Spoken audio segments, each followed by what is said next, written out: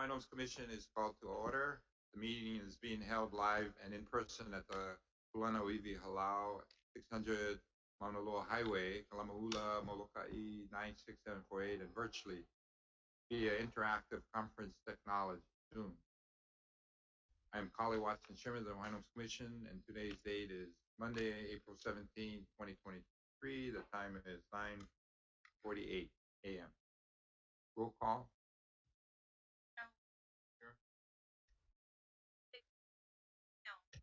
Here.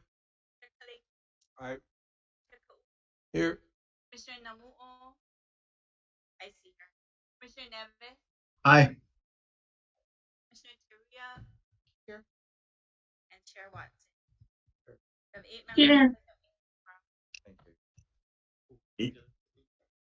Before we get started on the approval of the agenda and so forth, I'd like to say how pleased I am to be here on Molokai and see all you faces out there. Some of you out there are familiar, others new. This Kulanoivi, I remember way back when Monsignor Kekumanu had the idea of creating this facility with all the different elite trusts and organizations. So I'm so glad to see that it's being used in a very beneficial community-oriented way. And I look forward to today's agenda as well as meeting with the community tonight. And again, we are looking to do some good things here on Molokai. Probably can't do everything, but hopefully you'll be pleased with some of the things that we're going to be doing. And we also welcome your suggestions on ideas that maybe we can implement and help you move forward. But at this point, I'd like to announce the commission will recess at noon for lunch and convene in an executive session for an approximately 30 minutes. Hello. The community meeting is here at the Halau starting at 6:30 p.m. This is Dennis. Juan. Thank you, Chairman. For the record, my name is Juan Garcia. I'm the Homestead Services Division Administrator, and I'm here before you this morning to request the Commission's approval to amend its agenda, specifically page 8 of 9, under item D6 exhibit. The list should include George K. Kahuna Jr., lease number 5409 Pakukalu, Maui. Inez K. Ho, lease number 5409 Pakukalu, Maui.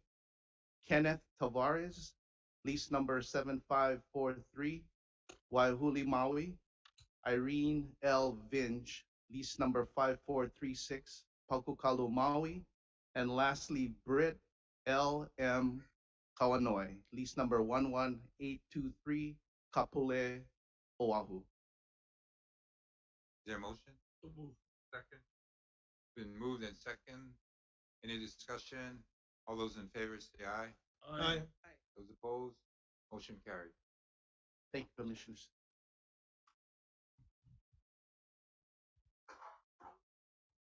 Okay, entertain a motion for approval of the agenda. Second. Been moved and seconded approval of the agenda. All those in favor say aye. Aye. Aye. Those opposed? Aye. Carried. Approval of the minutes. Let's see. Gonna talk about yeah, I guess there's minutes on the March 21st, 2023 regular meeting minutes, as well as March 28, 29, 2023 public hearing minutes, and March 29 special meeting minutes.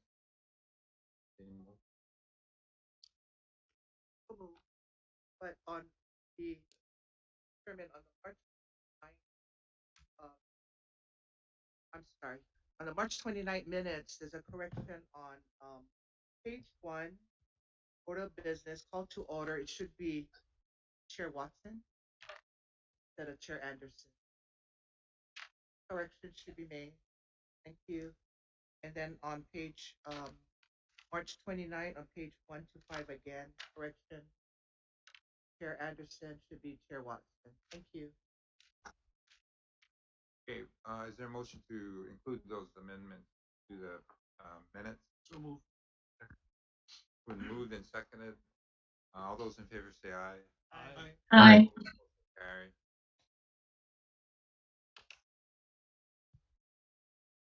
Excuse me, Chair.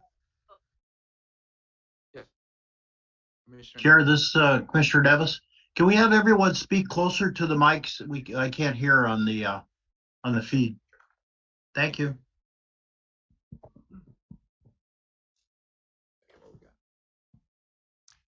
Okay, we're in the public testimony on the agendized items. Oh, first person, Irene Kahanui. Please come forward.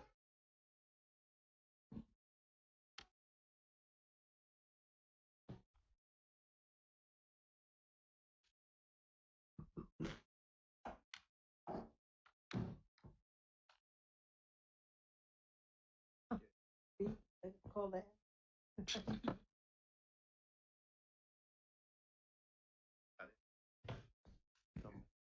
Oh. Good morning, Chair. Holly Watson, welcome Morning. aboard. Nice to have you back. And anyway, my name is Irene Kahanu, and I'm also representing Judy Caparita, who couldn't be here. You know, when they say you reach 80 years old, you know, that's like 1 foot in the you know what I mean?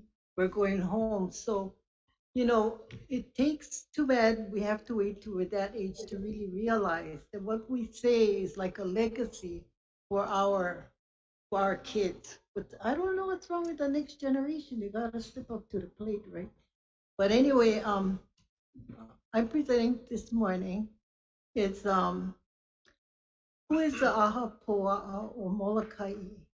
Is that is that a homestead association? I don't know. Okay. And I heard that most of the association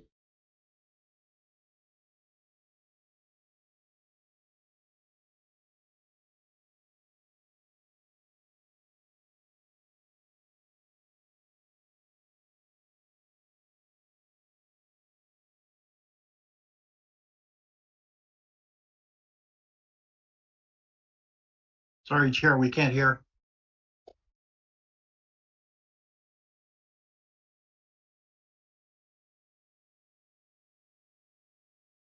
grant and let it go. You gotta really go with a uku comb. You know, you gotta find out if it's legitimate and if you know if they're mentioning another association that they did allow them, you know, to use it.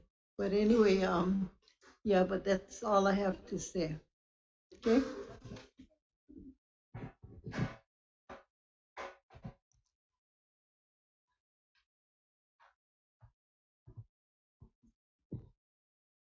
Good. I think so.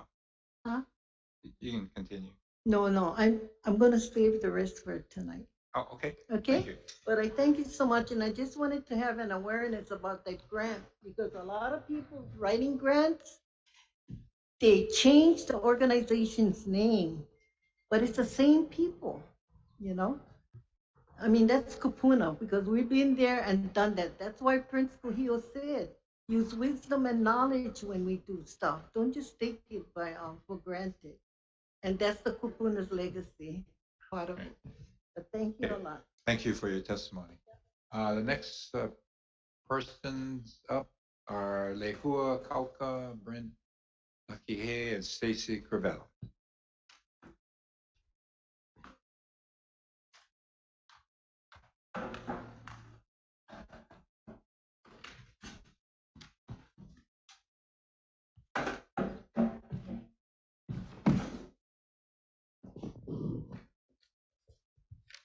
Hello. Hello, Commissioners. Good morning. We're with the Kalamula Homesteaders Association.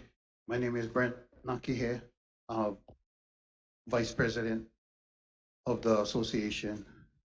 And we'll be here to talk on Thank E3 and G3. E3 is Molokai project updates, and G3 is Molokai, I guess, water issues. So I'll be talking about the rivers and flooding in Kalamola. So the river next to Michael Kahino, I don't know the homestead lot numbers, so I just gonna give you the name of the person that's listed on for that homestead. So the river next to Michael Kahino, there's a culvert crossing Manalo Highway to the Makai side. Request to replace that culvert with a larger one because of debris getting stuck and flooding backs up into his yard. The river between Nakihe and Poipoi requests to scrape the added silt to build berms on both sides, leading to the Makai side of Manalo Highway up to the boundary that is allowable, so as not to need a permit from the Army Corps of Engineers. Also, the river between Stephanie Lawifi and Nancy Viernes request to contract a company to scrape the added silt to build berms on both sides leading to the Makai side of Manalo Highway up to the boundary that is allowable, so as not to need a permit from the Army Corps of Engineers. In addition, to remove the old bridge on the Makai side of Manalo Highway. By removing it, the water and silt can flow freely and not get backed up. Myron needs help. And a solution is to contract an excavator or another backhoe to clean it out once. And then Myron can come in and maintain. Or maybe just gather input from Myron himself on his thoughts and how to address the silt problem.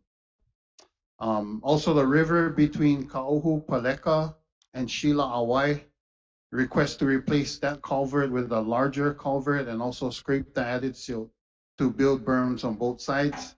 And last but not least, the river next to Kekama Helm, the culvert over there also request to replace with a larger culvert. Chair.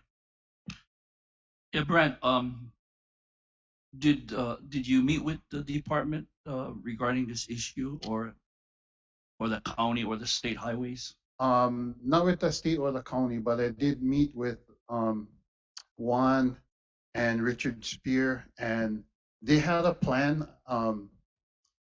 As far as implementing and following through with that plan, I believe they were looking for funds. So as far as detail, maybe Juan can update you guys on that. I think the instant solution they came up with was to have Myron go with the one backhoe that he has to clear a pathway. But talking with Myron himself, he said he needs help. Okay, Brent, let me just kind of give you a little history on these issues, because it affected myself, my homestead as well. But in the past, we've had the county public works. They were very much involved in the Makai Manolo Highway on the Makai side, and we've reached out to them, requested their assistance, and we've never had issues. They came and they did the job. So I'm not sure if there's a new policy with the county where they're not able to provide homelands, get involved in trying to expedite the work, because we cannot afford. And they said when Wednesday there's another storm coming in, so we cannot afford to wait. Stuart. Stuart Matsunaga, acting administrator for Land Development Division. So the county and state's policies haven't really changed, so they're prepared to assist us. We just need to have the coordination, and so we can work together on that. And I have direct line with the county public works as well as state highways. So we'll work together and look at these locations and have that remediation taken care of. Oh, mahalo, Stuart. Thank you. Thank you. I've been in my position acting for 4 years. 4 years. Thanks, Stuart.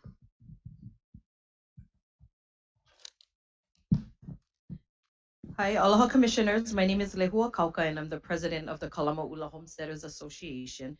Our association currently manages Kiawea Park across the street. And lately we have been paying a water connection fee of $491.26 every single bill.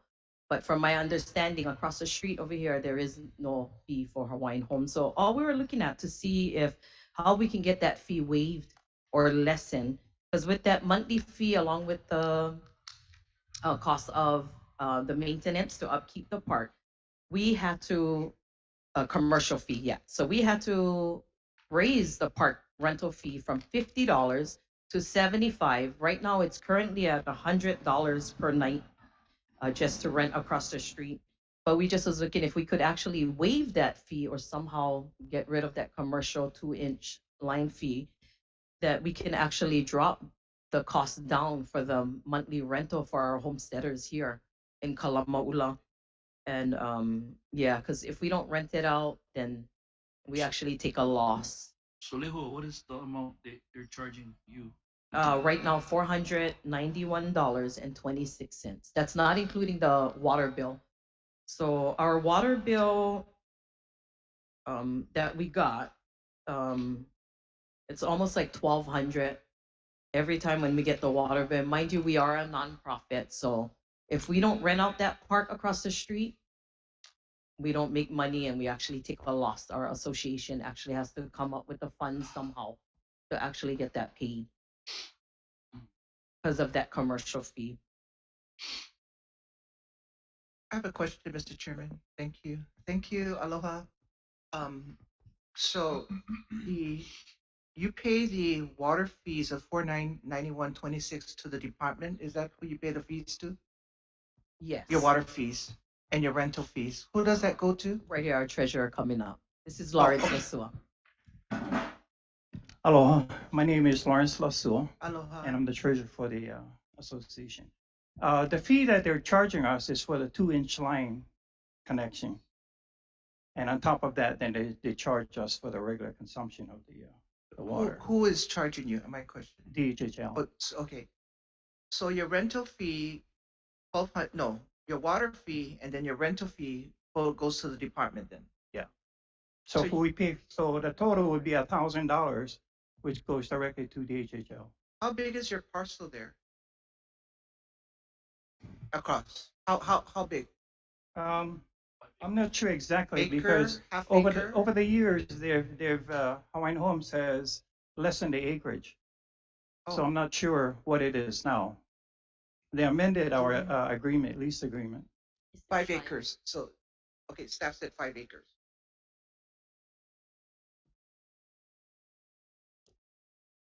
So you're here today requesting the department to either waive your water fees or your rental fees. Correct? Well, I think what we're asking is so you can waive the 2-inch commercial charge. That's what it is. Okay. All right. Thank you. Thank you, Mr. Chair. Aloha. My name is Stacy Crivello, and I'm a board of directors for Kalamaula Homestead Association.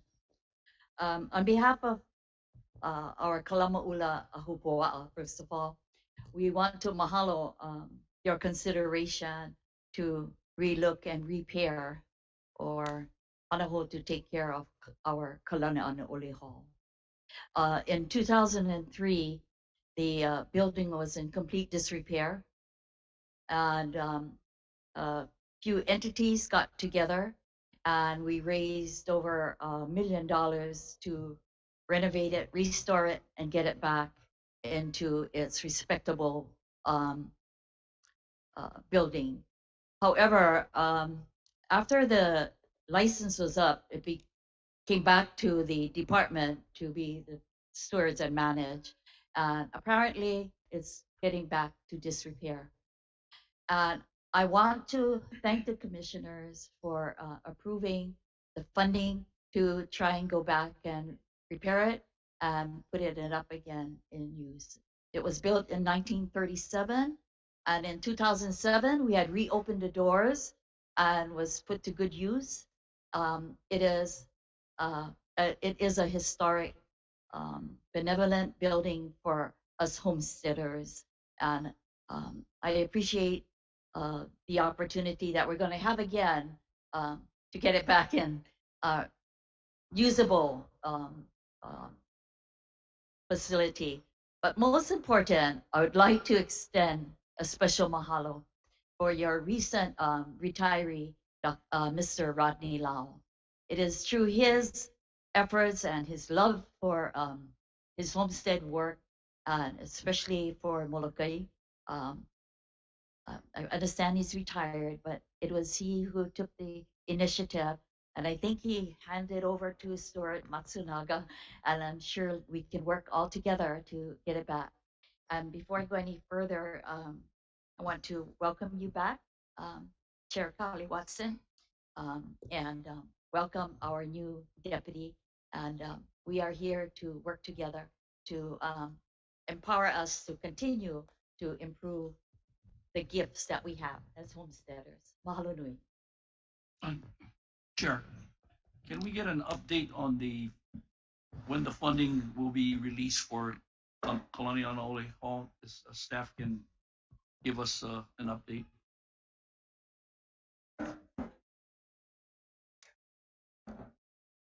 Aloha, Stuart Matsunaga again. So, Governor released the funds in was about the later part of February, and so there is $500,000 set aside for Kalanianaole Hall, Good. and so this past weekend I had staff in the office working through the procurement on that to put together the procurement. And so we hope to get that out very soon because the funds lapse on June 30th of this year. So we're scrambling to get that done, as well as Okukalo Community Center also too. So, Stuart, thank you. So, can you keep me abreast on the update as you get more I will. information?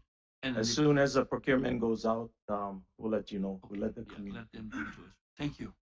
Thank you. Good Mahalo. news. Stuart, can I ask you a quick question, Chair? Can I ask Stuart, that Kalanianaole Hall, can you just give us real basic like square footage and what the usage of the use? I haven't been there, so I just curious. It's I heard it's 1937, so.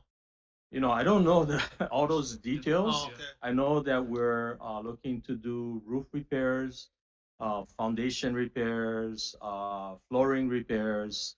And, when we get in there, we don't know exactly what needs to be done, but we'll have a contingency so that we can address, almost anything that we face. So that old likely asbestos remediation kind of issues? No.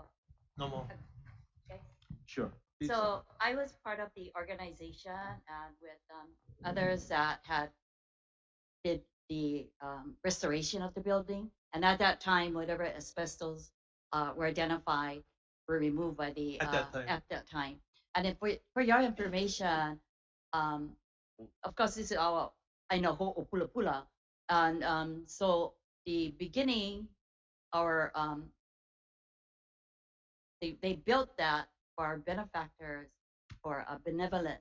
They had no place for funerals, so it was really place for respecting and for our beloved ones, as well as storage for coffins. All of us who grew up here, you always go across the other way because you never like pass it there because that's where they had the services. And as well as, but then eventually it opened up. We had movies there. Women would gather for quilting, but it was more for our royal orders nahale o naali'i, kauhumanu, and royal otters. And so it, because this is our O'Pula, we restored the building, and then we want to make sure it's well taken care of, and then the license can be opened up again for applicants to consider having the license to manage that place again. And you think the use is going to continue to be Well, I know primarily when we benevolent? restored it, we had criminal services there. Okay. Yeah. For those who could never afford it, that was why it was built. Mahalo. Hello, and lastly, Stacy, Rodney gives all his aloha to Oh, you. we love him. We talked last week Friday. Thank you. Yeah, thank you. Yeah. Thank you.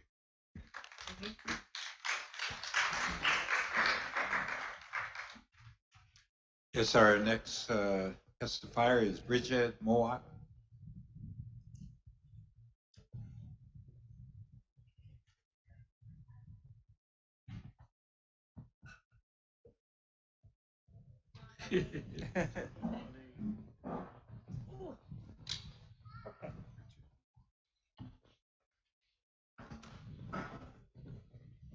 Good morning. Good morning. It's so nice to see you folks. And our connections is good. I wanted to say welcome, Kali, Katie, and I wish you folks success in your positions, because your success will be our success also. So I just wanted to talk about also floods. And Kapa'akea has been plagued. When we have big rain, we have flooding. And this is, we have one big stream in the middle of Kapa'akea. When it overflows, it crosses and it goes into only one little ditch. And that ditch flows, overflows, flows into people's homes. It crosses the street into the loop, into Kapa'akea Loop, crosses over, the ditch is down, the road is up. So when it crosses over, it causes that wave. So it spreads, and this flooding goes all the way down the loop. And it's been happening. This is Auntie Leilani Wallace. She has been there in Kapa'akea for years, and they have been troubled with these floods for years.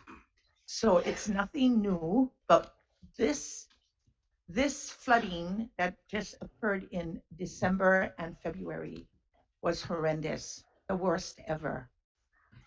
It not only the waters, but the mud, and going into everybody's yards.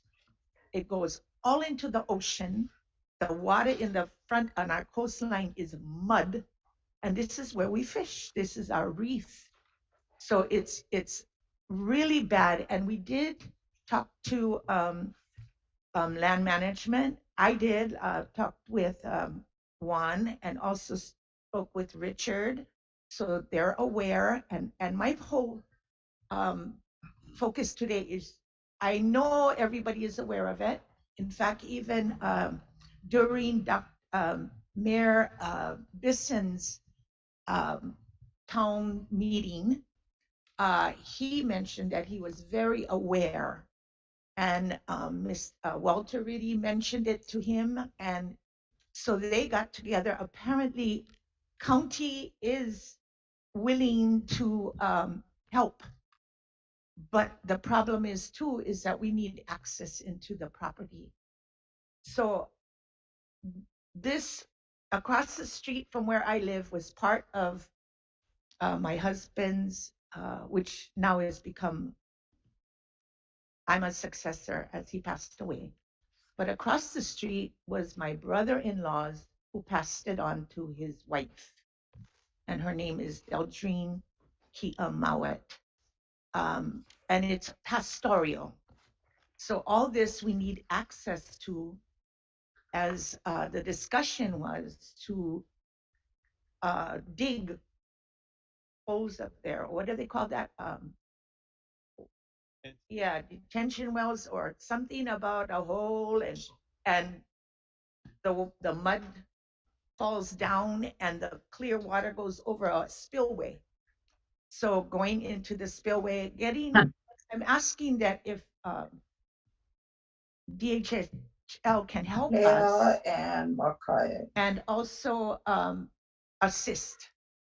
We also need help during the time of the flood. We have the county and we have the state come in with their equipment. They clear the roads, but all the mud that are in the property, we are told they cannot help us clear because it's our private property. So we had to even close school in February, I believe, because the mud had kept the bus from coming out. The mud was so high. So we have kids, everybody help one another dig, even the kids carrying the shovel. And it's really, really difficult. A lot of the homesteaders are elderly now. So it's really hard. They couldn't leave. If they had to evacuate, they couldn't get their vehicles out of the garages because the mud was so high. So that's the situation, and I know they're working on it, but I just wanted to let especially the Kapaakia people know that I'm the president, that I'm here and I'm trying to bring this to you folks. And I know DHHL has not forgotten. They are fully aware of this situation. So during the time, if there was any way that DHHL can help dispatch more help during the floods, it's horrendous. Waves, we get waves going down the road. There's several of the ditches. There's only one ditch. When that overflows, it takes to the east and it takes to the west. So that's what I can say about that. And then another thing is home repairs. We are in a flood zone. So like we don't get benefits like from the HASDA or any of those areas because they say we're in a flood zone. So a lot of the kupuna don't get the benefits of the federal monies or grants to help. So I just wanted to ask if we could get some kind of funding to help our kupuna who are need ramps, need repair, need roofing, if there was something that DHHL could help support. Chair, can I say something? Yeah. Thanks, Bridget, for bringing that up. So your association, Kapaakia Association, you're established, so you can apply for a grant through our department to do things such as repairs. So I'm not sure if you know what too is that a lot of we don't have a 501c3.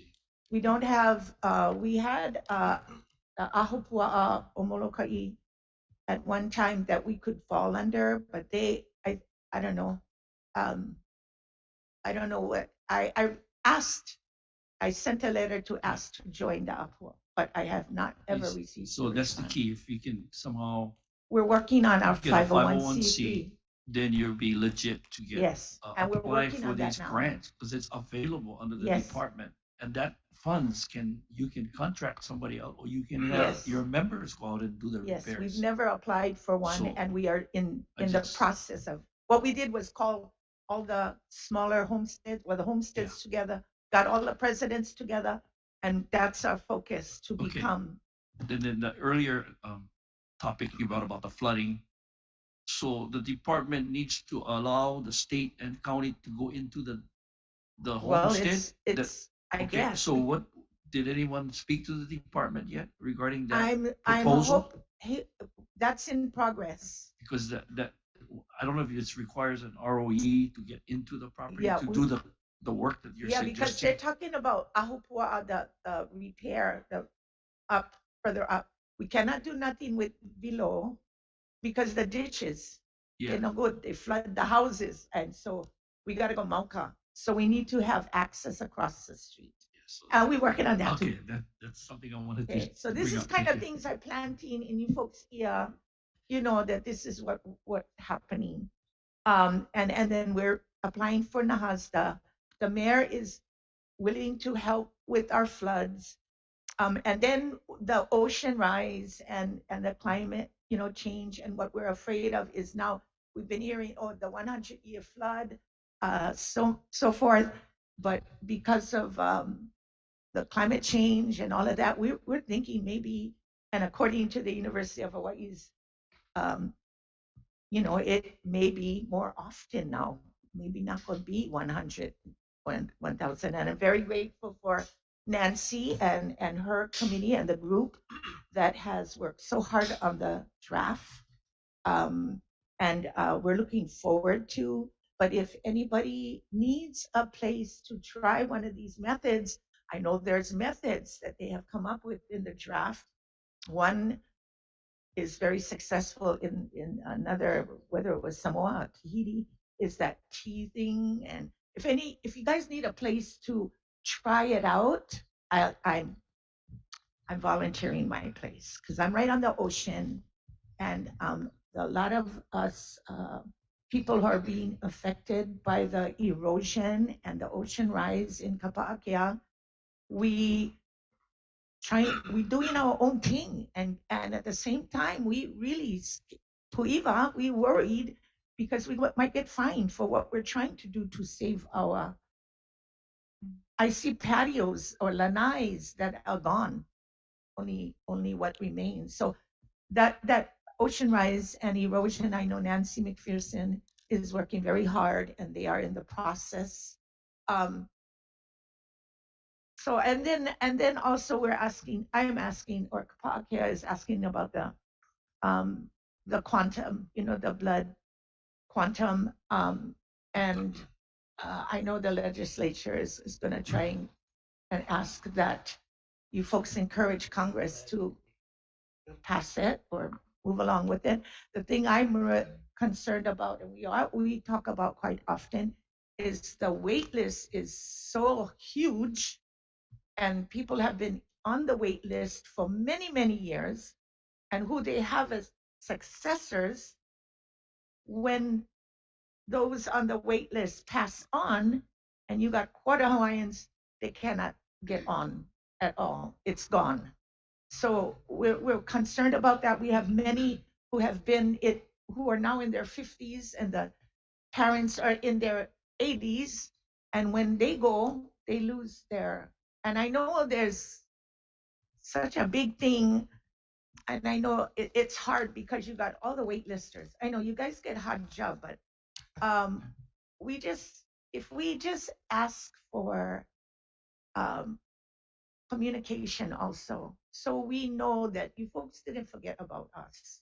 If you could just send something to say, this is what we're doing, this is what we're thinking about. But I encourage DHHL, and I'm sure the county will come together and you'll be hearing about asking for access to get those spill wells done and Mauka to restore the Ahupua, the upper lands, so we won't be so affected by the coastline. Thank you. I'm sorry it took so long. Sorry. Would you like to say something? Leilani Wallace. Thank you, Kali Watson, and your commissioners for being here with us today. My question is, we need a director on our DHH here on Molokai. Because when we call the office, when we in need, Kapa'akea is in need, there's no one there. And if they're there, it's the woman that's there that's working. And they cannot help us. So what we have to do, we have to call Honolulu to get an answer from them. And when there's a flood here on Molokai in Kapa'akea, this last flood that was happened in January was very, very bad, very bad. And in 21, I remember I was up in the mainland. My neighbor called, Leilani, we need help in Kapakia. The stream is running. My neighbor cannot get out. It's so muddy. I always call Commissioner Helm for help. I don't go to anybody else, but I call him. At home early in the morning, 7:30. I calling him and say, please help Kapakia. We need help. We need to get there. The counties will be there, but we need Hawaiian Home there to help. And he's right there. In the nick of time, he's there. Neighbors called. And Tililani, Hawaiian Home is here. Zach is here. The machines are here. But this last flood that we had, we couldn't get Hawaiian Homes out to help the county because I couldn't get hold of Zach. Zach has his own family. Zach has his own thing to do. But neighbors tried to call him. I couldn't get in touch with him. So we had no Hawaiian Home, DHHL, to help us. The only time they came in when the water was down and was dry, and they just came to clean our driveway, take the mud. Where I live in Kapakia, I'm in the middle. The bus on the main highway, I'm right behind a Spencer's. Spencer's in the highway, I'm right behind of them. And then the ocean, houses. It was really, really bad. It damages everybody's home in Kapakia. Everybody's yard was a mess. That was the first time in my life being in Kapakia I ever saw this bad, where the water came into our yard on the backside, coming from the front, coming from the stream, went right through our homes, underneath our house. Lucky my house was high. Houses that was cemented, there the water had ruined their house, especially the ones in the front, the highway. But for us, I saw water street. Water was so bad in my backyard. My neighbors were all filled with water, running right through under my house to my yard, my neighbors, and the main highway between mine and the one in the front was so high. It went across to the homes in the front of the ocean and went filled mud in their backyard. And they couldn't get help from Hawaiian Homes to come in to help to dig the mud out of the yard, because if they're going to help one, they're going to have to help everybody. So they cannot, and plus they said the machine was broken, they didn't have machine. So anyway, we need help, Kapakia, because the next time it's going to happen. I don't know if we're going to have house. I mean, I've been there since 62, and the first flood in Kapakia was in 60. That was my husband's homestead. My husband is gone for 35 years now, and thank him. I have a roof over my head. He takes care of me. But when I was told that I had applied for a loan to repair my house, that was in 2015, they told me that because I live in a flood zone, I cannot have a loan under the federal. So us kupunas, there's a lot of kupunas and a lot of widows in Kapakia. There's a 92-year-old lady, family share. Her house is she's one of the first homes that's in Kapakia. Her house is falling apart. She cannot live in her home. She has to go live a holy home with her granddaughter. And during the day, they would bring her home, but now they cannot bring her home because the house is not fit for her to go into the house. But she cries, she tells me she wants to come home, but cannot have money to fix the house. Because we cannot build in Kapakia because we live in flood zone. So all we ask is to make us feel comfortable so we can repair our house and live comfortable. That's all we ask. Thank you. Can I mention something else? I'm sorry, I'm gonna make them real fast. we just discovered, you know, the fish pond right between our house and Ronald Davis's house. There's a pool on a fish pond. This year was, I mean, this February was the first year we ever know. I was looking out my kitchen window. I went, I look the garden all full with water, a pavilion all full. The fish pond overflowed. First time ever. So all the water came over to Uncle Rollins, Sam Rollins, which is now Camus, all overflowed. So what my boys had to do was go out with shovels to dig out the makaha. I mean, and the water came out like rapids. And what happened, and then we could see the water going down. So that pond in the middle, if we don't keep the makaha open, it will flood. And that was the first time ever. I've been there 44 years and it's never happened before. So my son went out and dug, and then he had to go to Queens for 5 days because of sepsis, going digging out all that stuff. So that's another awareness. First time I ever saw that. So anyway, thank you very much. I appreciate you folks coming. Hang on. Brandy, you go. Yeah, mahalo for your testimony this morning. My question, and I think I'm going to need kokua from Stuart to answer the question, but I think I heard the term retention basin used. I'm not sure if that's the right term, but I'm just wondering, Stuart, if because we have those in Wai'ehuko 1 through 4, and they work very well as a flood control mitigation tool. So my question, Stuart, is it feasible and would it make sense to consider retention basins in these older areas? Aloha, commissioners.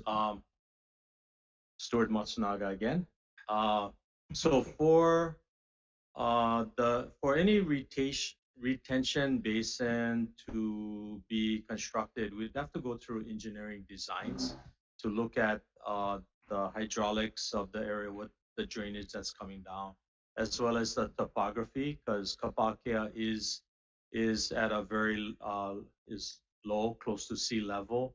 So there may be retention basins which could be constructed mauka.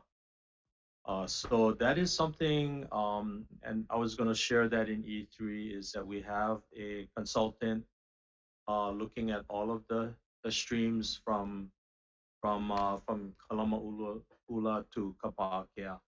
And so that study will be starting shortly and completing before the end of the year. So that's something that we will be considering as part of the remediation for flooding.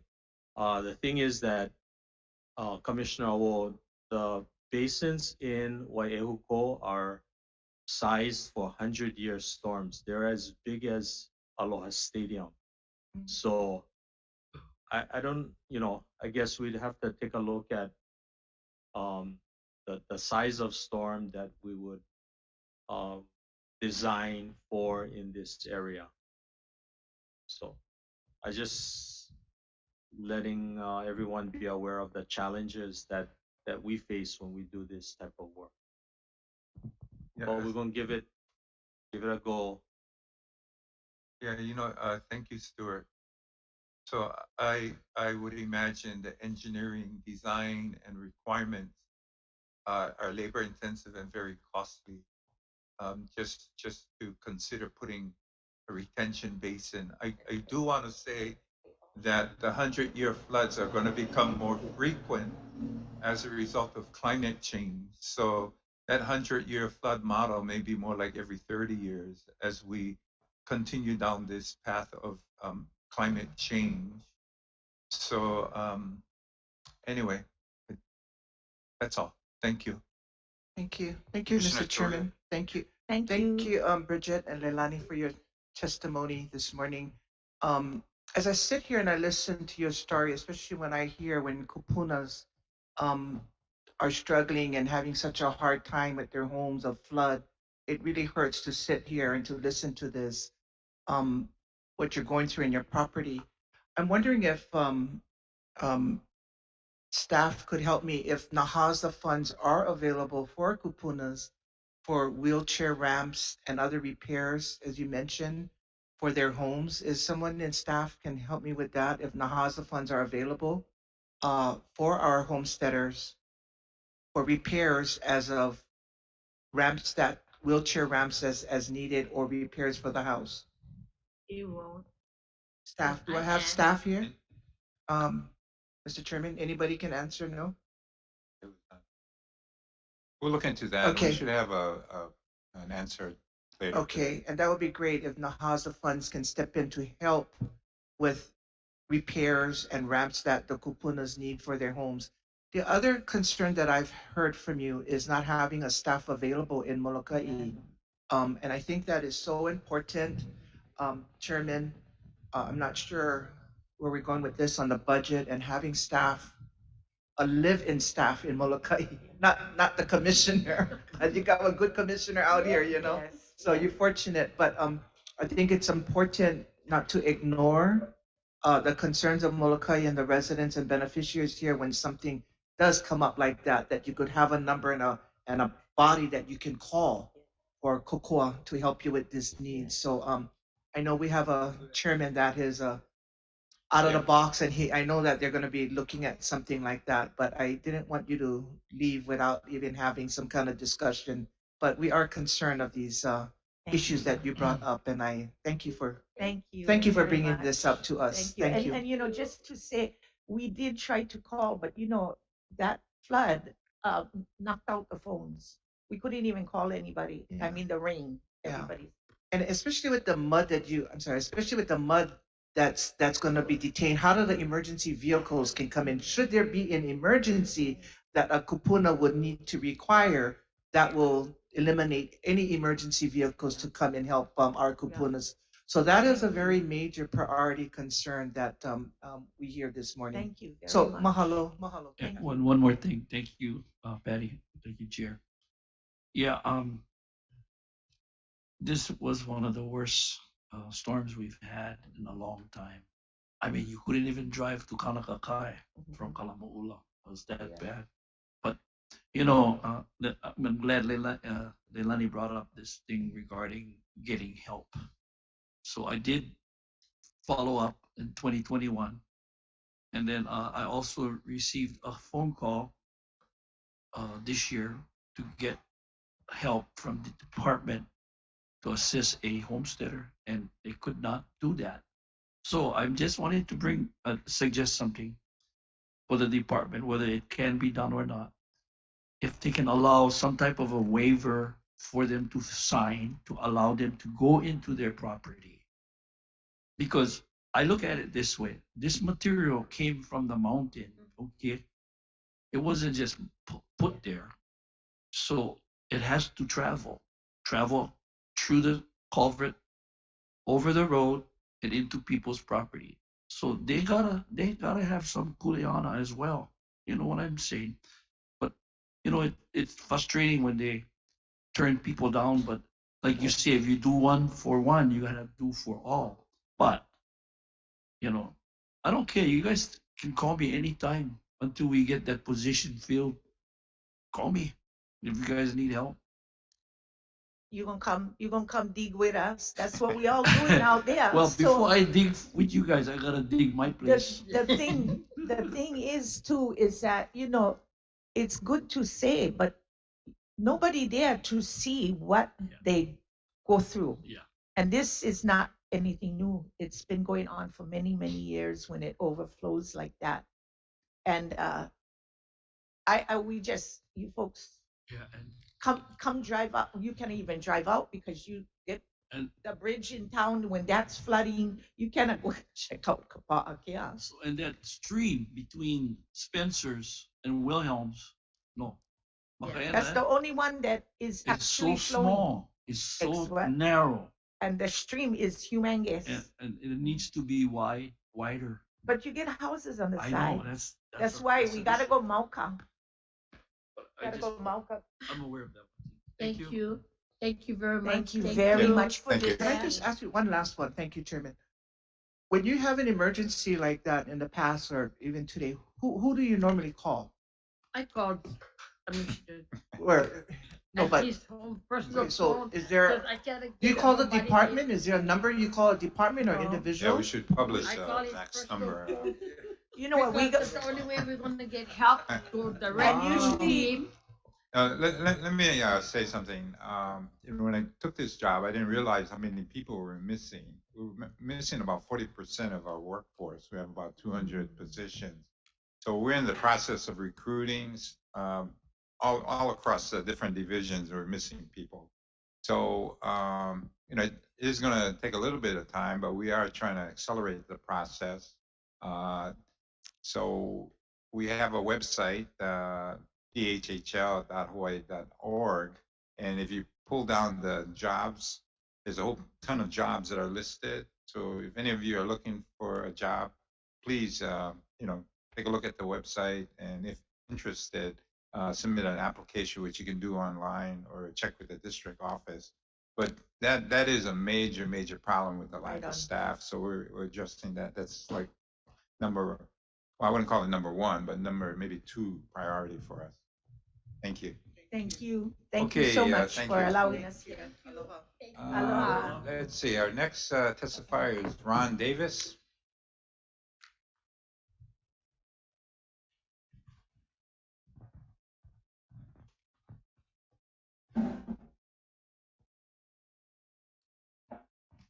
Mr. Chair, Vice Chair, Commissioners, aloha and welcome to Molokai. My name is Ron Davis. I'm here representing Molokai Homestead Livestock Association to ask to please renew our right of entry permit, not only for us, but for whoever else has ROEs on the island. But I'd also like to echo what Leilani and Bridget just had to say. I'm also a Kapa'akea lessee, and if you drive up by my house, just past the 1 mile marker, you'll see a pile of dirt 6 feet high, 15 feet wide that came out of my front yard. I still got mud in my garage, in my enclosed patio, in my office, and in my shop. My shop is 30 feet wide by 40 feet long, and there's about 6 inches of mud. Lost a lot of tools, some furniture, but that's replaceable. Like Leilani and Bridget are mostly concerned about is the safety of our kupuna. My family was the first awardee in Kapakea. We had the first lot when Abraham Pianaya was the chair. Anyway, I'd like to stand in support of all the testifiers that came before me, not only as president of Molokai Homestead Livestock Association, but as a lessee myself. And that's all I gotta say. And thank you very much. If anybody has any questions. So, Ron, when is the ROE expiring? This This when? it's the 30th, I think. June 30th. Okay. I think so, yeah. Yeah. Okay. Thank you. So I'd like to thank you folks in advance for renewing it for me. Thank you. Oh, here. Thank you, Mr. Davis. The next testifier is Cora Snackenberg.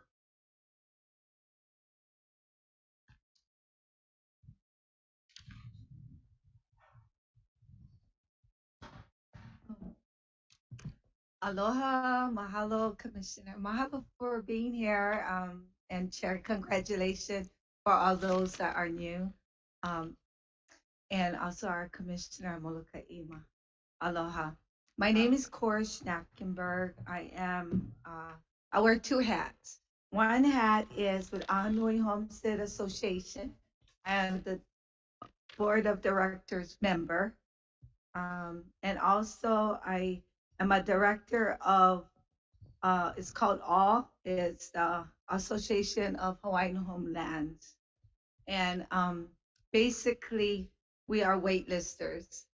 I did put him, I submitted my name, but I also wanted to speak after it was addressed. I wanted to speak on item C3 on the safety and enforcement, and also on item G on G4. So would I be able to speak after the presentation, or this is it? No, you should be able to speak at that. Okay. So for item C3, that's the safety and enforcement. I was able to look at the packet. Didn't give me that much information, but speaking to our kupunas on Molokai and Ahanui, I really feel that, and the kupunas can speak for themselves, but they support the safety and enforcement for homesteaders for the future of safety. I think is there's a lot of gangbangers on Oahu because this is statewide. It's not just for Molokai or Maui, but and then you also have drug users, and I think the problem is increasing. So I really think that's something that should be considered. The other thing is part of the strategy. I wanted to also see if you folks would be interested, the committee would be interested in looking at the department is looking at training youths to be cadets, and I think that would be an awesome opportunity to bring the youths into something that are more proactive and in a much more positive direction in their choice of life. So I just wanted to mention that. And then I wanted to also let you folks know I was able to sit in, this is item C1 for the La'i Opua village on the Big Island. I sat in their pre-owned or rent to own, option to own. Sorry, you rent an option to purchase. And I was just amazed on how that process worked. I see how it is instrumental. I think it's a great idea, but I gotta let you know, you had a lot of outside of state beneficiaries or even applicants, and you had neighbor islands on the call, and we're looking at the income. So if you're working on one island and you're working out of state and you're able to qualify, but you want to come home, I can see it being a problem in the transition of income. So I wanted to put that on the table. As far as G4, B4 is information regarding the project of Walapue. So I wanted to say that, and this has been a long haul, but not as much as the other association. But since 2021, when the project started, when it got approved from the commissioners, we had worked, Ahanui had worked diligently and faithfully and transparently with them and with the community. And I want to just say mahalo. There was so much hard work, G70 and your staff chair, they work extremely hard. So in presenting this, I want to say that the concerns that had back in 2005, okay, at that time, it was supposed to be a residential project. In 2005, the public concerns and the community concerns was LCAs, erosion, runoff, significant sites, archaeology study, invasive plants, wellhead, road, fire, water. So these were among other things that, in my opinion, wasn't as more important than what I just listed. What your staff have done is they had gotten and subcontract experts like engineers, people that was experts in the field, and I want to say that they did a tremendous job, and they have answered the community's concerns. The last thing was that one of the community members said, "Well, just let us know how we can stop this project." Well, I want to remind the commissioners and the legacy of our Prince Juno Kahil that we've been waiting. I've been waiting 37 years, not more than our kupunas, on a wait list. And our job as Association of Hawaiian Homelands is to remind the commissioners of the wait list, which you folks would address on 279, Act 279. And I would encourage and ask for your consideration to follow the process of awarding our people on the wait list to be on their land, which this is an accelerated program and this is off the grid. And I want to mahalo our Commissioner Helm for supporting our project. Mahalo. Thank you very much. The next testifier is Herbert Ho.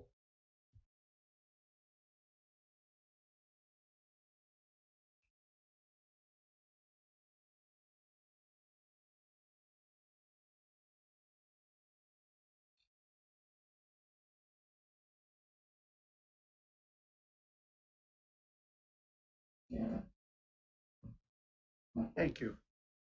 I'm Herbert Wolf. Thank you for pronouncing it correctly.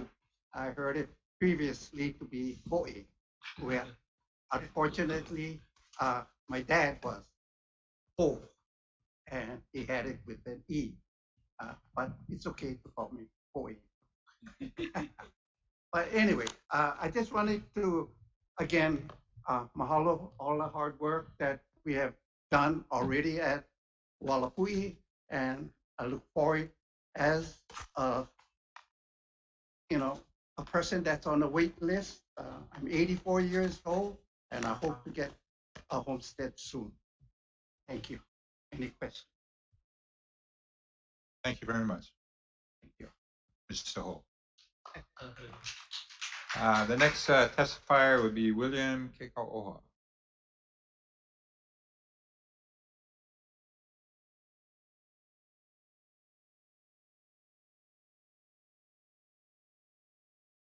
Aloha, everybody. My name is William Kanohi Okala Kikau Oha, and I'm in support for this G4, the Walapui homestead, and I the sergeant arms of Anui team. And I just like to say that for a new leader, that he can make the best decision for protect the Hawaiian people across the state. Aloha. Thank you very much. The next testifier is Dickinson Stone.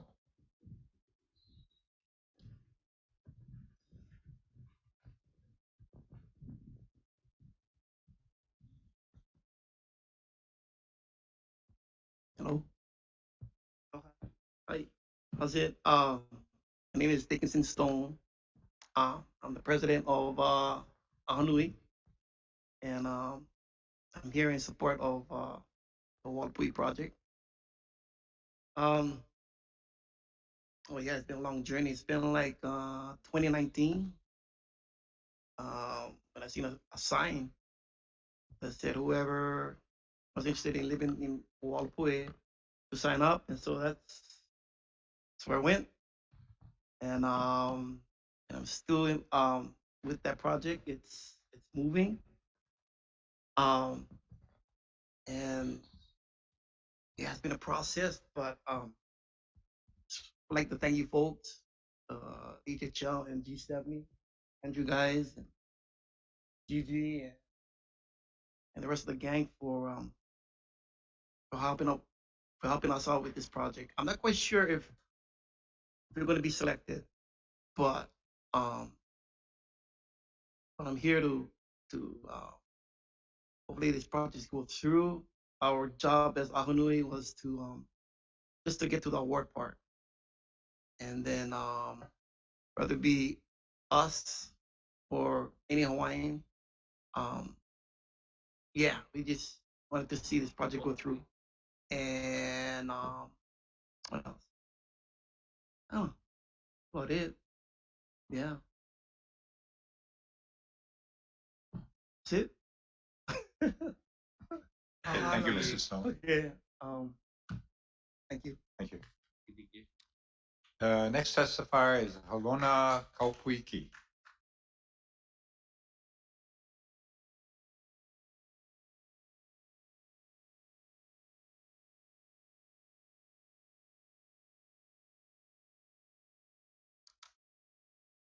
Good morning, Commissioners.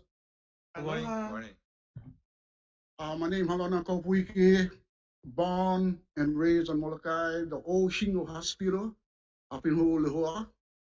1959 came the state of Hawaii. In 1963, they would do away with the hospital because of all the amendments that you guys control, Department of Interior control on our homestead, the homesteaders and the lessees. At that time, we never have to pay hospital bills because of our queen. Then what I heard was they were amendment, 145 amendments, my gang.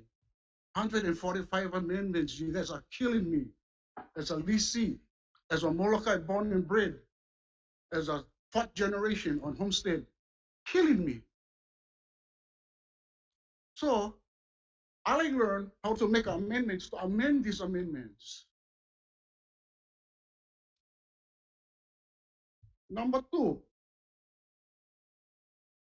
instead of the governor handpicking the commissioners, we, as the lessees of the home commission, of the homestead, we should nominate our own commissioner from our each island, because they, and especially if they're born and bred on Molokai. That is one. That is number two. Number three is what I heard from 2 meetings ago. Molokai Airport not paying water bill. They get an 8-inch pipe. They're using potable water, and they're not paying the bill. So my manao is all the lessees on Hawaiian homelands who are what you call are back from not paying their water bill, make the airport guys pay the bill, because from day one they think they never was paying water bill. Plus, again, they get an 8-inch pipe.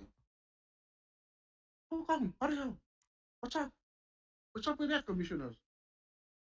What's up with that board? You know, you guys I'm not trying to pinpoint or offend you guys, but again, we never know that had amendments. As when we see my tutor lady, she used to work for the legislature when I was a young boy. She was half breed. My papa was pure breed. And when she used to come home Molokai, they talk our wine in the kitchen. They throw us in a big room. And then what now was my tutor lady, to my grandpa, was the amendments. The amendments. And I never know, I was only 7 years old at that time. Now, as one kupuna, I see what's happening, and I can see the difference of living on a homestead. Every day, land tax. Land tax. We don't own the land. Commissioners, we lessees. How come we gotta pay land tax?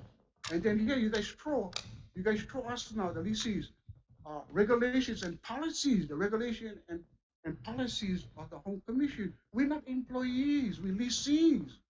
You guys policy and you guys regulation to me, no comply. You got, they're going backwards. Killing me again. Yeah? Pu'ukapele. Pu'ukapele. Pu'ukapele. That's the one they just went, the Air Force and give them back. Pu'ukapele was the old Akai gang. That was the old radio station. We had all the antennas. I'm a certified archaeologist. I retire now, but I was a certified archaeologist. We did surveys on top of Pu'ukapele. Soon you go to the cattle guard, left and right side of the place is choke sites, historical sites. And then, because their name is Pu'ukapele, used to get one river, we used to get one spring over there. When you look at my papa was one, he was a cultural petitioner in Tuacos. And that's just like Ike, he will pass it down to me. Inside there used to have one spring. And the stories go as well. Loyal was chasing Tutupele. Tutupele would go there, Loyal came with her and peel her, trying to peel her, so she went down Kalapapa. Inside there, I worked for Bishop Estate for 4 years. No, excuse me, I worked for the Bishop Museum for 4 years. And then in that place get rare fern plants that the thing grow in dry land in Puukapele. So my office, that time, they wanted me to take the sample from this rare fern plant from Puukapele. But because I never liked, they let me go, but it's cool. I was doing surveys on Molokai, cultural surveys, and I tell you guys, this island is very, very sacred. Waipanas. So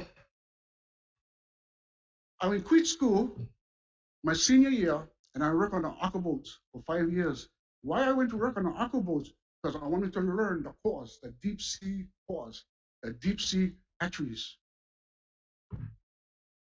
Again, I believe that I am a cultural practitioner. Yeah. But Pukapele again, I hope that you guys try to do something where it's okay that the thing come back to us, but I just hope that we can keep them like the place, we can keep them as one pastoral lot instead of residential lots because of the historical sites inside there. Yeah, and even where a radio station, where the house was, the rector's house of the radio station, right on the road, go big hayal over there, and that hayal is the definition of that is egg. And then Bishop Museum wanted us to do surveys on the shoreline, on the cliffs. We couldn't do nothing on the cliffs because during that time the army came and they was blowing them up with the tanks. They was blowing up the cliffs, so I couldn't do anything down there. At Pukapele is the shoreline. And then I try to go kind of like that. Fast forward, but the 600 million, the 600 million. What's it? The 600 million. I heard the guy Dela Cruz, I think Dela Cruz, can I take 2 million from our 600 million to make geothermal? I'll blow my mind. That 600, that 200 million plus the other, altogether 600 million belong to us, the beneficiaries of the Hawaiian homelands. So I hope, Kali, you guys try to review that and we keep the money within us as the homestead. Yeah, and again, the land tax, we pay land tax again. I got 5 acre lot. I say paying like almost 400 bucks a year. And I don't own the land. I just want to be seed.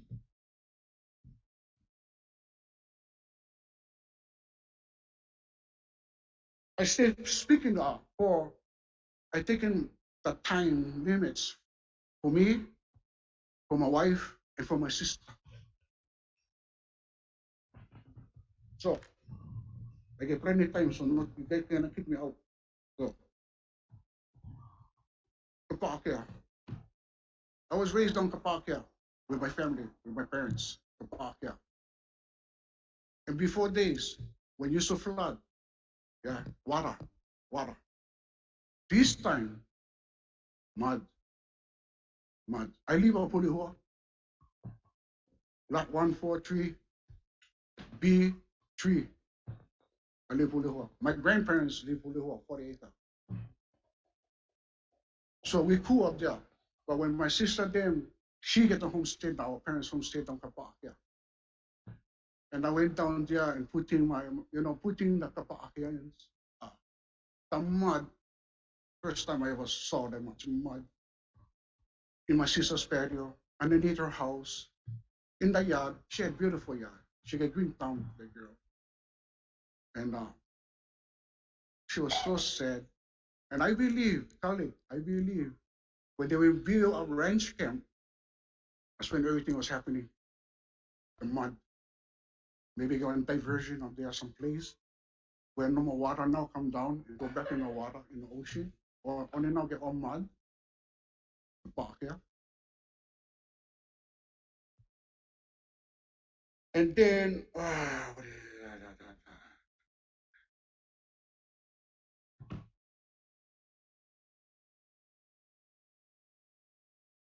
and putting Prince Kohio. His man now and his vision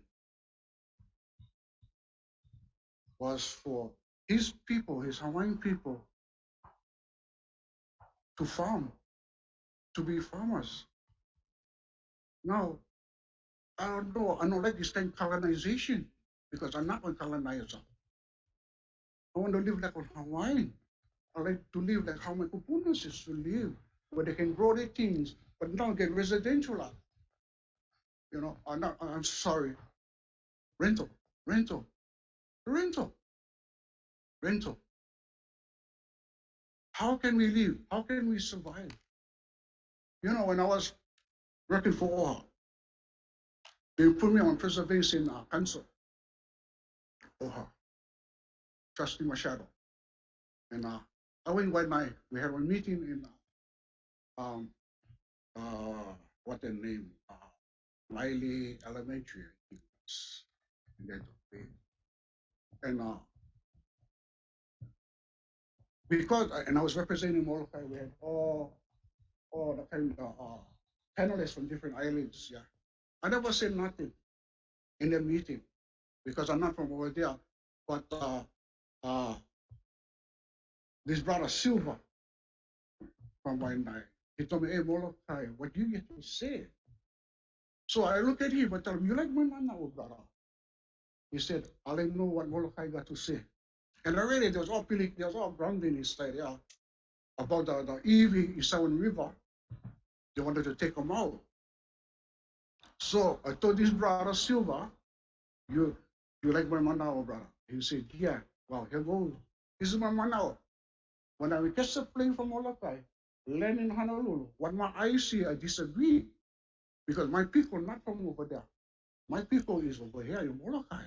So right now, no more issues about Molokai, but when we get issues of Molokai, then you guys will hear about Manao. Yeah. They put in Honolulu, put in Hawaiian people.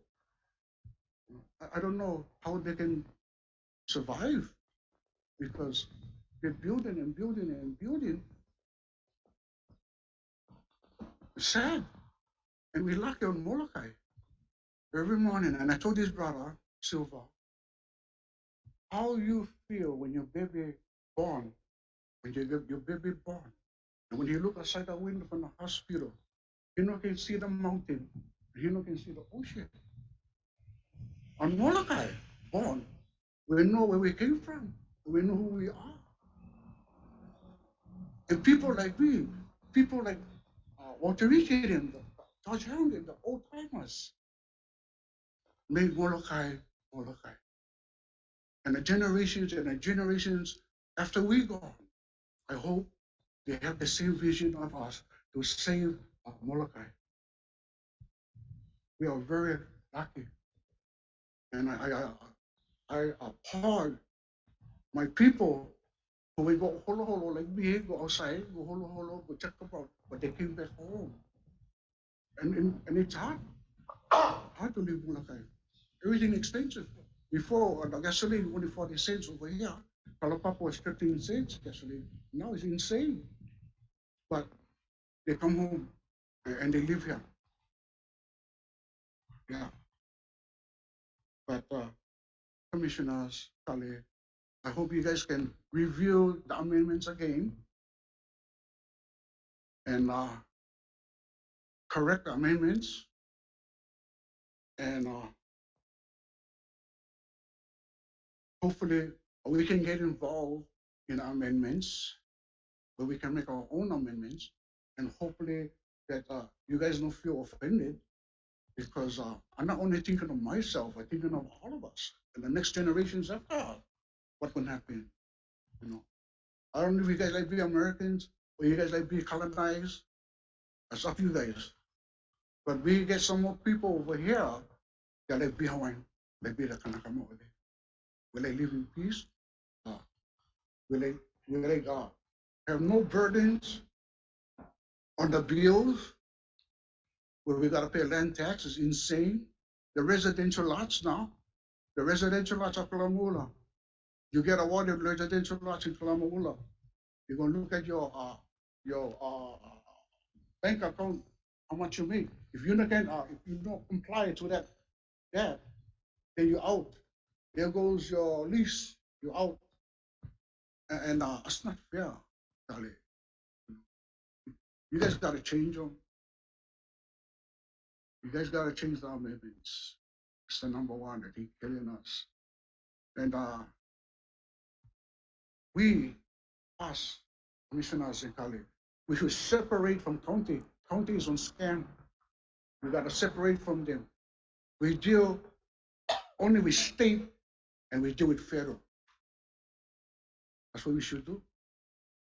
We pay county taxes. I just heard that about here in Antioch and they are when you are, I think I don't know what of you guys said when the flood came, when the mud came, who you guys got to call? County. County take forever. We should separate again, commissioners, Kali. It's just me. But we should separate from county and we deal with state and federal. Maybe that way we can survive. We can come home. My nieces and nephews, they live in Vegas. They don't like come home. They get a big house, they get swimming pool, cheaper. They don't like come back home. I came home. I came home. Yeah. Well, thank you, Mahalo, for listening. Thank you, Mr. Kaukwiki. The next testifier is Jesse Wallace. Oh, yeah, right now. Oh, okay. Next one is Ivalani Karuaki.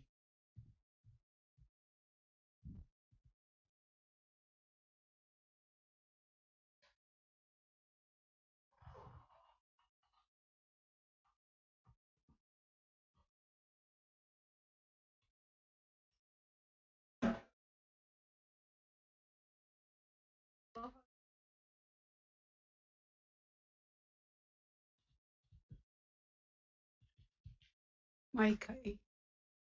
My name is Ivalani Huakahela Hulihe'e Mahi Manuel Kadawaki. I just want to identify myself. Yes, I'm a Hawaiian, but I'm also a League of Nations. Just throwing it in. I'm here in support of C3. I'm a kupuna. I sit on the kupuna board and I'm a vice president for the Ahunui in Manai. I'm in support of C3 because as I come to realize is that, I'm taking care of my 3 grandkids, one left the nest. But anyway, I'm thankful that I have company. But my concern is when they all leave the nest, then grandma gonna be by herself. So my concern is, yes, we do need a safe and secure for our Hawaiian homelands, yeah, because there has been incidents which I've heard of, not that I've regarding theft, vandalism in some of our Hawaiian homelands. My concern is that, gee, when grandma get more older and I cannot move as fast, I do have that concern. And I also come in support of the G4, which is the Walapui settlement, yeah.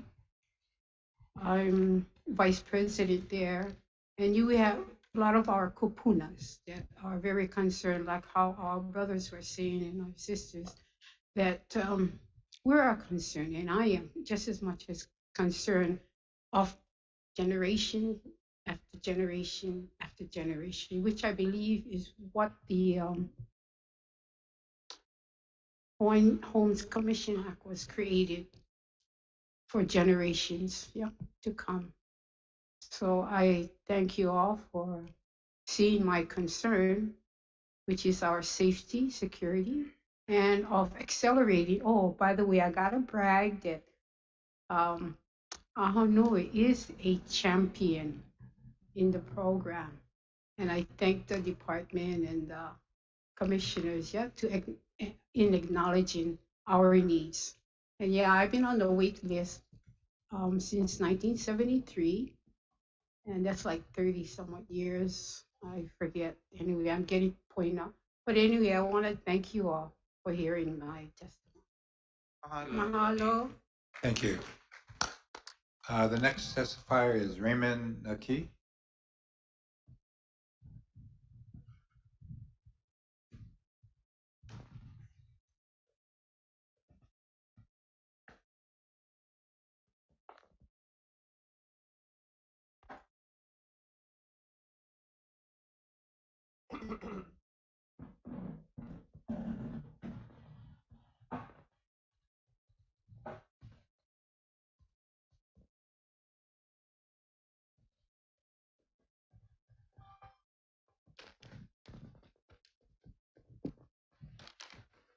Lemana Naki, Mr. Hawaiian.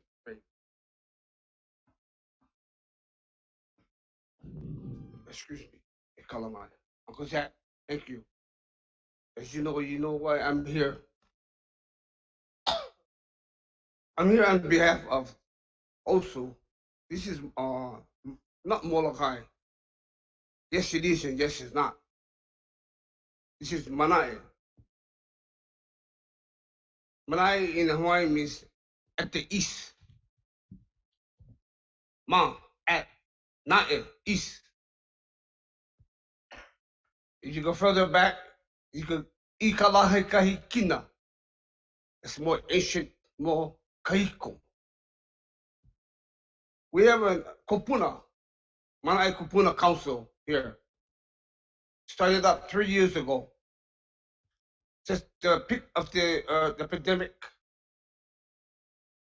And it was 2020, excuse me, 2022, 2020, something like that. But anyway.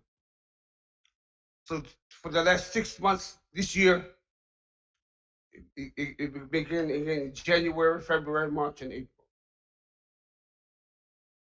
Concerns.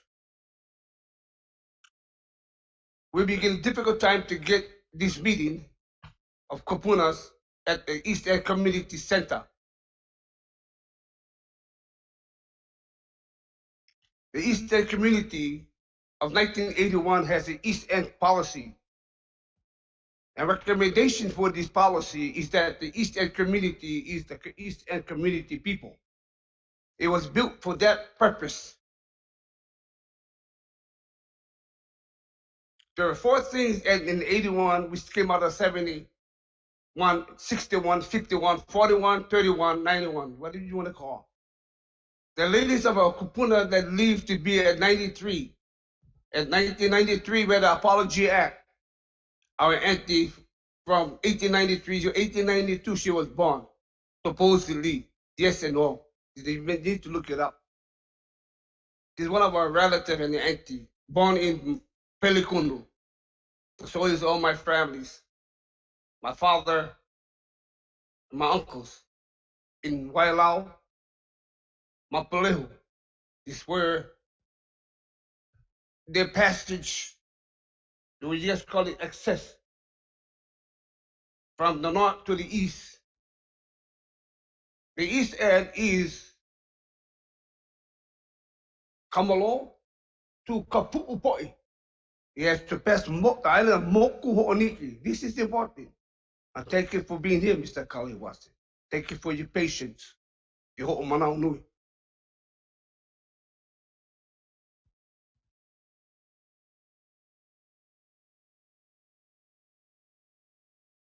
We're working on those difficult things just to get this meeting held in Kilohana Center. There is some little bit needed DCCA, DCAA just to be plugged in. You need a 501c3. However, here we go. There was just one opening. On this executive session, it says here, the Commission anticipates convening an executive meeting pursuant to Section 92-5, parentheses A, parentheses 4, HRIS to consult with its attorney on questions and issues pertaining to the Commission's powers, duties, privileges, immunities, and liabilities. He tells me that something is this East End policy has to do with Ualapui Homestead Association, Ahau Nui, Kara Kat Snackenberg, her proposal to have these lands, the DHHL claims in 1994. They had an executive order. But in 1993, there was another order, an apology bill made by the President Clinton. So this is some of the one important issue that this DHL department needs to address and be pono with the people of Hawaii and to be with the Kanaka Maoli people. So many rules and additional rules. Rules for us Kanaka Maoli is from Malcolm to Makai. Anything above, anything between, anything below, and furthermore to the ocean. So on this HRS, or this commission is anticipating on privileges, immunities, and liabilities. I see that going to happen. Hey, I think you should not know that, Mr. Carly Watson. If you're on this commission, this has been long overdue on things that be doing damages to our people. And I'm glad you have this Deputy Attorney General. Our kupunas on the Manae, they need housing, such as every homestead association here on the island in Hawaii. It's a decision that you can make and will make and you will try to make because you're right. Patty Kahano Moko, Terra. Because not only the kupunas are involved in this, but the children, and as well as the Makua, as you were speaking to Kapa'akea. The concern is enormous and big. But this department went and take on that horn of the bull that you get on a ride. But not along this ride, you're taking us. No. We here. We shall remain here as a Kanaka Maoli. We from here. And you're right, Uncle Zach. The county is responsible because they took on this responsibility, this Kuleana, to help. And the state and also the federal. When we went to the voting to vote for these next officers here in the county, as well as the governor, yeah, you see that right there, the DA general? We represent the people. You represent us. You either represent us or you represent this department. So that means you got a helmet, two sides, one facing forward, one facing backwards. This is the important that I'm here to say to you. That Queen Lino Kalani says such a time. This is the time. Our people is here and not shall return. No, we have never left. Because of so many of these how you say, unexcusable rules and regulations that you are mounting upon our people to go ahead and survive. No, we're here.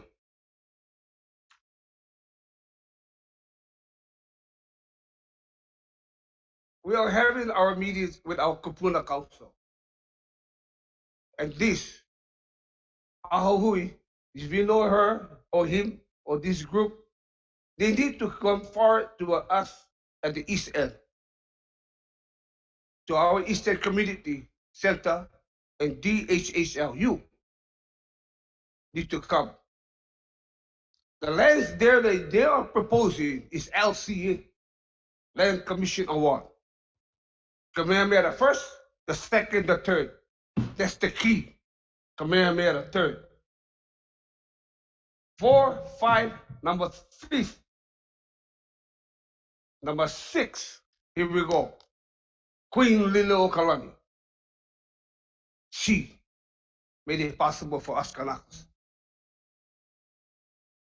This is the time, gentlemen and women, that to make this thing possible, this is what they are asking for. You need to bring this to the table. They're looking for the land, they're looking for the water, all of that. And this is who we are. Mauka to Makai. Above Mauka, below Mauka, Mavaina, Ilalo of Mauka, and Makai. Kahakai, Kahamoana, Kohohununi, Apau, e Pihano. Oh. Thank you for your time. This talk and coming here is very important to us Kanaka, our survival. The village in Halama will come back again. Of all the lois will be again restored and rebuilt. Those valleys in Wailau and Pelikuno and Kalapapa. We did not have no leprosy. None. It came here. They brought it to this island and put it where they thought was fair and right. This is our land. This is our people. Mauka to Makai. Any questions? Oh, Yes. thank you, Mr. Key. Anna, did you want to say something too? Okay. She's my secretary Your secretary. for the Kapuna Council. Okay. Thank you. Any questions? If not, thank you very much. The next testifier is Yolanda Tanielu. Please call. That's my number. Call someone. You want to say something. You're right. At least traditionally and culturally. No electric, no flash toilet, no running water. Don't believe me? Follow me.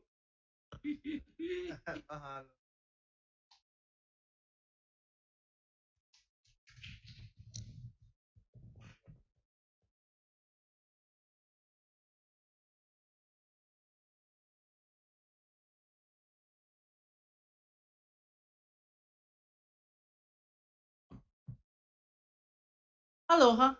Aloha. Welcome to our island, Molokai. It's not exciting yet, but it will be soon. My name is Ruth Yolanda Tanielu. I am a leasing. My homestead is in Holihua.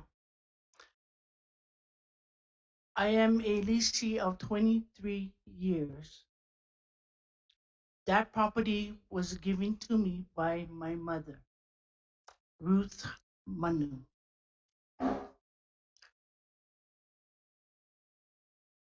I would like to talk about Ahanui Walapui.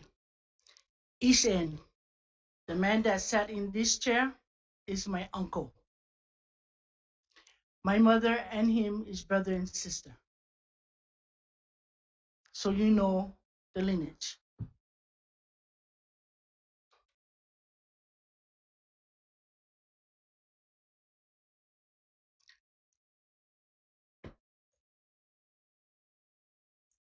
What I have to say is just me, myself, and my mana'o.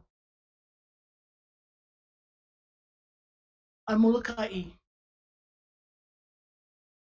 my family is vast, from one end to the other end. And if you were born here and raised here, everybody is your auntie and uncle. And you no talk back.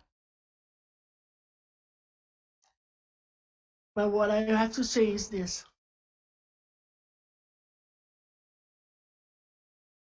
I love Molokai because this is my home. I raised 4 children here. And I thank God for that. But what I'm also thankful for is that I have a homestead that I'm very, very happy to have.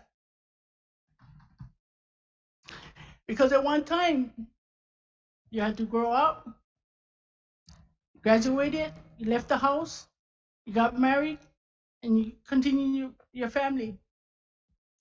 But during those days, we had to go and look for a house. And luckily, my husband and I, we met on Oahu. I came here with my husband and my daughter, and we live with my mom. And let me tell you, living off the grid was an experience in itself because I was raised on Oahu in Kalihi. My parents were divorced. My mom lives here. My dad lives on Oahu. And there are 6 of us. I'm the second oldest of 6.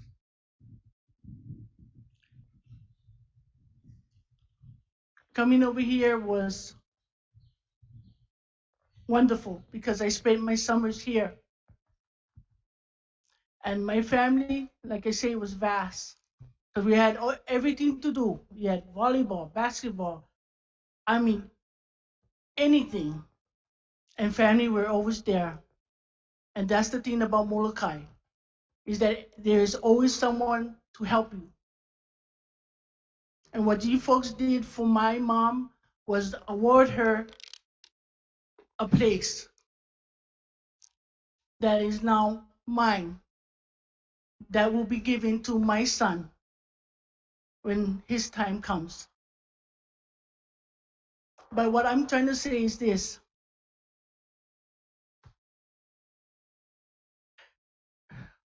It's very emotional.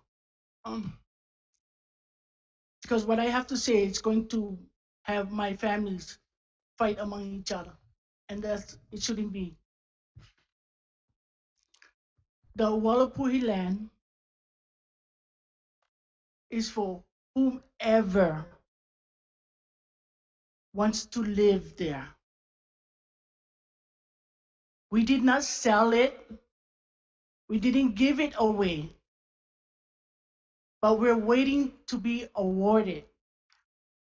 I am waiting to be awarded. And if not, then it is okay to give it to someone else who needs it. This property would be my ag land. And if not, that's okay. I can go back on the list. But what I'm saying is this, is that we have come to a point where we have done everything that the department has asked for. And G70 has been there from day one.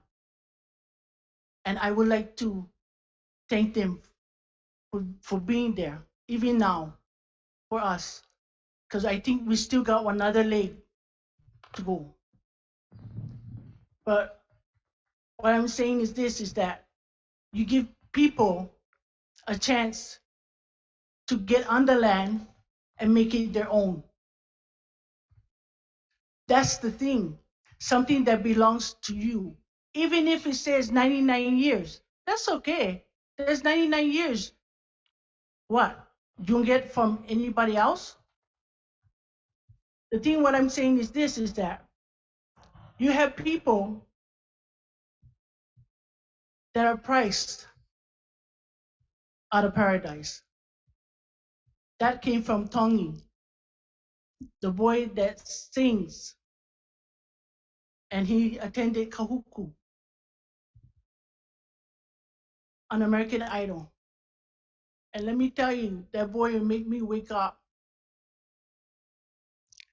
I am fortunate I have a homestead. My son is fortunate that he will have my homestead.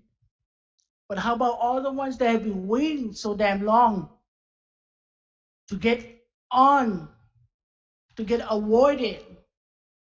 I'm asking, please, please, can you guys make one committee just focusing on those that are on the waiting list?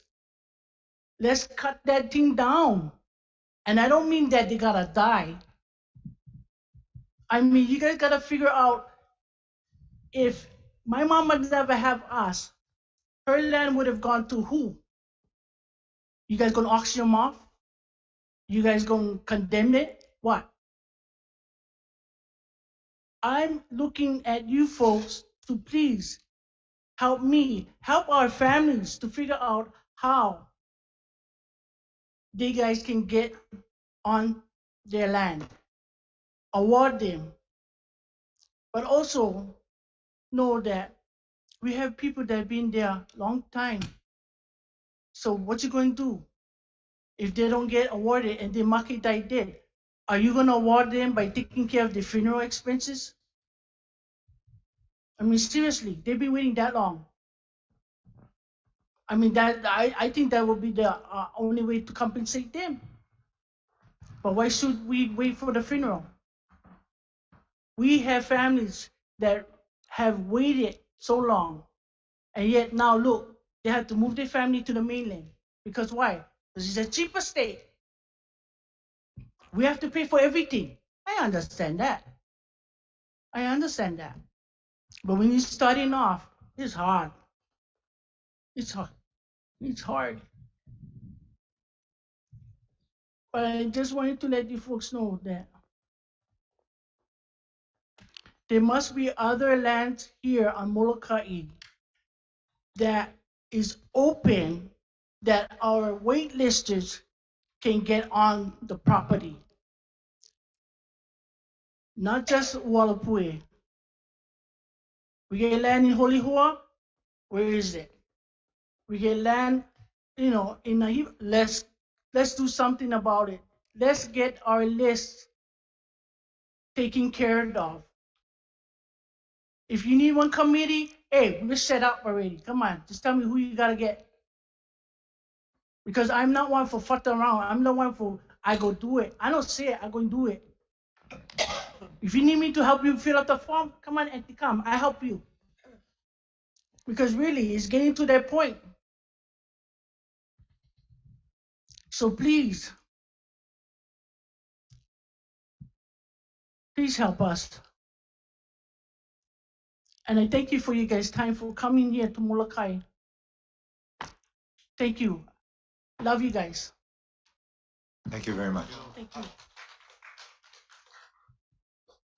The next testifier, Bo Kahui.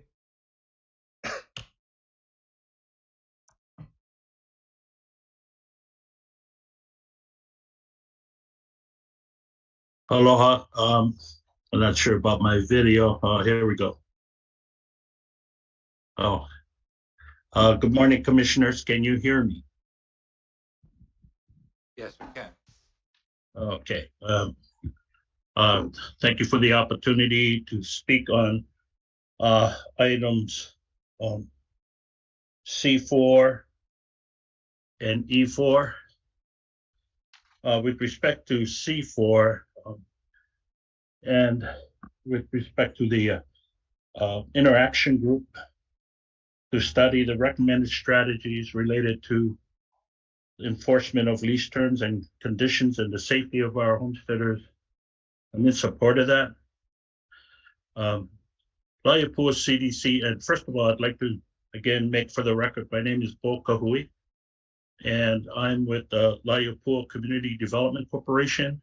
We are a CDC corporation that was that evolved out of the 2008 Kulia Ikunu'u initiative under the department, is certified and qualified to take on those kinds of initiatives.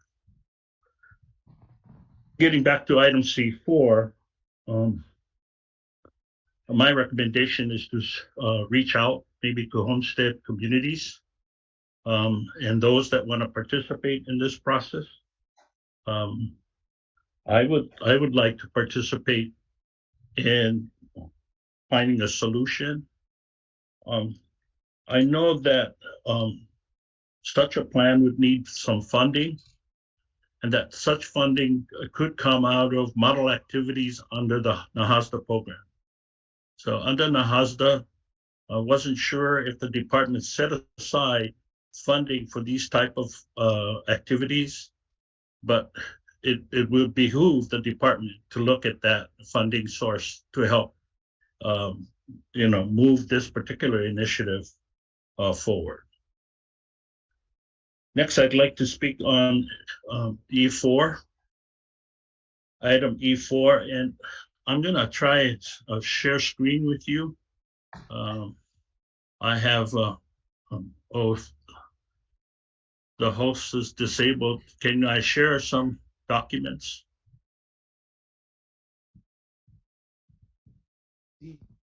Let's see.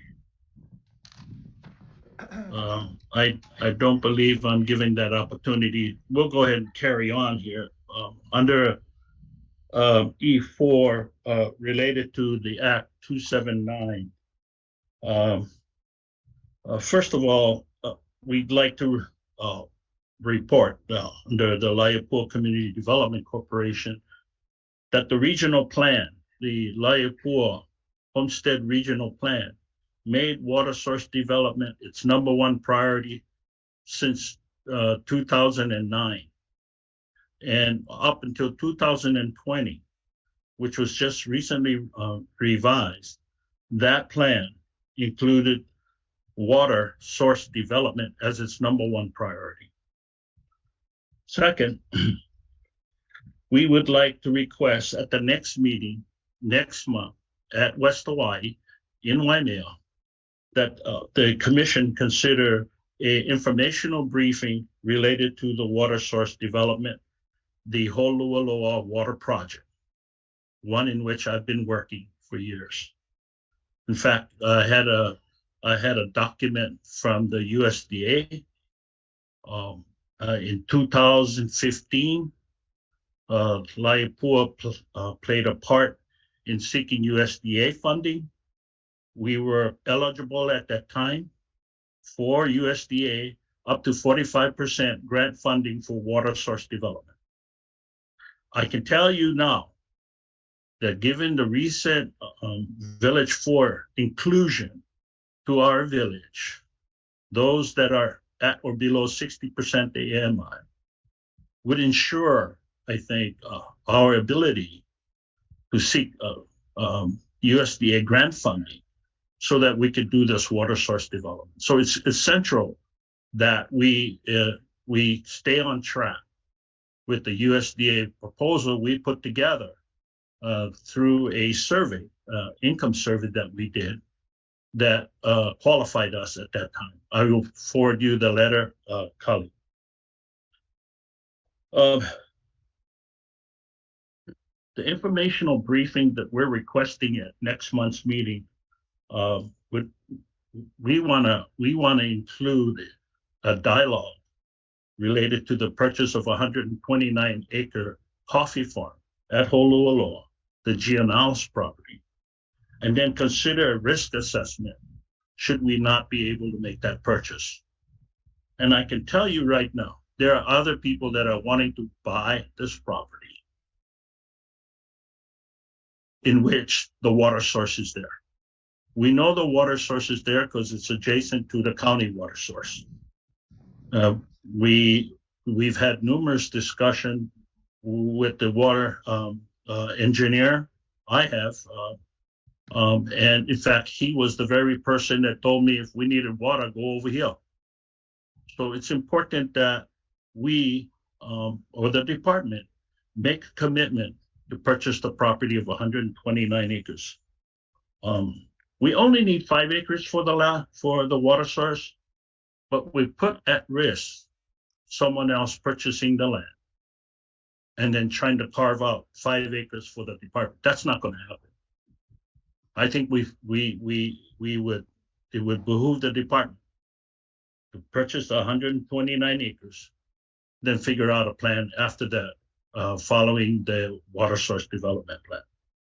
One of the options and considerations following the risk assessment would be to consider options for the acquisition itself. Laiapu Community Development Economic Development Corporation would consider to seek a right of entry to help assist the department to do a community economic development project there on that land.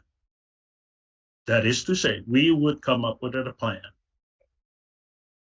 to develop that land for the purposes of serving our beneficiaries here. And why is that necessary? Well, for years, people have been saying, oh, we're not getting on the land. For years, we've not done anything. For years, oh, when are we ever going to get on land? And I think this is a good opportunity for us, not just to purchase this land for the purpose of expanding your inventory, but reducing the real risk of losing the water source. And so, quite frankly, the only water source that I'm aware of. So again, it's really critical. I want to make the point. In 2020, 21, Laiapua played a critical part in seeking the legislation of $12.2 million for water source. And again, I have the documents that illustrated the funding that we got, that we fought for, the community. We fought for that money. And then I recently learned that they used that money to do Village 4 infrastructure funding, and not sure how much money is left on the table to do source development. Central to this question is the fact that there is no extra water credits to develop any more housing in Kona. No water credits, no housing, simple. And therein lies the big question. Do we put at risk this acquisition by other parties in which we would hope that they give us the 5 acres? No. I say, aole. Important that we do better to ensure this acquisition and then come up with a game plan after that.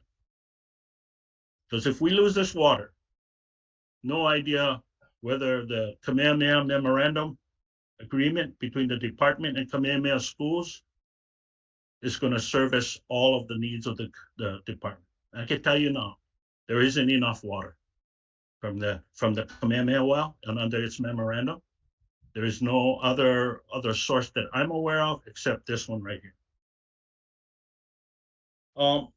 In our request, in our plan to assist the department to do community economic development for the beneficiaries, we would request a right of entry right away. And by the way, this property, upon its purchase, will receive $10,000 a month from the current coffee farmer. So under its lease term agreement with the current owner, whoever buys this property will earn $10,000 a month until such time that they end up disposing with that sublease. And I make this point because through 2027, I think the department will earn, or its subsidiary, or its or anyone that the department deemed qualified to do economic development would receive $1.3 million over the course of that lease. So I mean, it's not without merit that we go after this land for the purposes of making sure we got sufficient water for our homestead development here in Kona. Now, I refer you back to the act on page, I think it's page 4, that if you look under the Laiapua plan, you have allocated funds for the water, and then and also for housing development for Village 2, Village 1 and 2. But as I expressed earlier, no water, no housing. So critical, I think, is that the need for the water. I mentioned earlier that if the department does purchase this, will earn $10,000 a month in income from the current coffee farmer that's there. That income could further explore community economic development initiatives and help with maybe the possibility of farming and housing. And then, of course, ultimately, we will seek community beneficiary consultation to see how to best pursue this action should the department purchase this property. One of the possible scenarios that we're discussing now with engineers and so on, at least in my experience, would be to subdivide the lots upon its purchase and do the proper surveys, do an off-grid farm lot, do nominal infrastructure, provide septic tank, modest road, water will be there, and then try to install PV for each home. And that way they can pretty much live off-grid. And that will help with the costs for developing that site. We need an accelerated plan for this. And I think a right of entry could assist with coming up with something like that.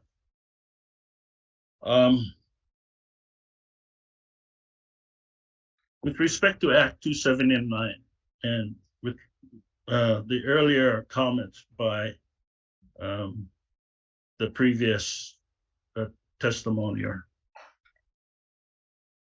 our people are dying on the list. There's no question about it. But they don't have to die in vain. It's important that the department start to issue undivided leases awarding areas in which they're going to develop. This way, their kupuna, our kupuna, have an opportunity to transfer that lease undivided, whether built or not, to their keikis, to their mo'opuna, to their heirs. I've lived under the undivided interest award. I was one, my daughter is one. My daughter doesn't know when she'll be moving back to Big Island, but she has an undivided interest award. That was given to her by my brother. Now you cannot take that back. And she will have that lease into perpetuity. So it's a measure by which we could take an opportunity to give our kupunas the chance to give their survivors an opportunity to become stakeholders on the land, whether it's on Oahu, Maui, Molokai, anywhere. Because as you begin to plan out these subdivisions and these areas, even if it is on a drawing, you know, it's so simple.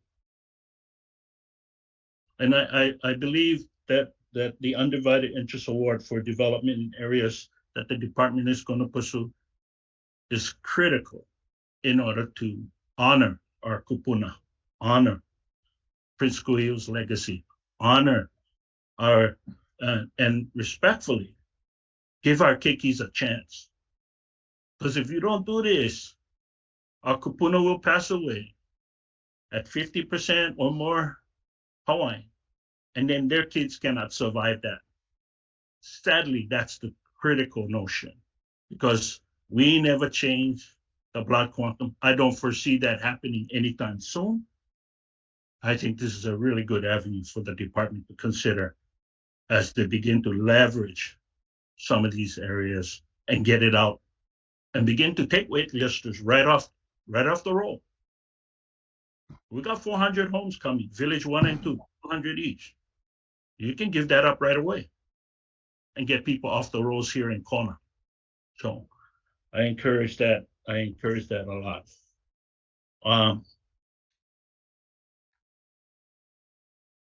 Finally, we're going to be creating our own Puna Council here in Kona under the LCDC program, and hopefully, with that, we have I guess our kupuna can share our vision to support the department's role in supporting our beneficiaries. I'll entertain any questions at this time.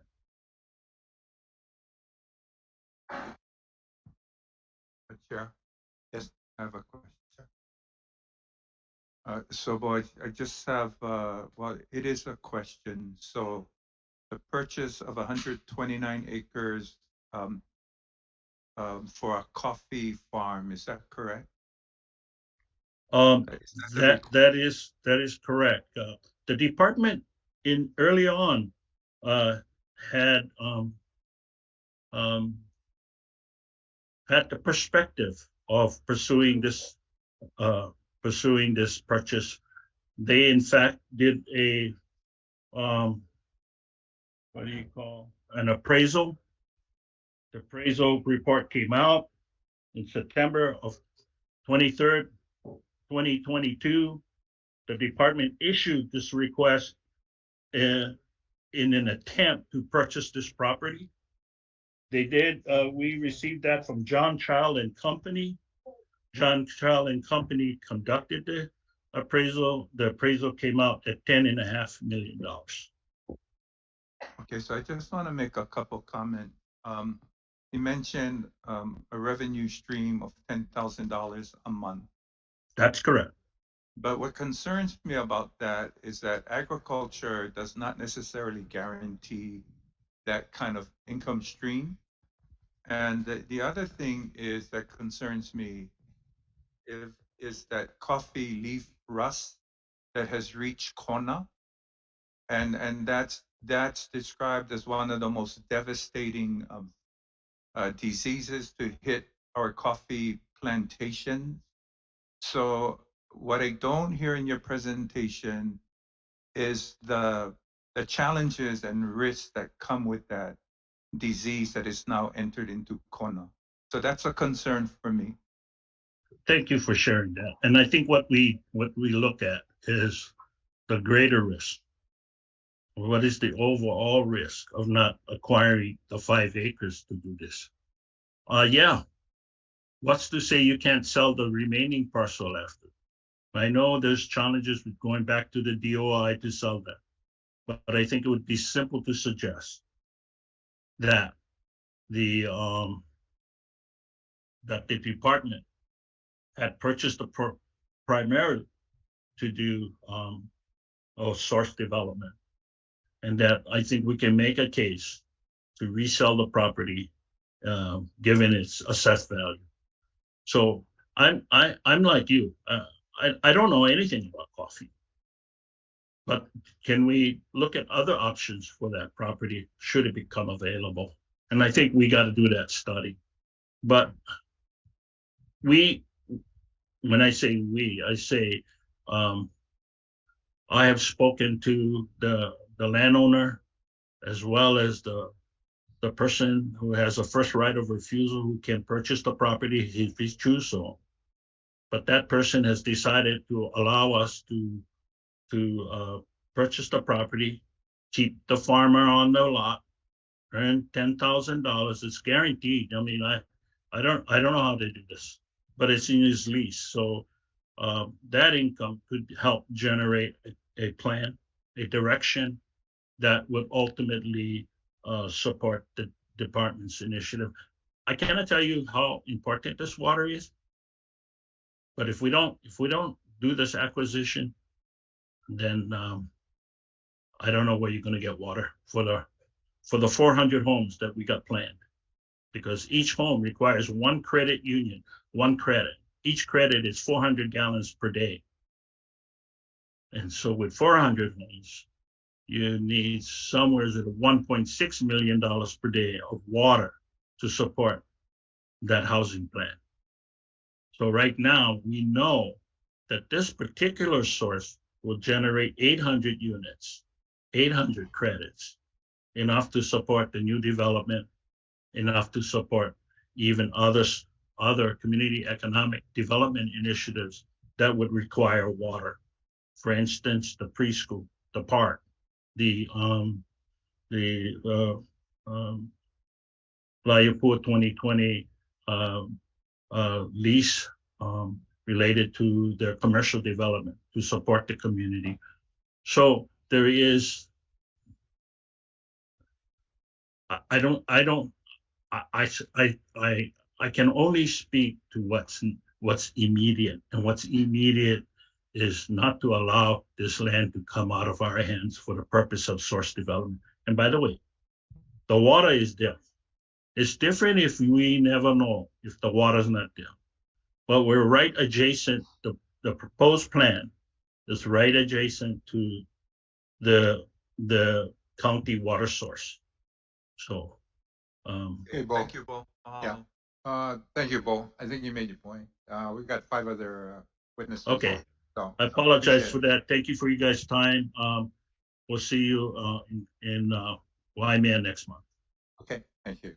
Thank you. Our next testifier is Wade Lee.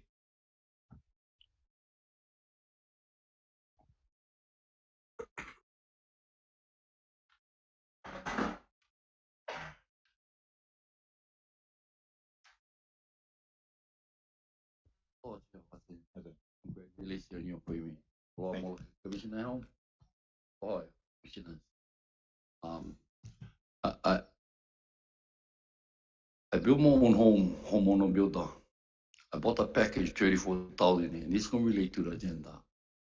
After you guys put the Hawaiians on the land, I made it affordable. I couldn't afford a house, so I built it myself. I'm not a carpenter, but I'm building. The problem was I got assessed by the county, and my houses were 180,000, and I gotta pay land tax on them. But I cannot. I get the assessment for Hawaiian homes is the same as the guys who live private land. The value, and they're assessing us on the value.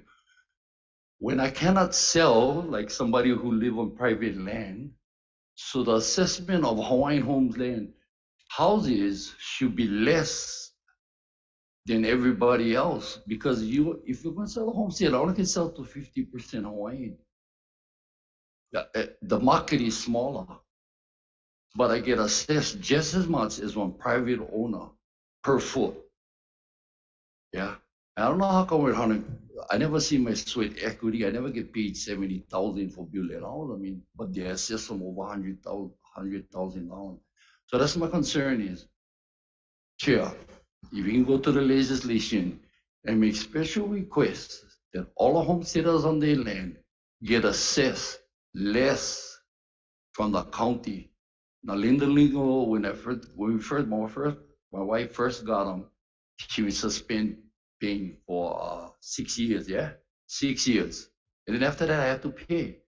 But when I looked the assessment, again, I want to say the point is I'm getting assessed the same amount as Mr. Jones up in Akankavela per foot. I don't think that is fair to all the Hawaiians, because I don't own the land. I lease it from Hawaiian Homes. So if there is some way that you could go legislation and pass something, because Department of Hawaiian Homes is most of all, I don't like pay county tax. I like pay you guys, so you guys can help us more. I don't know what we're doing paying the county, or because they put a road, they put the pipe. That should be you guys. So maybe we pay Hawaiian Homes and we can go. So that's just what I wanted to testify, Chair, was that I don't think it's fair that us Hawaiians pay the same assessment on our house as everybody else. We should be lower than that. I've been on for 34,000. I think I should pay only about $1 a year. That's what I should pay tax on my land. So if you somehow you can make that magic happen, you know, and I know Walapui Lane came from when you did our inventory on the Hawaiian homeland. So I know you can make things move. Okay, so mahalo. I don't know why you took the job again. I thought you would learn one time already. It would be enough. But thank you for, I don't know, congratulations or condolence.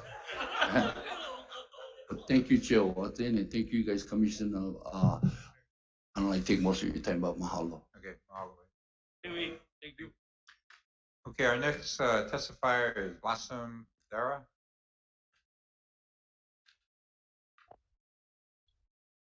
Hi, good afternoon, Mr. Chair, and as everybody else said, welcome back.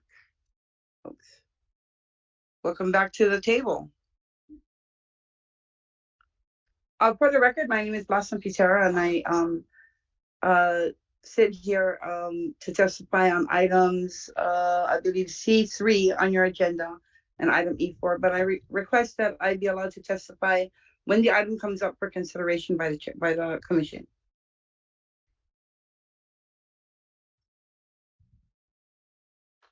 Hello? Yeah, we hear you. We can hear you. Go ahead, Blossom. Yeah, so can I testify to the item on the agenda when it comes before the commission? Okay, that'd be fine. Okay, thank you.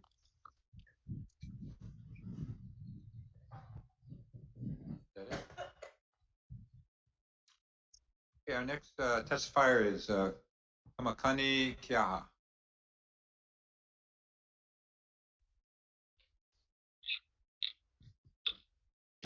Aloha, can everybody hear me? Yes, we can. Okay. Aloha, Mr. Chair and commissioners. It's my first time jumping on and testifying at any DHHL meeting. So, but my name is Kamakani Kiaha. I'm thankful for this opportunity to share a few words. My dad is Kurt Kiaha. He was there earlier today, but he couldn't stay for the duration to testify. So I'm here representing him and myself. We are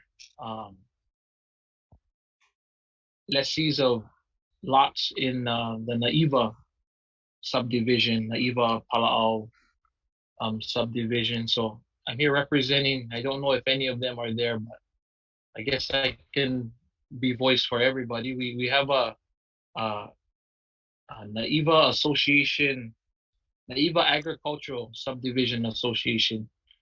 And I'm a part of that, my father as well. And I just wanted to be here, jump on and support, I believe it's E2, let me see.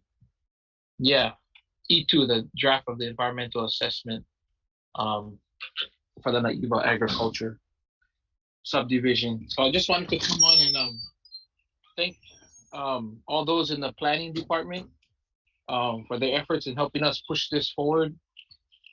Stuart Matsunaga, I believe he's there too, and want to thank everybody that's involved with that. And I just wanted to ask the commission and chair for you guys' continued support of moving forward the infrastructure plans for the Naiva subdivision. My dad and his brother Henderson was two of the original peoples that was awarded lots in Naiva back in 1986. My uncle has since passed away, waiting, and my dad's been yearning to get that infrastructure put in so that he can build him a house over there in Naiva. Right now, he's renting a place in town. So I'm here to support him and to support the other 58, or I guess it would be 56, since two of it is ours. But yeah, I just wanted to share my testimony in support of that and thank those that have been helping. And we're here and we continue to support and would like to see this project move forward as fast as possible, but as in a safe way that will allow us to be there farming, and especially for my dad, he get health problems, so it's been his dream to farm on that property, and the roads is kind of bust up, and no electric, so no TMK, so kind of hard to build a home yet. So we're here to support, and I just wanted to voice my manaos on that. So mahalo, and I'd like to continue to ask for your guys' support. I know we're gonna need funding, and so whatever we can do to support that, we're here. And thank you for being there with us too. Mahalo. Okay, thank you, Mr. Kia. The next testifier, Robin Keli'i Noho Moku.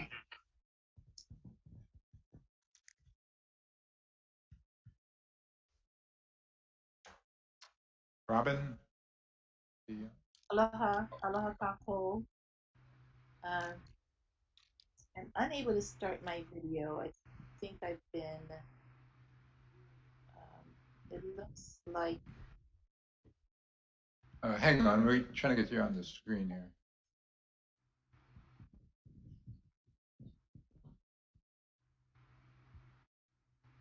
Okay, go ahead, please. Ovau o Robin Leihua Nani Keli'i Noho Moku. Aloha e kama'aina o Molokai. Mahalo for your testimonies. And many of you who have grave concerns of your Bahipana, I share into your sentiments as well as a descendant of the Pe'ua Ohana of Pelipunu Valley. E ho'omaikai e Kali Watson for your elected appointment to Commissioner. Aloha mai e Hawaiian Homes Commissioners of the respective islands. And I also share into the sentiments of those who have waited nearly their entire lifetime and continue to wait to be awarded a Department of Hawaiian Homestead lease. I'm a proprietor of Maui Vegan Foods, LLC, DBA, Hawaii Juice Company, and founder and CEO of the nonprofit Hui Ulu Ola o Maui, promoting and supporting food production and the health and wellness of our Native Hawaiian people across the Pai'aina. And lastly, a Maui Homelands waitlister.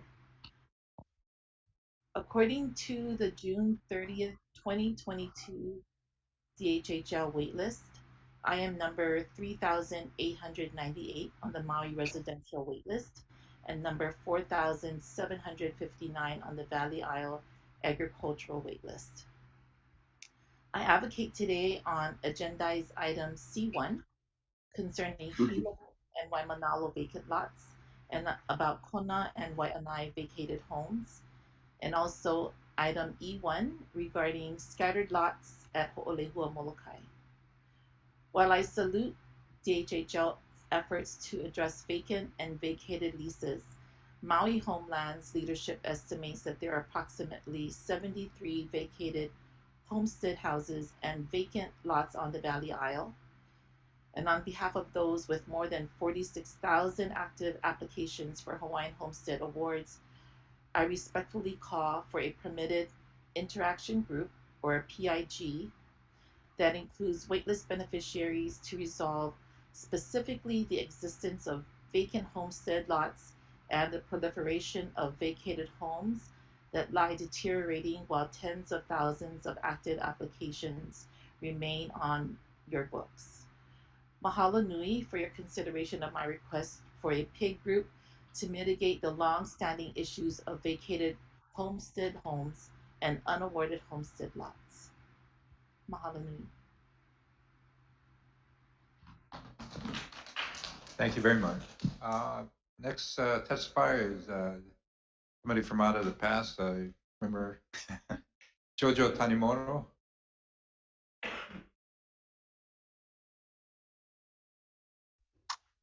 Hi, this is Jojo. Can you hear me? Or am I skipping my turn?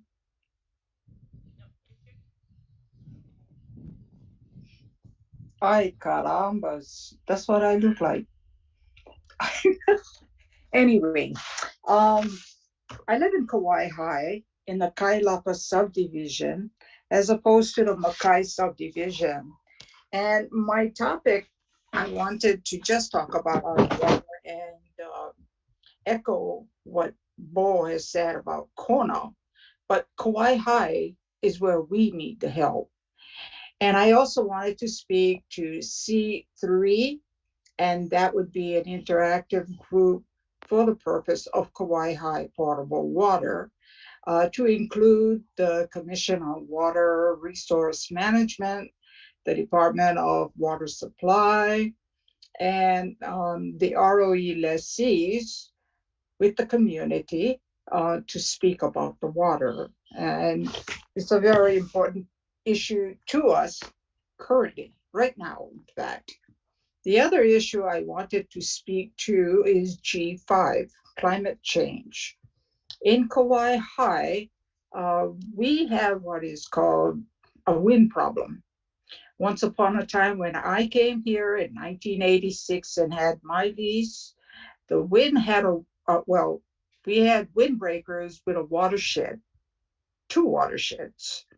And so the wind was not so much as it is now.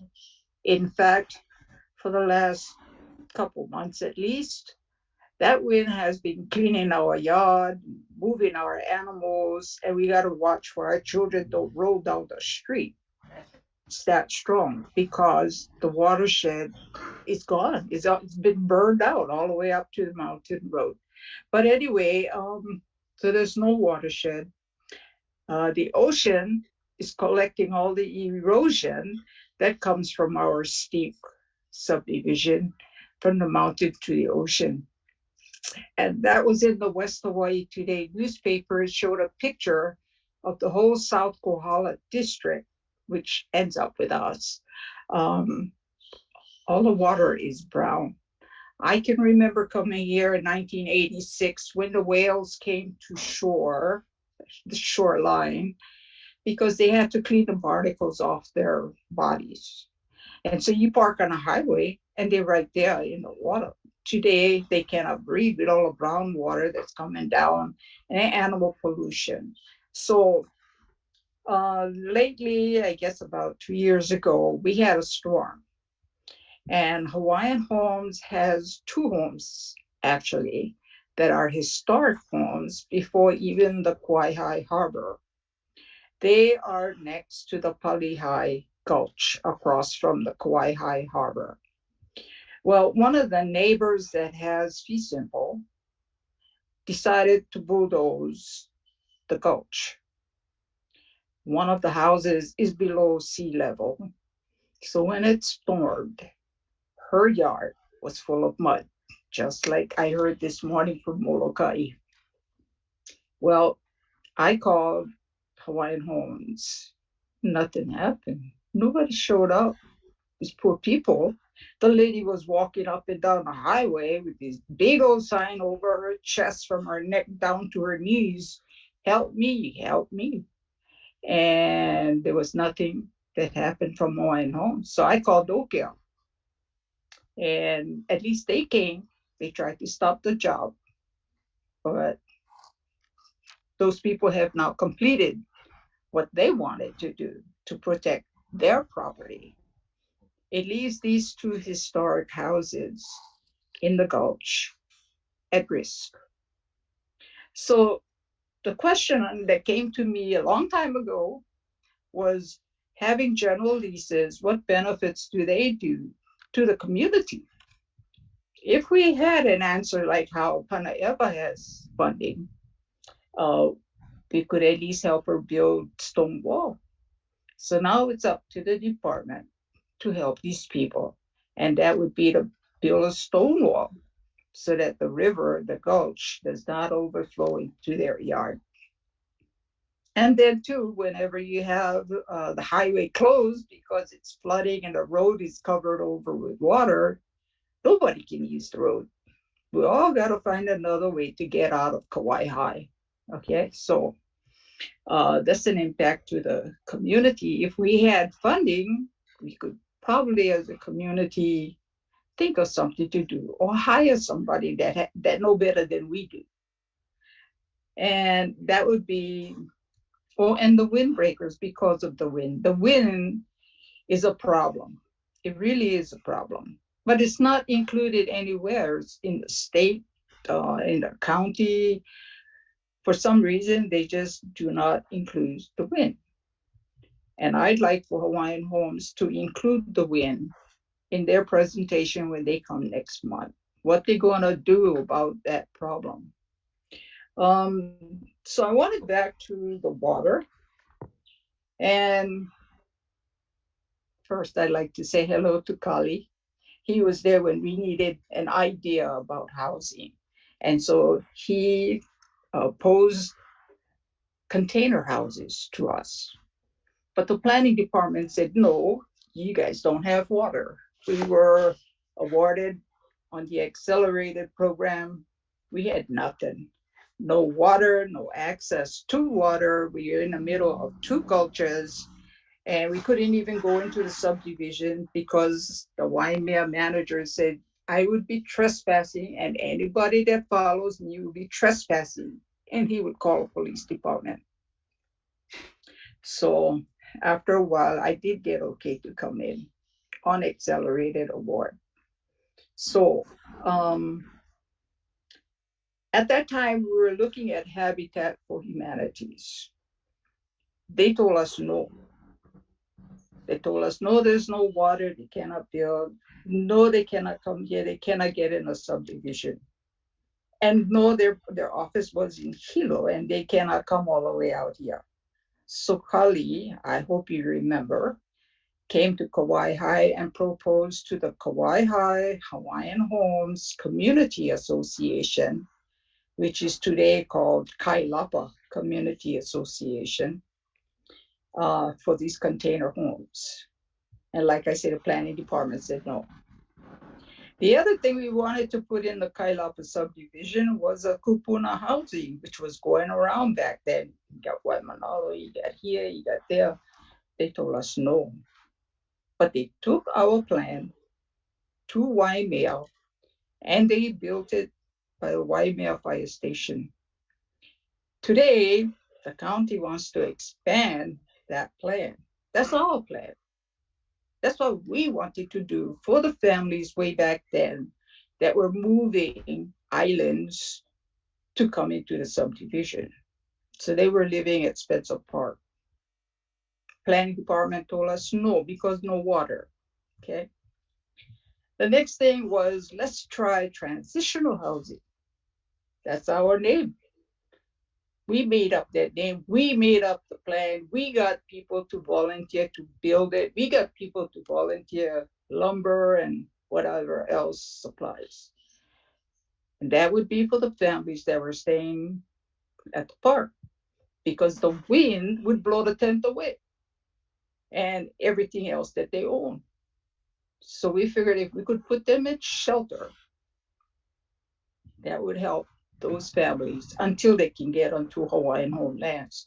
That was for the beneficiaries, and it worked well until Queen Emma decided they cannot afford the cesspool replacement. So they had to go, and the county moved it to Kona. Both times they were both successful. We want to do that again. We cannot do anything. We have no water. So I'm asking, oh, and then my testimony that I sent in was, of course, communication with Andrew. I was opposed to that report that he referred me to, because the safety we had in 1986, and it has not been updated for everything else. Just like every opportunity that came to us to get us on the list to get water, except we now have a reservation for water. Okay, that was 2017. We have people that are developing in Waikoloa. We have the county and the state pushing for affordable housing and homeless housing, especially. They're going to take our water resource. If the department does not stand up for us and move us along so we can get it, yes, it's expensive. It's double what it used to be back then. It's double before 1990. So it's just going to get more expensive. But we're talking like 200 homeless housing, 200 affordable housing for other people. None of the water is coming to Kauai High if they get the water. That is now. Okay, so we need Hawaiian Homes to step up so that that report I was referred to, I oppose it. Nothing has changed. It's old news. Okay, so I'm asking the commissioners to consider moving Hawaiian Homes to at least get us that water that were always ours. Since 1986, we got it on a county community development program. Yeah, it's identified that. Okay, so we also have other suggestions that was given to the department in community discussion. I'd like to bring up that the Kauai High Hawaiian Homes Community Association wanted the water to come from Kohala to Hawaiian Homes because it comes from Hawaiian Homes to Hawaiian Homes. It's the in between that, not Hawaiian Homes. It was challenged in court because the county did not know the capacity of water for whatever water was in Kohala. Okay, so that's down the Akonipule Highway. You go on a mountain road, the plantation created the ditch that goes all the way out to Laupahoehoe. And they want to revisit that plan again by the plantation in Hamakua. And so it's trying to move along for them. There is nothing in there for Hawaiian Homes. Even after all the discussions that we had with the department, they still want to go there. Okay, so they're not going to work. The other thing is the desalination that we want to do on Hawaiian homelands, but there's no EIS, there's no capacity. Our emergency, and we'd like all of you to know, our emergency as beneficiaries, and that was started by Kauai High Hawaiian Homes in order to get the subdivision. Okay, we went to Kohala Ranch. We got an okay, temporary okay. And the deal was the beneficiaries would pay the county rate, Hawaiian Homes would pay the difference because it's private water. Okay. And then 10 years ago, the commission decided, oh, they don't want to spend that money. So beneficiaries has had to pay the private rate for the last 10 years. It's expensive. Okay, so you're talking expensive to beneficiaries. It's been expensive already, what we have. So the focus was to go to a desal plant. Nobody has talked to. Jojo. Okay. We're trying to Yes. Identify items on the agenda. Anything else on the agenda items? 1, 2, 3. No, that's it. Thank you. Is that it? Yeah, we need the water. Thank you. Okay, thank you, Jojo. Okay, our next testifier is Makahoa.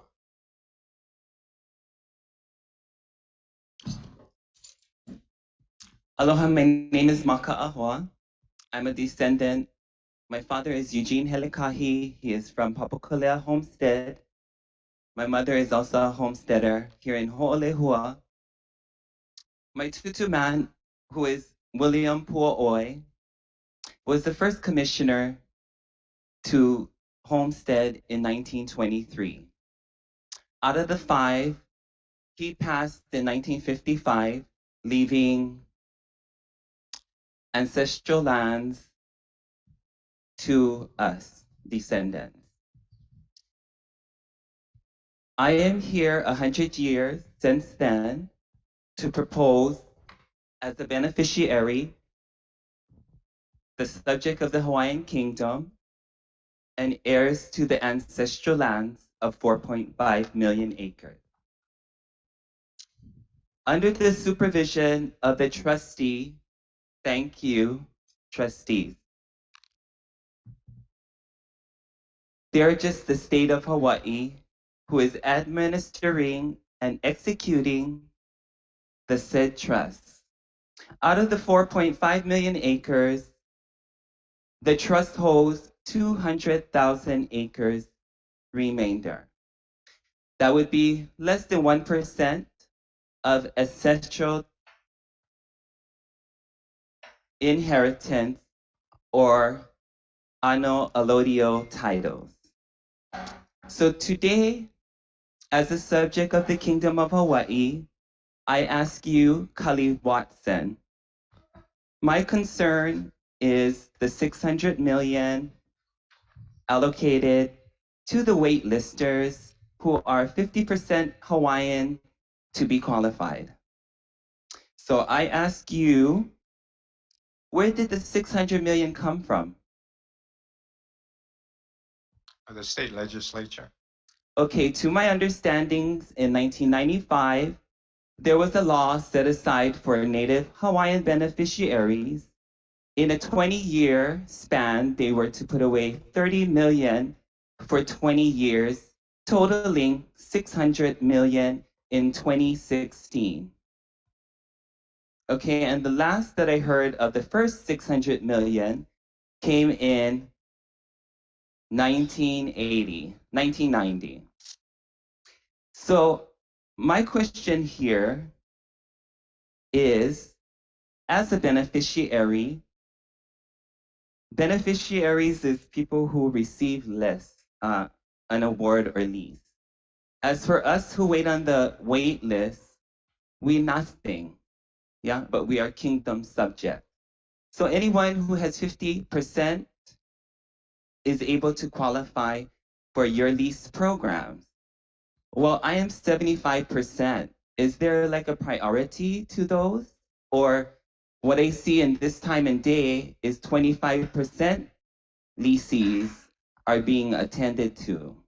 So my understanding is if we have to prove that we are 50% and the list is still 29,000 for residential lots, all this development and programs for the last 102 years is not working. So my understanding is the trust was created during the territorial times, and when Hawaii became a union to the state of the United States, they created new laws. So my question is, who is the settler to this trust? Yeah, this is where you have an opportunity to testify on the agenda items. You're not really authorized to ask questions of the commissioner. Okay, So well, I am a beneficiary, understand.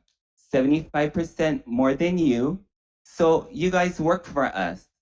That's what the trust is made for.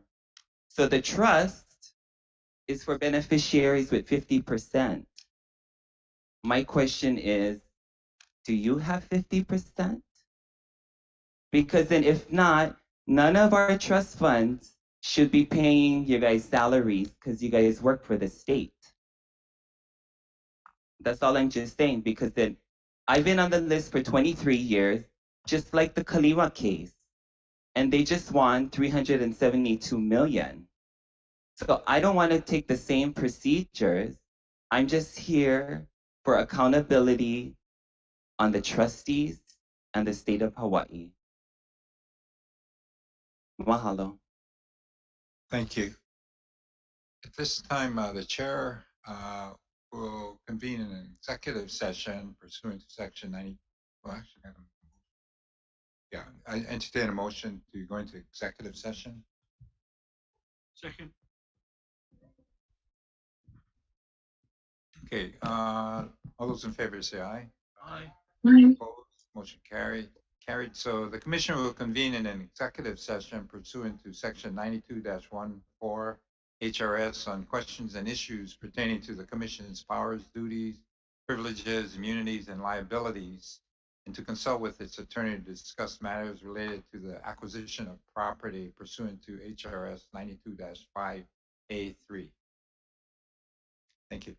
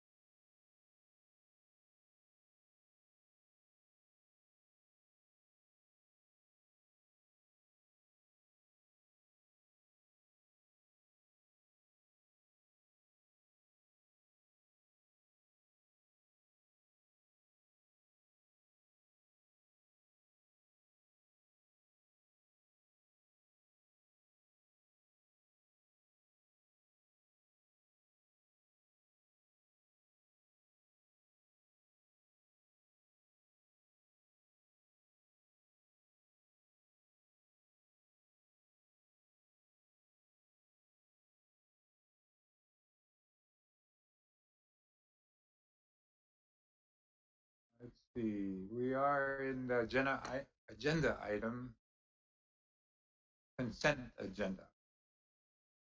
Good afternoon, commissioners. For the record, my name is Juan Garcia. I'm the administrator for Homestead Services Division. And we have before you 9 action items for your approval. That's D2 through D10. Need to do this. Yeah, I'd like to entertain a motion to approve the consent agenda. Question, Mr. Chair, I have a question for Juan. Thank you. Is there a motion still? Yeah, there's a motion. Okay. I'm asking for a motion to approve the consent So moved. agenda. You move. Is there a second discussion? Second. Okay, sorry. Juan, you know D5, the submission on D5. I just need clarification for D5. It is approval of certified applications and qualified applicants. So under D5, can you hold, one applicant can hold an ag lot and a residential in Oahu? That's correct. An applicant hold a residential lease application as well as either a agricultural application or a pastoral. On Oahu? Yes, but you can only have one lease. So, in other words, they have ag and residential, and so what do you mean by one lease? So you have Yeah, because of the shortage on Oahu, you can only hold one lease, but you can hold 2 applications. But once you come, You're talking about at the applications. time, at the time of award, you'll have to surrender or transfer the lease that you currently hold at the time of award. Whereas other counties, you can hold. That is correct. Yeah, correct. Yeah. Okay, just wanted clarification because I had to give up my egg lot. So thank you. Juan, try to remind us, the count that we always hear about people on the wait list. The number of applicants. Yeah, is that number being double counted on people who are? That's correct. on There's the both lists? 29,000 or so applicants on the wait list. Some of those individuals do hold two. Yes. Do you know roughly what number that is? Not exact, but. Shoot, that's a You good don't one. know. I don't know what the exact number is. Can you go find out? I can get Yeah. that for you. Yeah. That'd be good to know. That would shorten the list, would it? Yes. Okay, any further discussion? All those in favor say aye. Aye. Aye. Again, Aye. motion approved to approve the consent Thank you, agenda. commissioners. I will get back on those questions. P1.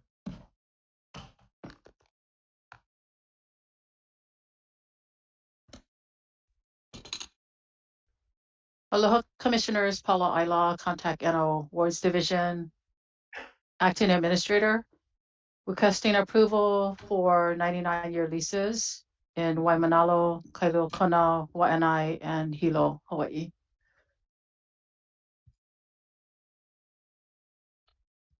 Go ahead. Move. Okay. So move.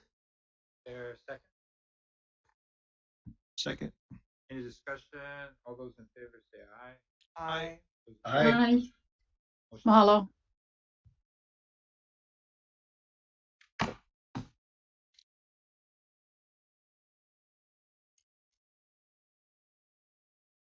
Okay, item 2.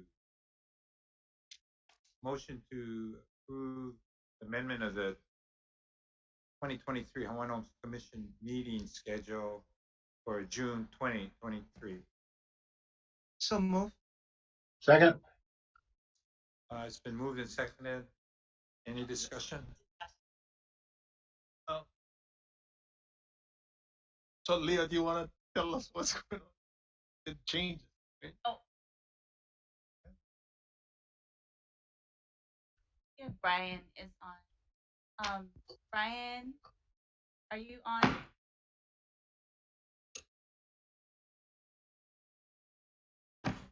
Do you have any? I don't know. Okay, that's okay. Okay. Move the second. We'll just get the date. June Okay, so the 27th. date. So the date is moved to June 13 and 14 instead of the June 19 and 20th for the June commission meeting.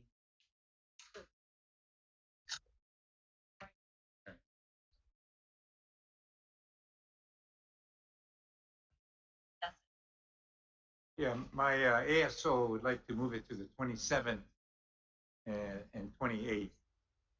So if there's no objections, let's just go with a later time in the month. Is that okay with you folks? Does it matter to you guys? No. So it's 2 weeks from 27. The 27th and 28th. 2 weeks. Yeah, 2 weeks later. Okay. No, in the The end of the future, when we approve the agenda, these things have to be brought up earlier. Yeah, I just When found we out about it. Approve the Otherwise, I would agenda. have. We don't get caught by surprise. Sure. So the 27th. 28th. This way you got more time. Monday and Tuesday. 27th. Okay. Okay, any objection? All those in favor say aye. Aye. Those opposed? Motion carried. So we're now, the June meeting is going to be on the 27th to the 28th. Mark it down. I'll add that as a friendly amendment. Thank you. Okay, next item, Line Management Division. Anna. Anna, you're on.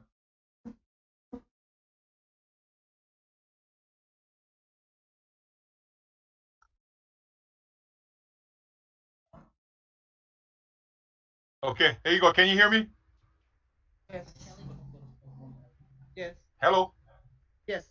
Yeah, you're on, Anna. Okay, aloha. Hello. Item number F1 is seeking approval to annual renewal of right of entry permits for the Molokai Island.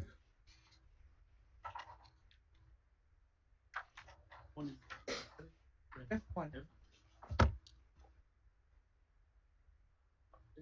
If I can, just for the commissioners, if you look at Exhibit A2,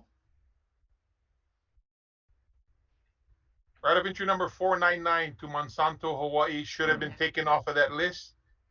They have been canceled since April of last year, April 30th. So we should cross that off the list. Monsanto.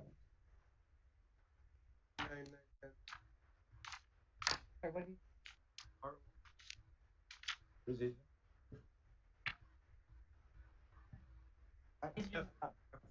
Is removed. This one. Oh, the ROE. Kahana, ROE 499 is removed. Correct. If we can remove that from the list. Sorry about that. That was an error on my part. Oh. This one right here. Okay, ROE 499 is removed from the list. So the motion is to approve the remaining right of entry. Correct. 7 of them.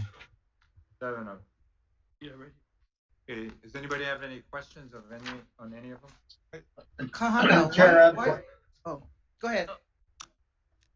Chair, I have a question for Kana. Kana, is it shows proposed rent? Are we're not proposing to increase the rent? No, we're not. Okay, thank you. Okay, I'm sorry. We were supposed to make a motion first. So move. Is there a second? No. Second. Okay, it's been moved and second. Further discussion. I have one quick question. Yeah. Go ahead. Go ahead. Kahana, can you remind us or remind me what do we use ROE 500? What's activities are taking place on that ROE? Specifically, I believe it's for the Molokai homestead livestock. It's a pastoral use that they use lands for cattle. Cattle. Yes. Okay, thank you. Thank you. And that was the gentleman that was there earlier this morning, Mr. Davis. Wow,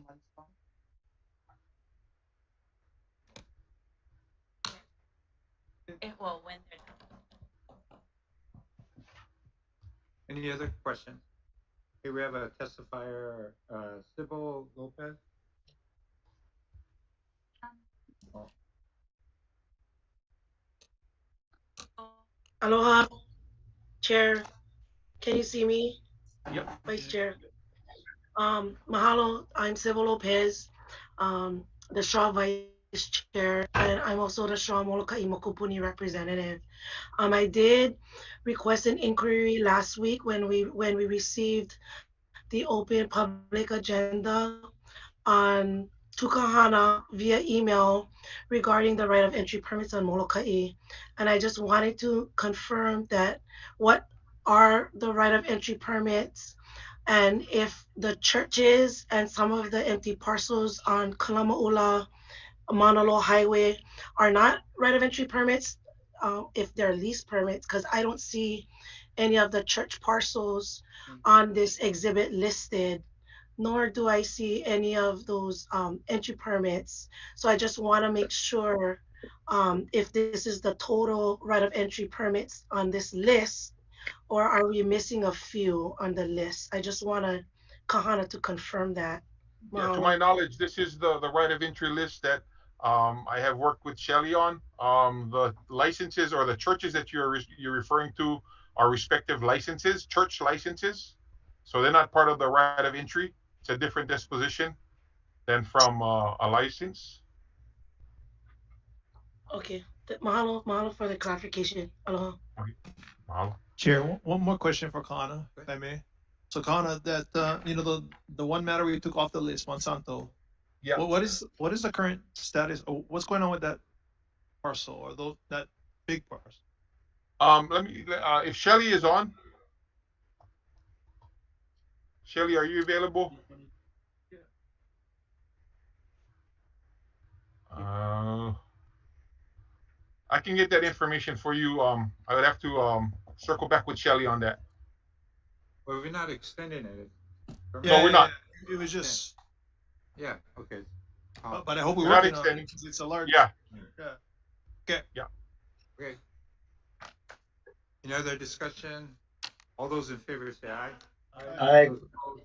Aye. Mahalo. Thanks, Ron. Okay, next item.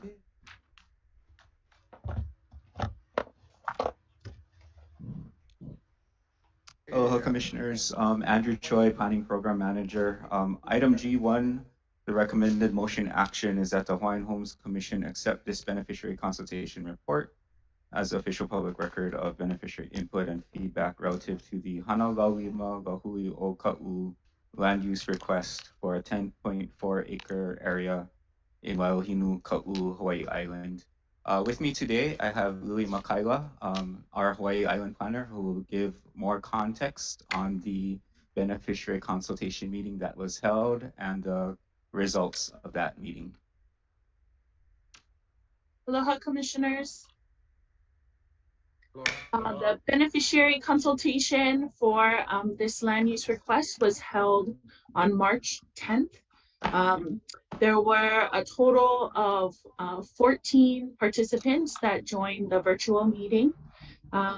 3 of those folks were self-identified as beneficiaries, but not everyone did self-identify in the chat room. So we are not quite sure if we had any more beneficiaries that were in attendance. We also had a couple of the commissioners, or we had a couple commissioners on, the commissioner and the then acting chairperson, as well as other reps for that region. In the submittal, you'll see a few quotes that were pulled from those who offered testimony and comment. All of the comments were positive regarding the land use request by Hana Laulima Lahui o Ka'u. There were some questions that folks had about the other DHHL lands in the Ka'u region. And some folks offered comment and testimony requesting that the department move forward with leasing or awarding any ag lots or pastoral lots beyond just this land use request. We had a 30-day comment period following the beneficiary consultation. We didn't receive any additional comments sent in to us. And we reached out to Hana Laulima Lahui o Ka'u. They also didn't receive any additional comments or questions or concerns. So next steps for this request would be for the commission to approve this as the official beneficiary consultation report. And then should it move forward, Hanalalima Lahuyo Ka'u would have a request for a right of entry through Kahana folks. And that would be just to run due diligence and feasibility studies, including anything related to Chapter 343 and 6E compliance. And then following that, they would move forward with getting funding to do the due diligence and raise funds for construction.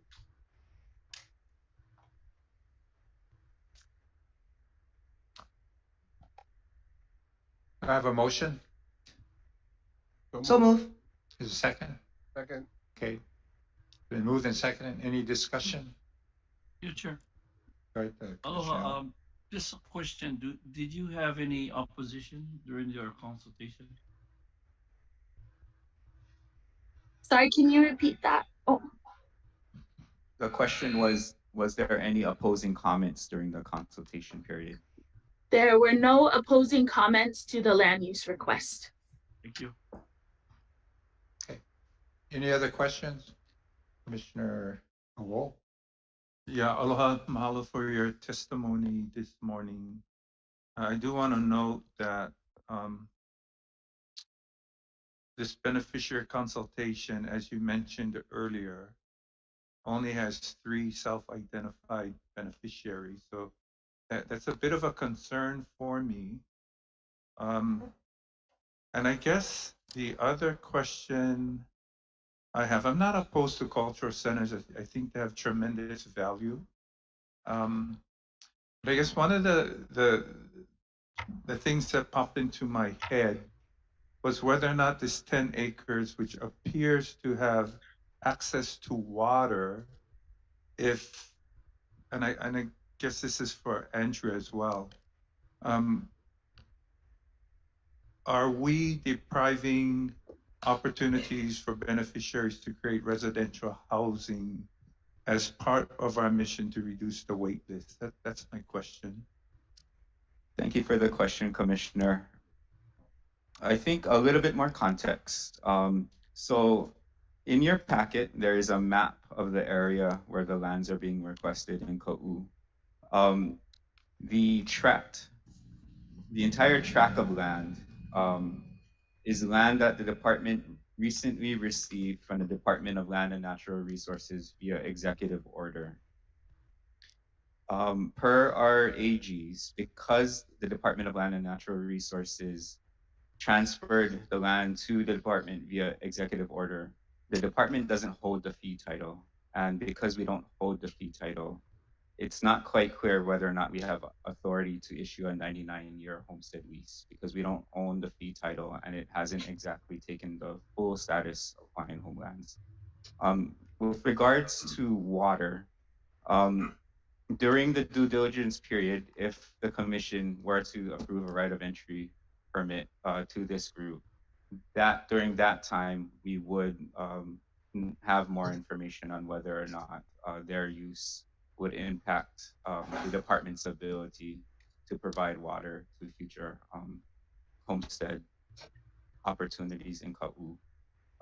Currently, the department is working on a storage tank and a spigot for existing pastoral lessees. That particular parcel is not on this map. It's more closer to Kamaoa, down near South Point. That system, it's not really quite a source issue. It's more of a system capacity issue. That system needs to be upgraded in order to provide additional homesteading opportunities in our lands in Ka'u. This upper portion, we're not quite sure at this point in time how much water a community center would need, and that investigation would be done during a due diligence period if they were to receive a right of entry permit from the department.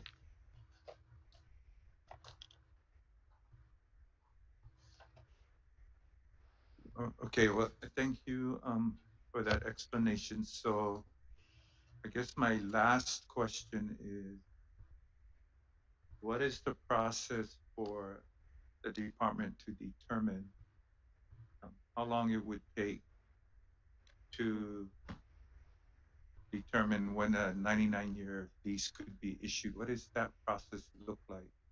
And how far away are we from that? I think we would have to ask council whether or not lands that are transferred by another state agency via executive order in which we don't own the fee title to can, if we have the authorization to issue a homestead lease on those lands. This particular parcel is a unique example of when beneficiaries in the Ka'u area advocated to the Department of Land and Natural Resources to transfer it to the department. Through their advocacy, the Board of Land and Natural Resources listened to them and they transferred it via executive order. I think we'd need to do a little bit more legal research on whether or not we have the authority to issue a homestead lease on lands where we don't have the fee title to, but they are under our control. So I think it's more of a legal analysis that we would need to complete. Okay, thank you. That's helpful.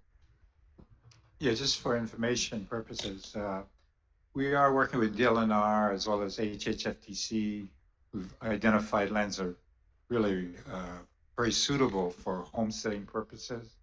And one of them is in Kapolei, that HHFTC parcel that we've actually bought. So we're developing that. We've done that historically in other HHFTC lands that have really resulted in quite a bit of homesteading, Laiopua, Le'ali'i. And so we will continue to work with these different organizations to identify specifically lots that make a lot of sense, that have infrastructure. This one is a little bit different, like Andrew was saying, it was these individuals that lobbied the DLNR for this particular site. So I would say that that's like we should be real supportive. Looks like a good project too.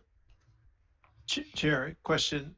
The one you mentioned, Kapolei, that was by executive order also? That one we're buying it. So we're receiving a deed. That was back way when John Waihe was governor. They did so the that's village. The issue that you mentioned because of the executive order transfer of title or whatever happened. That's the question. So right? Technically, DLNR is still the landowner. They just transferred site control to the department. Let's go fix it. Either way, the state lands, huh? Different. If we can get them all and give them to the Hawaiians, why not? Okay. Any other discussions? Not all those in favor say aye. Aye. Those against, motion carried. Thank you. Okay, next item. Is that C3? Yeah, item C3.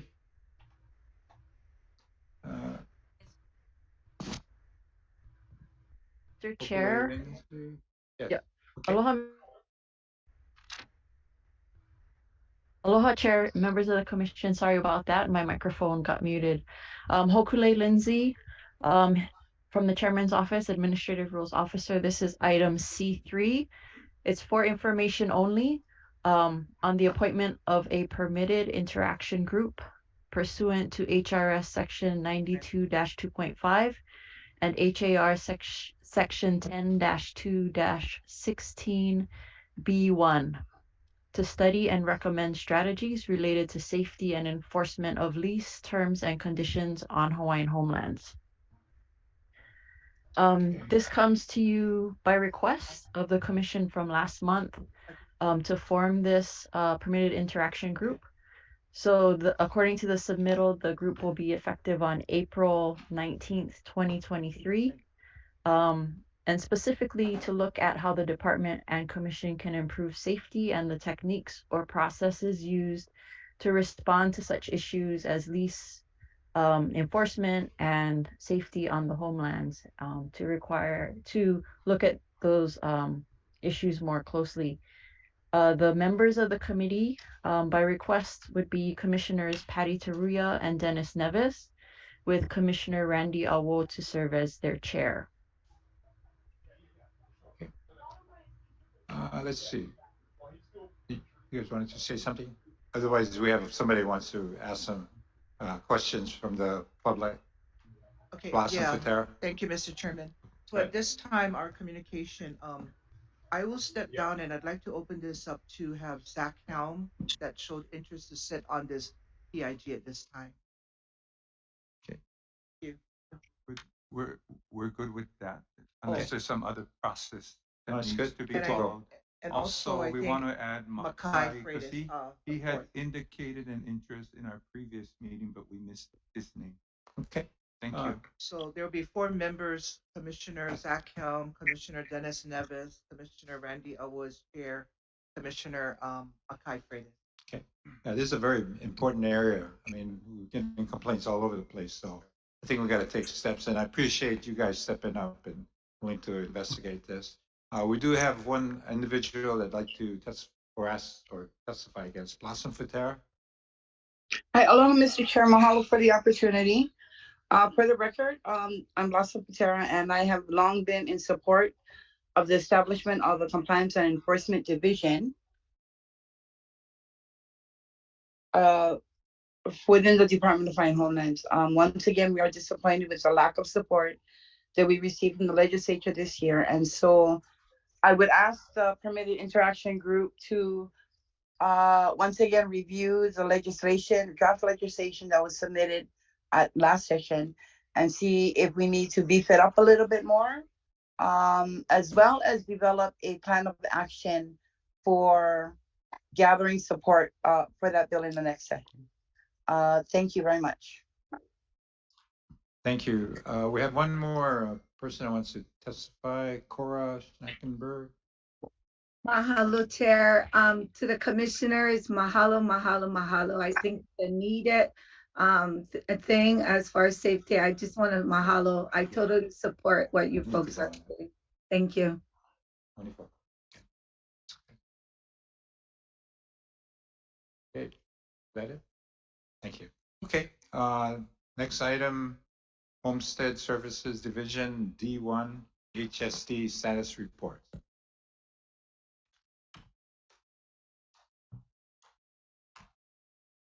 Good afternoon again, commissioners.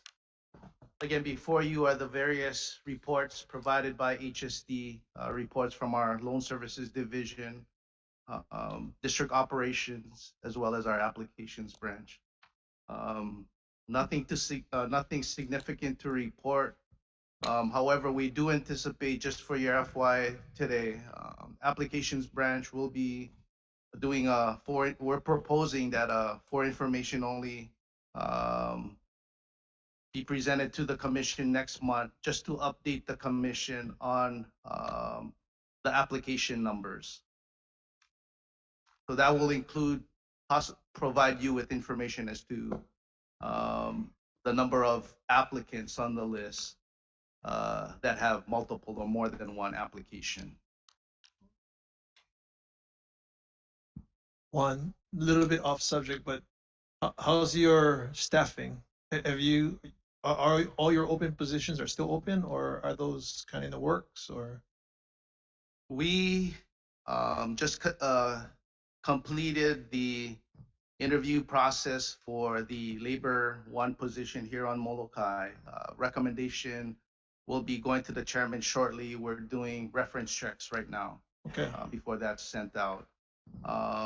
We have a couple of application interview process for heavy equipment operator on West Hawaii. We're still waiting for a number of positions, the list from DHERD. But that's the 2 that come to mind on the status right now. So there was some public testimony this morning about the need for maybe a heavy equipment operator here, a second person, or maybe hiring that, would that fall under your That would fall under, Juliana? yes. Okay. And is that, it's not the first time you're hearing that, I think it, or We're is that actually, is that one of the open positions that's not filled? that's or? one of the positions that needs to be established. There is a position in there, but it's my understanding it's with our human resource division to make necessary. Um, there's paperwork that needs to be done. The state side, the DHERD folks. No, it's in-house that needs to be done. Okay. But without going too much into it, because of the needed staff on the water side, and because of the limited positions that we do have, there's a possibility that we could, again, we're still evaluating that position, whether we could redescribe that to another water worker position, being that we only have one. Okay. So in summary, working on it. Working on it, Thank you. yes. Okay, anything else? That's it. If there's no other questions, again, mahalo, commissioners. I know you've had a long day. Okay, thanks. Thank you, Juan. Okay, next item, Land Development Division, E1, for information only. Hello, Chair and Commissioners. You're gonna have a longer day. Item E1 is a progress report on the Ho'olehua Scattered Lots Project and draft environmental assessment Ho'olehua Pala'au, Molokai, Hawaii, with the TMKs listed there. This is for information only, and the purpose of this is to provide a briefing to the Commission with a progress report and present summary highlights of the technical studies that are listed in the submittal. We have on board here Emily Murai with Monekio Hiraga, who is our planning consultant. And Emily, are you there? Yep, I'm okay, here. Thank you. And she will walk you through these slides to clarify what lots we are subdividing and from the original configuration into its new configuration to result in 12 new lots. Yep, thanks, Stuart. So there's a total of 5 lots that is in this project scope. Right here, you can see on the left, that is one lot. It's about, I believe about 30 acres. And then on the right-hand side, these are 4 separate lots that will need to be improved and subdivided. Let's see. Did you want to go to the next slide to show the configuration? Yeah. So for this larger lot, yeah, it's about 31.7 acres. It'll be it's proposed to be subdivided into 8 separate lots. So 4 of those lots will be approximately 5.8 acres, and then another 4 lots will be approximately 2 acres. And okay, thank you. And then the other 4 lots, it's not it's about 20 acres, and it'll be divided into 4 new lots. It's already in 4s, but there's some unique circumstances regarding these lots. There was a previous abandoned house that's on one of the lots that will need to be assessed for hazardous materials, and there's also another existing lot where that 1 acre arrow is pointing that is going can actually be awarded once it's looked at a little bit more closely. So the reason for the new configuration is to accommodate that existing house, and then also to make improvements and ensure that there is access in and out of the lots to the road. Okay. Oh, excuse me, can you back up one Yeah. slide? Thank you. So the 7.2 acre lot lies most of it within a gulch. And so that's why we kept it at a larger acreage rather than cutting it up into smaller subsistence ag lots. How's the access from the road? And Where's also the access, yes. Is there any, no access? There will be access. These will be the 7.2 acre lot will be a flag lot that'll front Pukapele Avenue. Sure. So the access road, those lots will be on both sides, west and east. So the 1 acre lot and the 3 acre lots will have access directly to Pukapele Avenue. The 7.2 acre lot will be a flag lot which will access through Pukapele Avenue. It doesn't show the details of the flag. So we're still assessing it whether it's on the east side or the west side, depending on the terrain. Is there water? Yeah, there's access water. There is water fronting Pukapele Avenue. Okay, next slide, please. Okay, Yes, Emily. and part of the improvements would be to build those connections to water as part of the improvements that to allow those lots to be leased. So next steps, as I mentioned, there will be hazmat assessment for the existing structure that we want to demolish, and there's also other structures such as a septic system, existing one that they want to take a look at to ensure that any hazardous materials can be remediated appropriately. In addition, there were some preliminary engineering and drainage report, some preliminary study done on that, and it's just being updated because there were additional lots that were included in the project. So some of the work has been done, but it's being updated right now. And that includes SHPD review, some additional consultation with cultural informants for the CIA. So that'll be happening by CSH. So they will be notifying DHHL when they will continue consultation and site visit. And then additionally, DHHL will be doing their own outreach as part of the EA process. And so we anticipate maybe another 6 months or so to have these studies updated and to complete and incorporate into the environmental assessment. Thank you, Emily. Thank you. Any other questions? Yeah, Stuart. Thank you, Chair. You know, you mentioned that there's an abandoned home in one of those lots.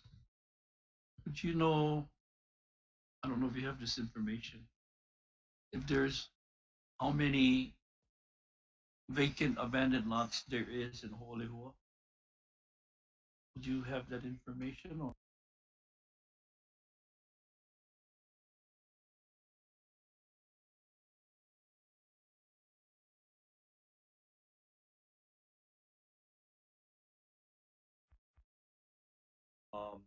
Undergoing some kind of either transfer, successorship, or some kind of loan contested case issue. But when we're notified, then we'll go in.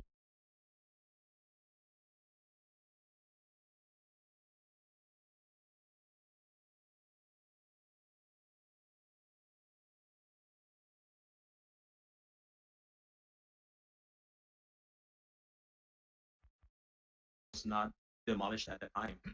And I know I've seen others like that, you know, driving around through Holehua. So we can continue to be part of that process, but we really need to rely on HSD and get the boots on the ground on those. Well, the reason I brought that up because one of the testifiers from Maui had mentioned about vacant lots as well as vacant lots that have abandoned homes statewide. So I think it's really important for us to start finding ways to get those lots available to our waiting list too.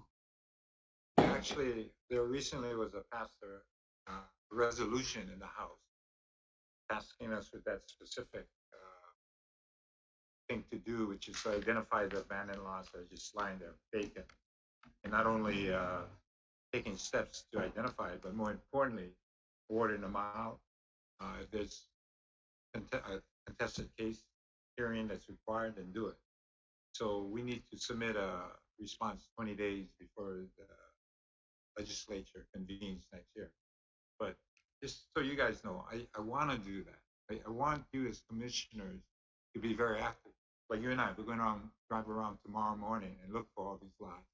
And I've asked Stuart to get that list. We can not only update it, but I do want to get out there, those that have been, and just like Patty was talking about abandoned eyesores in Nanakuli. We can't have that. We got to just tear them down and reward them. At a minimum, tear them down to make the community so well. But more importantly, you know, we got to bring this wait list down, and I just can't see it having these unused lots sitting there. That's on us. Well, that's on us. Well, especially if it went back to the department, you know, after trying to locate successors. If it's back in the inventory, it should be given out. Yeah. You know what I'm saying? I agree 100%, guy. Because I know there's quite a few on Molokai. Yeah. So I'd like to reach out to you guys as I go to your particular island or wherever, island wide. I'd like you guys to be a part of going out with me and staff, and let's, as well as get the associations involved and whatever other entities. Like I know there's small business guys out there that would love to build the replacement homes or do the repairs, and let's get them involved. I mean, let's create some, not only new lots and homesteads, but also business. And even I'd like to expand that to ADUs. You know, that's something we can use the NAHAZA money for, not the 279 fund, but the NAHAZA we can do that. And so I think, you know, the fact that we have a lot of large lots, we have close to 10,000 lots out there that could, in a lot of cases, be conducive to putting up ADUs. And on an ADU, you don't have to do a standalone. It might involve just doing an extension or separating the upper floor from the ground floor. There's all kind of ways to do an ADU, including a standalone. So those are things that I think we collectively have to really get going. And we got money, so I'm doing an analysis of our different funds that we have. I know we got like either, I think it's about 40 million in direct loans that we have. We got the rehab fund. We got a ton of funds that we just got to start using rather than sitting in. But that entails me getting more staff. So like, again, if you guys know anybody looking for a job and have a certain skill set, please send them our way. Yeah, can I say something, Chairman? So with that, I appreciate your statement, Mr. Chairman, because I'm one of those advocates that kind of remind the staff about all the abandoned homes in my ahupu'aha. I have been out there taking so many pictures of abandoned homes, and it's not, you know, when we say abandoned homes, it's not like 1 or 2 years. In Nanakuli, we have some that's been 20 years. And so, you know, these are the kind of homes that we need to think out of the box, either get it repaired, but we need to get our waitlisters in these houses. And for Papakolea, I've heard it from Papakolea, Waimanalo, Waianae, and I think it's all over the island. So I like the idea that commissioners here in your ahupu'aha find some time on the weekend, get in your car and go take a picture like I do, and then bring it back to the department, because you know I think we need to move forward, you know, on that. So I appreciate that. Stuart has already identified 7 lots we're going to demo. Chair, yes. We are in the process of demolishing 7 homes in Keokahapane'ewa and 1 home in Anahola at the corner of Kuhio and Kukuihale. That's So great. that should be going on the Yeah, next it's a month or start. two. Yeah, it's going to take time, but I think if we show our beneficiaries that we are serious and we're moving forward and not having a house sit there for so long, because when it sit there so long, like Nanakuli, you have squatters in there, and so the squatters disrupt other homesteaders, and that's not what we want to see. So, thank you for that, Mr. Chair, and your staff for that vision of moving forward. Thank you. But we also don't want to let it sit and then deteriorate to the point where now we can't award it because it's in bad shape. So we also have to be very proactive and responsive. As soon as it's exactly returned or for whatever reason, we immediately lease it out. That's where we've been negligent. So we need to change that. Thank you. Yeah. Chair, if I could, I would also like to mention one of our community advocates has been asking for a very long time for kokua. With Kahiki Nui, I think we have around 50 lots that are currently vacant. I believe Keokea is 40 plus lots, if I recall correctly. And so I do want to go back to what an earlier testifier had requested. I mean, I'm not looking for more work, but we need a recommendation to do a PIG to take a deeper dive, I think is appropriate. And since Patty gave up her seat, you know. You can fly me all over the island. I'll take pictures. But, you know, I do think this is a really important issue. I agree with you, Chair.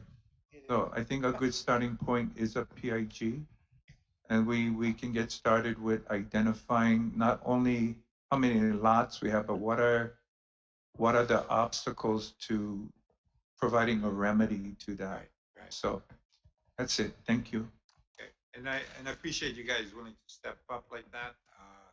You know, I'm very impressed with this board. I mean, you guys are very, very active, and that's really wonderful that you guys are. You know, Chair, I'm going to add before I close. What is nice is that when they see a commissioner go into the area of the homestead there and then taking picture and yet bala'awing with the neighbors, it means a lot to them. Trust me. When I went there, this guy, literally the neighbor was in tears and said he's never seen anybody from the HHL come up here. He appreciate the commissioner coming up here, taking pictures, talking story, you know, of this abandoned home that's sitting there for 20 years. So they appreciate that we need to get out there. We need to show them that we are here, we listen, we care, and we can do some legwork. So I appreciate this dialogue very, very much. Thank you, Chairman. No. Sorry, commissioners, I would just caution you that because this topic is about the the Molokai scattered lots, if we could keep the conversation to the scattered lots, since that's the agendized item. Okay, calamine. Thank you. For all the scattered lots in Nanakuli, again, that are abandoned on Hawaiian homes, that please pay attention to it. Mahalo. Right on. I get Chair. scolding by the AG. Chair, LDD doesn't need any more inspectors. We have a great one out in Nanakuli currently. We do. That will help us a lot. There you go. Okay. Okay, what's the next item for information only? Draft environmental assessment.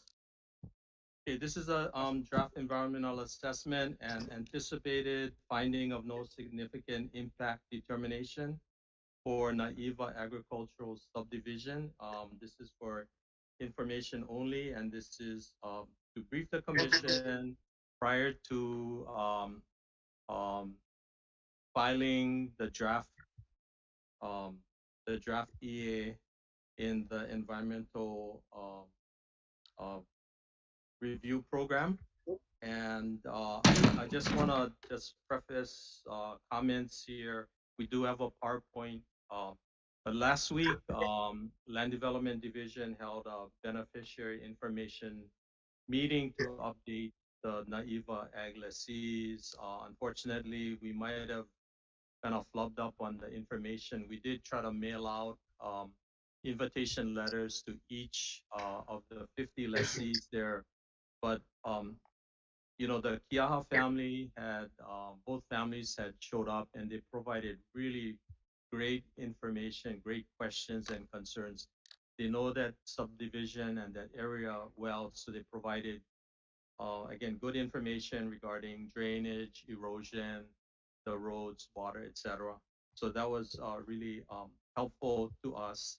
For those who did not attend the meeting, we recorded the meeting and it's saved on our DHHL website. We have a NAIVA landing page where lessees can go back and look at their leisure. It also contains the PowerPoint that we're going to present today. So I wanted to introduce Kelly Staples from RM Towel, and she will walk you through the PowerPoint of approximately 25 slides. Hi, I'm Kelly Staples. I'm with Towel Corporation. Thank you to the commissioners for having me today. Can I share my screen? Oh, there we go. It says it. Oh, there we go.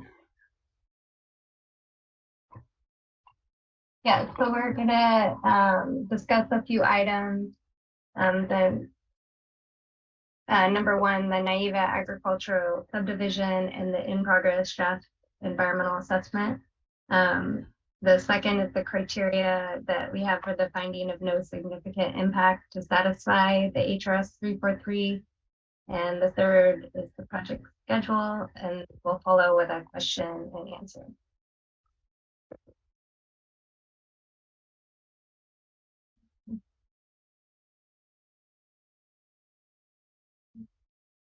Is she sharing or are you? I think someone else is doing the slide. Not sure. Kelly, yeah, I think, yeah. I'm fine. Kelly, hold on.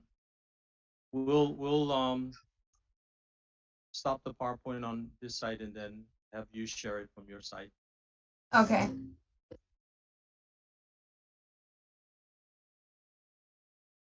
Sorry for the technical difficulties. It says it's still disabled. Okay, here we go.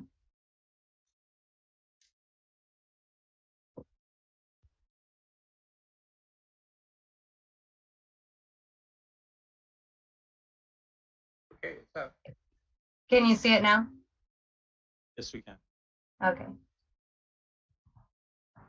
So the project site is shown in the screen area. It's comprised of 6 tax map keys. It's approximately 341 acres for the subdivision, which will be up to 66 lots.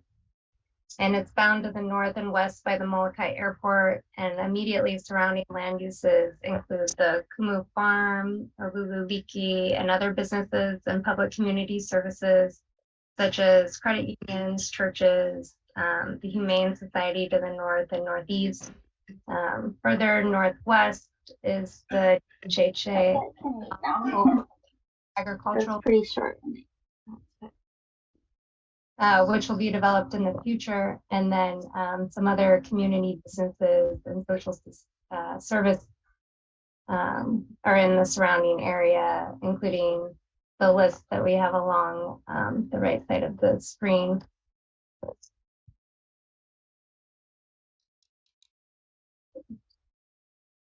So this is a general layout of the project area. We have all the lots preliminarily laid out on the 341 acre residential and agricultural subdivision. Previously, there were 58 lots that were to be provided. Of these, 50 were awarded to beneficiaries, and approximately 8 of the lots are vacant. These vacant lots are shown with the red X's in them. These are lots 9, 14, 31, 33, 37, 45, and 58. Currently, DHHL is examining the vacant lots with survey and civil engineering studies for the division of these vacant lots into 2 lots. So they could provide up to a total of 16 lots. Therefore, the existing 50 lots and the possible 16 lots would account up to approximately 66 lots. The items that would be studied for this include whether the lots might be useful for agricultural uses to meet the purpose and need for the project, and additionally the terrain and proximity of the site to the Molokai Airport and other environmental factors. To maintain existing runoff discharge rates, the increase in runoff on site will be met with detention basins within the lots upstream of the discharge from the road drainage system. The basins will be sized to provide storage volume for runoff from a peak storm event and includes the county's requirements for stormwater treatment. The basins will be kept dry except when needed for temporary storage of runoff. And following the design storm event, the basins will naturally empty within 48 hours. The footprint for a 40,000 cubic foot basin is about 6,000 square feet, which would be 60 feet wide by 100 feet long and 10 feet deep. So these blue ovals that are shown are the preliminary locations for the drainage basins, and they're not to scale on this map. They'll be much smaller than shown. And as much as possible, these basins will be located in vacant lots or unusable portions of lots that have been awarded wherever feasible. And any basins that are shown in awarded lots are tentative, and the actual locations will be coordinated with those beneficiaries in examining their existing improvements. And these detention basins will be fenced for public safety, and easements will be provided. These are being preliminarily worked on and could be subject to change with the final design. And all of the maintenance for the basins will be by DHHL, including inspection, vegetation removal, sedimentation removal. So this depicts the process DHHL is following for the environmental review of the project. To date, DHHL has conducted outreach and technical studies, developed a preliminary engineering report, examined various options and alternatives, and ultimately came up with the preferred land use plan and concept for the residential cultural subdivision. While this is going on, DHHL is simultaneously working on the draft environmental assessment. At the We Are Here title, we're developing the draft EA, which we're sharing with you today before it will be submitted to the Environmental Review Grant Program, or ERP, where it will be published in the environmental notice. Just a few things to note. Once it is published, a 30-day comment period will follow, and then based on the feedback that's received, the draft EA will be revised and then submitted back to the Home Commission as a final EA and FONSI for the Commission's approval. And then if approved, the final EA and finding of no significant impact would be published by the Environmental Review Program in the environmental notice. And then following publication, there'd be a 30-day challenge period. After that, the project will move out of the planning phase and into the design phase. So the project will provide infrastructure improvements to support future residential, agricultural, homestead uses. The proposed subdivision will formally subdivide up to 66 lots for use by Native Hawaiian beneficiaries. While a preliminary parcel layout was prepared, the final layout will is still being developed and will be subject to the final design process. The total cost of the project, including planning, design, and construction of the infrastructure improvements, is estimated at only $35,640,000. And lessees who are awarded a lot will be responsible for design and construction of any dwellings or buildings that would support agricultural uses. Certain improvements, including the installation of individual wastewater treatment systems and driveways within their lots, will be the responsibility of the lessee. Kelly, excuse me, I think your slide froze. Oh. we're still on project history. Yeah. Okay. So additional infrastructure improvements that'll be necessary to support development and growth of the planned agricultural subdivision. Just a brief summary of each of the items on the bullet points are access roads. These will be constructed to county standards and may include a paved all-weather surface with an unpaved grass swale shoulder. We'll have grading and runoff and erosion control. This will include demolition and removal and clearing of vegetation for access roadways, water system, and electrical utilities. The project will adhere to all County of Maui drainage requirements, and best management practices will be used during construction to mitigate erosion and reduce runoff to state waters. There'll be a dual water system. This will promote efficient water use. The Molokai water system, operated by DHHL, will serve the project.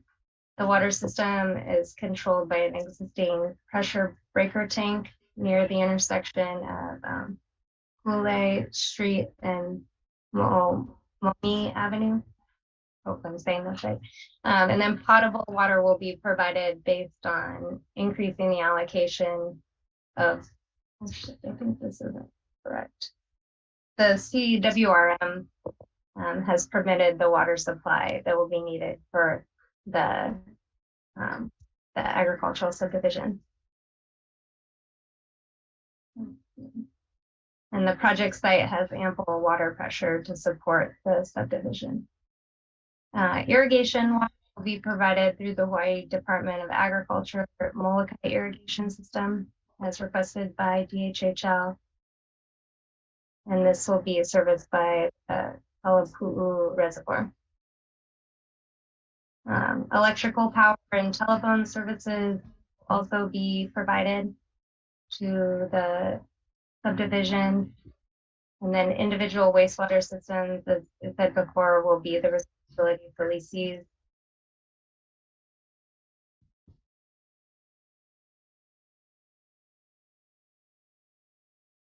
So as part of the background, historical and cultural resources were evaluated.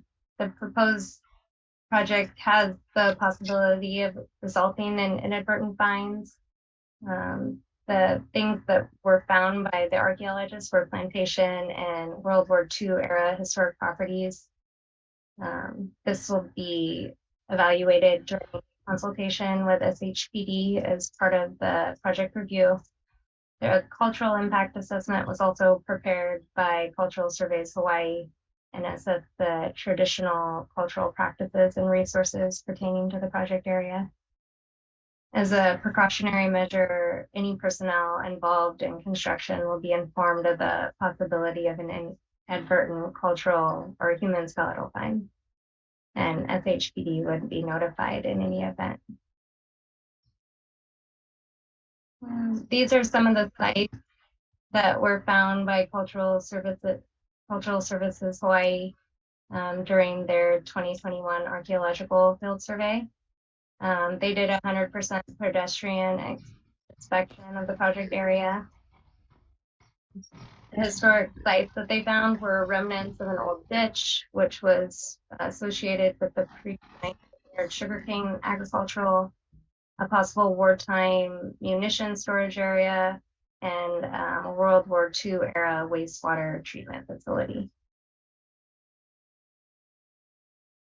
There were a number of prior archaeological surveys in the area that were undertaken between 1971 and 2019. All of the studies indicated plantation and World War II era infrastructure. However, there is the potential discovery of prior habitation site and pre-contact Hawaiians, but these would be found at off-site locations within the subdivision area. These figures are from the CSH Cultural Surveys Hawaii Archaeological Report, and they depict some of the historic properties found in earlier archaeological surveys. All of these locations are outside the Naiva agricultural subdivision project boundary, so will not be affected by the project.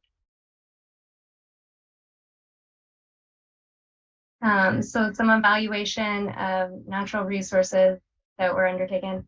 There are surface waters that include several gullies and branches of the Kalepua Gulch. The gullies cross the Naiva subdivision within several TMKs.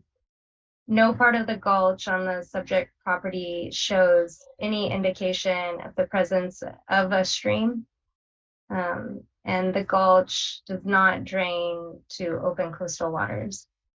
No endangered or threatened flora or fauna species were observed within the project vicinity during the ACOS 2021 field survey, and no federally delineated critical habitat is present within the project area. So you can see there's a blue lines going through that are depicting numerous tributaries. However, there were no perennial or intermittent streams identified in the project site when the project biologist surveyed the site. This is a list of the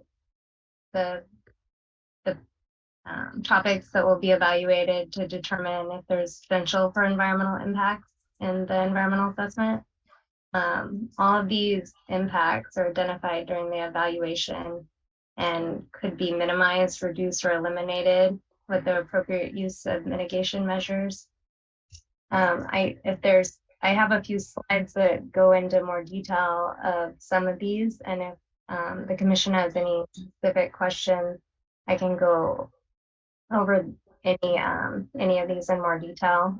Just due to time constraints, I'll just pick a couple, such as hydrology and drainage.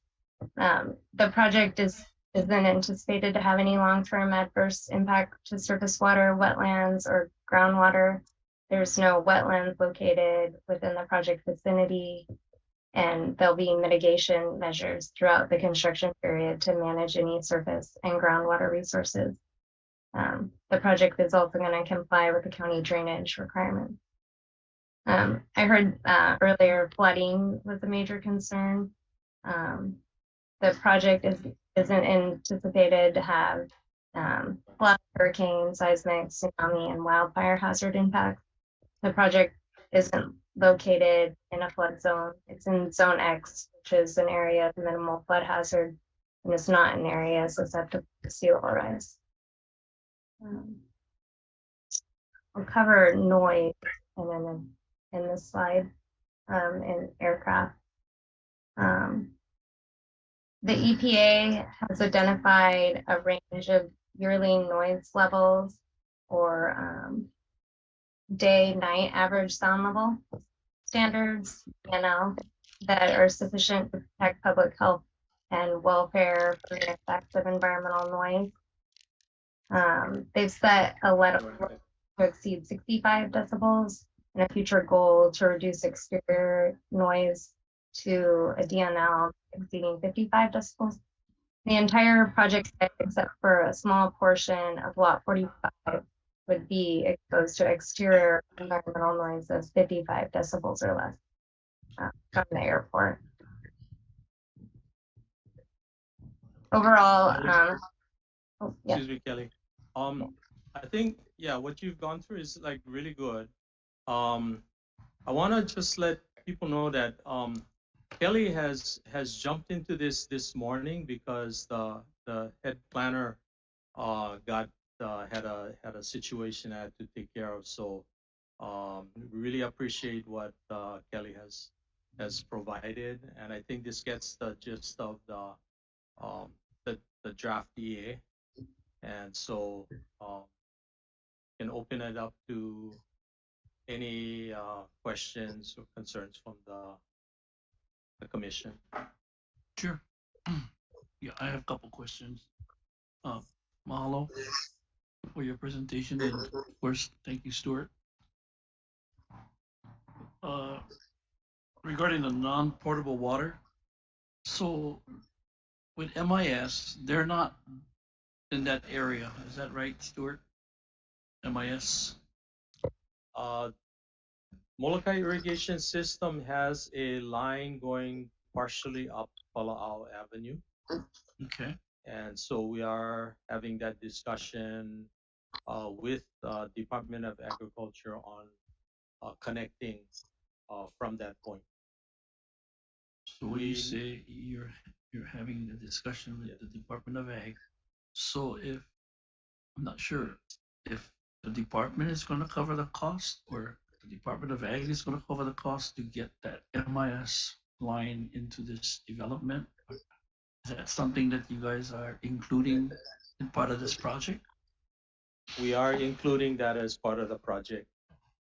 We feel that if we take the lead, then it's more hopeful to get it versus waiting for the Department of Ag. So this is going to be further discussions between departments, and so this is one of the items that will be on our agenda with Chair Watson and Department of Ag Chair. So another question. So is this part of the Act 279 funding?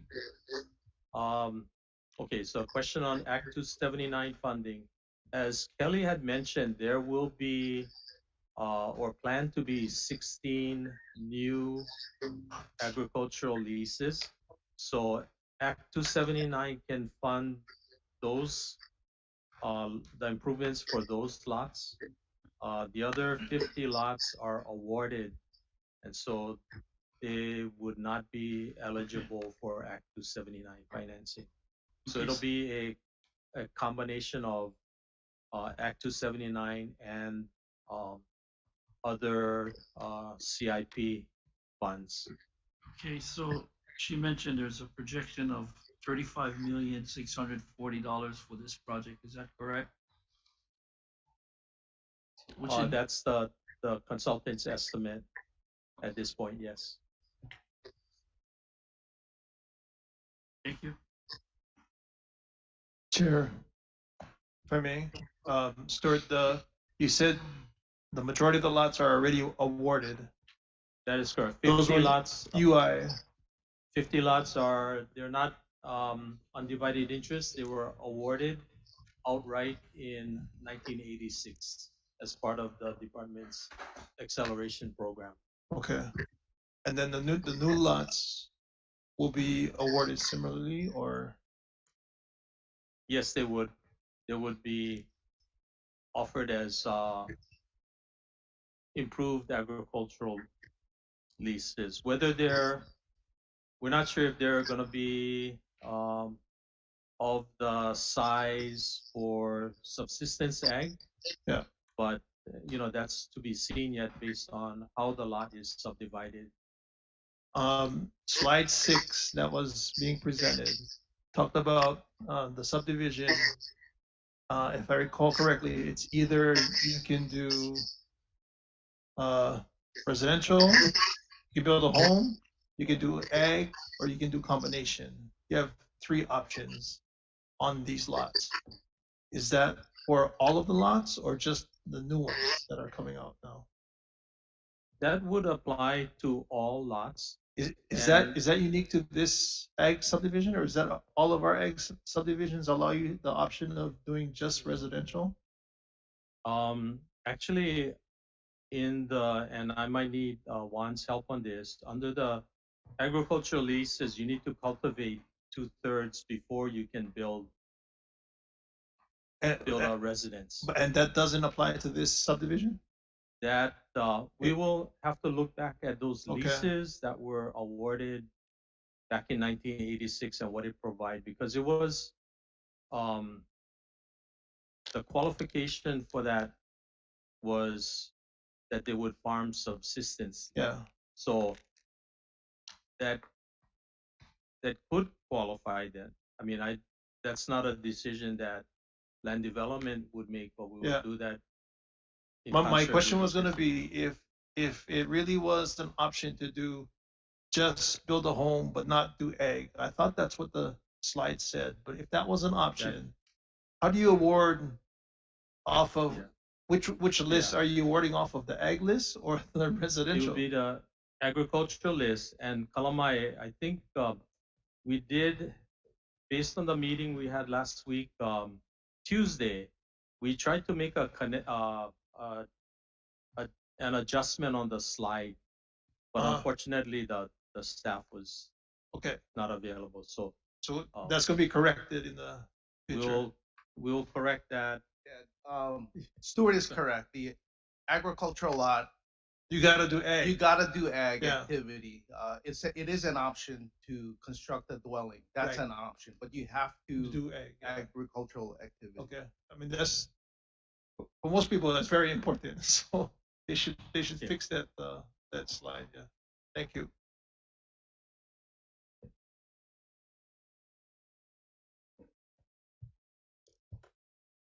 Thank you.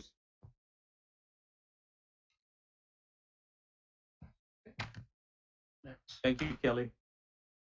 So I guess we're gonna the Molokai project updates tonight, community meeting.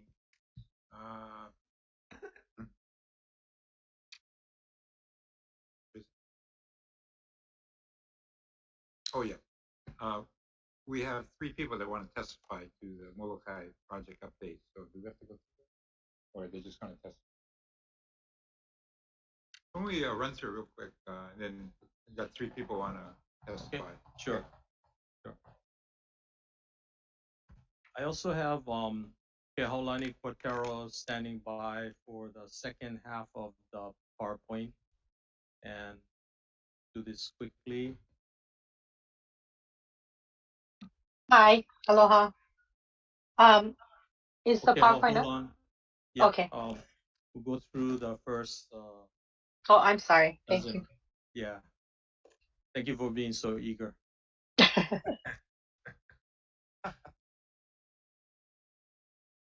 This was E3. E3.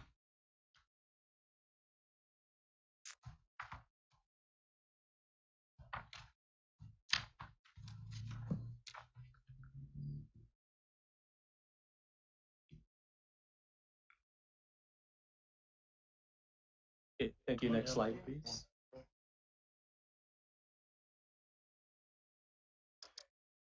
Okay, first of all, the Ho'olehua water system. This is a slide that many have seen. It's comprised of 7 major sites that work is being constructed. Right now, the focus is on Site 7, which is the new base yard area, and Site 4, which is the remediation of 3.5 million gallon tanks, and improvements on Momomi Avenue. Next. These are the major objectives: improve reliability, functionality, address water pressure issues. It doesn't address all water pressure issues, but it does quite a bit. Fire protection, water safety, and on the last bullet point, reduce energy costs. We had initiated a photovoltaic project. We put that on hold because of some concerns with destabilization of the Maui Electric Company, and so we may get back to that, but our focus now is on getting the water lines and the improvements in place. Next slide. This is the total budget for the project. We have received the USDA loan 7.45 million, and we're approximately $6 million into the USDA grants that we're receiving back to the department. Next slide. This is status of the projects. So sites 1 and 3 to 7 we're about close to 75% complete. Package 2 in Kalamo'ula, we're 100% complete. Package 3, which is the photovoltaic system, where we'll be reassessing its installation. And then package 4, equipment. We've been in the process of us procuring equipment for the office and for the base yard. Smart meters are going to be installed, but they'll be installed by others. We procured some of the materials for that, and the Molokai office and Pacific Electromechanical will be handling the installation. Okay, next. Kalani Anaole Hall. We're very pleased to report that the governor had released the funds, and right now 500,000 is earmarked for improvements, including what you see there. Staff has been putting together the procurement, and so we hope to get it out within the next month. Okay, thank you. So we went through Naiva site improvements. You saw this slide. So we're looking at completing the design in early 2024 and beginning construction in late 2024. Holehua scattered lots, we just went through that. This is a repeat of the slides that you saw. Next. Okay, thank you. Now I'm going to turn it over to Kehaulani Cortero, who is Land Development Division staff. Thank you. Aloha. The Ho'olehua Veterans and Homestead Residence Center, it's a design-build facility for joint use by DHHL Homestead residents and Molokai veterans. It includes offices, kitchen, meeting rooms, event space, parking lot, a new septic tank, and a leach field. It is funded through legislative appropriation. It's been encumbered. Construction began October 4th, 2022, with an anticipated completion date in October 2023, and the contractor is DD Construction. Next slide. This is a site plan of the Ho'olehua Veterans and Homestead Residence Center, and it just shows the parking lot, the leach field, and where it is in relation to Laniakea. Next slide. Laniakea Center, Act 88, as amended by Act 248, provides for $1 million to Molokai Homestead Farmers Alliance for Laniakea Center renovations, including restroom and sewer improvements. On March 3rd, Governor Josh Green released grant funds. Hawaii Engineering Group is preparing the engineering plans to reroute the kitchen waste line around Laniakea Center.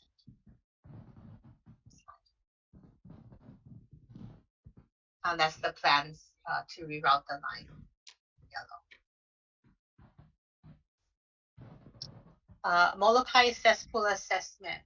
Act 125, Session Laws of Hawaii 2021 requires upgrade, conversion, or sewer connection of all cesspools by 2050, unless exempted. So we hired Hawaii Engineering Group to do the following project objectives: to build an accurate database of existing cesspools, create a baseline engineering drawings for cesspool evaluation, assess existing conditions for conversion of cesspools to comply with Act 125 by 2050, evaluate existing infrastructure, and make recommendations for possible cesspool conversions. Next slide. They did their assessment, their on-the-ground assessment, and these are the results. We have 119 septic tanks and 403 cesspools. So we have it all identified. Next slide. Hawaii Engineering Group is preparing the final report with recommendations for cesspool conversion options, and that should be completed by August 2023. The main options for cesspool conversion are individual on-site septic tanks or a decentralized cluster wastewater system to serve several homes in a neighborhood. DHHL understands the financial situation within our communities and seeks to lessen the burden on the beneficiaries while we malamata aina and maintain our precious water resources.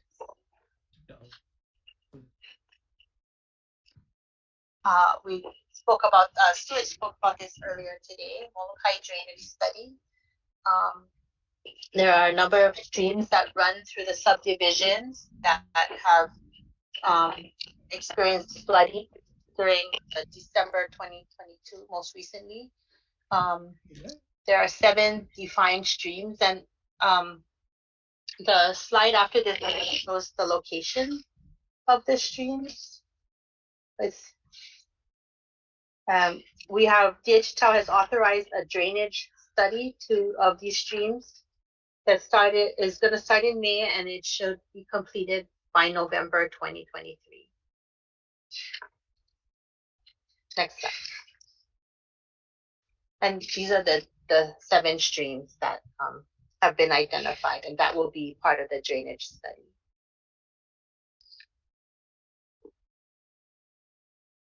And these are just some before and after shots of the various streams. So next slide.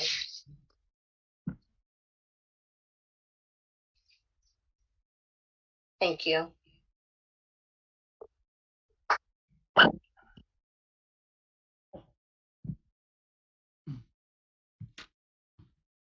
Okay, we have some public testimony. Yama.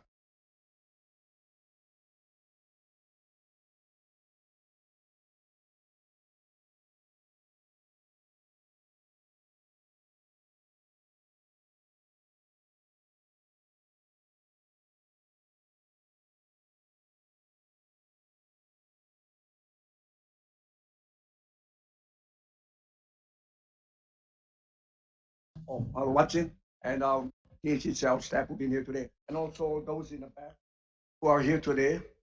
I never come here for talk, but my kupunas over there with Shanghai me.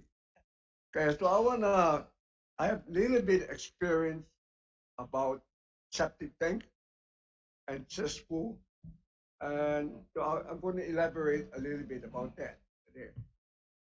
And the other thing is that I gotta talk loud while I can hear myself. So all day people been talking, I cannot hear. Yeah. When you come home, you prepare cool and you makan, do good. So for me, the first question I want to ask is also Kari Mahalo for accepting the position back again. And we like now you get more thick skin, so you know how our people are, and I really appreciate you taking that second chance about helping our people. Okay? Thank you. First thing I want to ask, you don't have to answer it now. You can keep it in your own mind. What is the vision of our association? I mean, our commissioners for each respective island and for our chair. What is our vision, even for all of us in the back here? What is our vision today? Because there were a lot of visions been rendered long time ago, years and years, and nothing has been done. All we have is vision. So today, how would we be able to come together and collaborate and to come and find solution? I think solution is the most important thing. And opinion is very important too. Yeah, we all need to respect each other's opinion. Sorry to say, I never graduated school, so I cannot read and write, but I can read a little bit. So go to the cesspool. So they have the Act 153 on cesspool.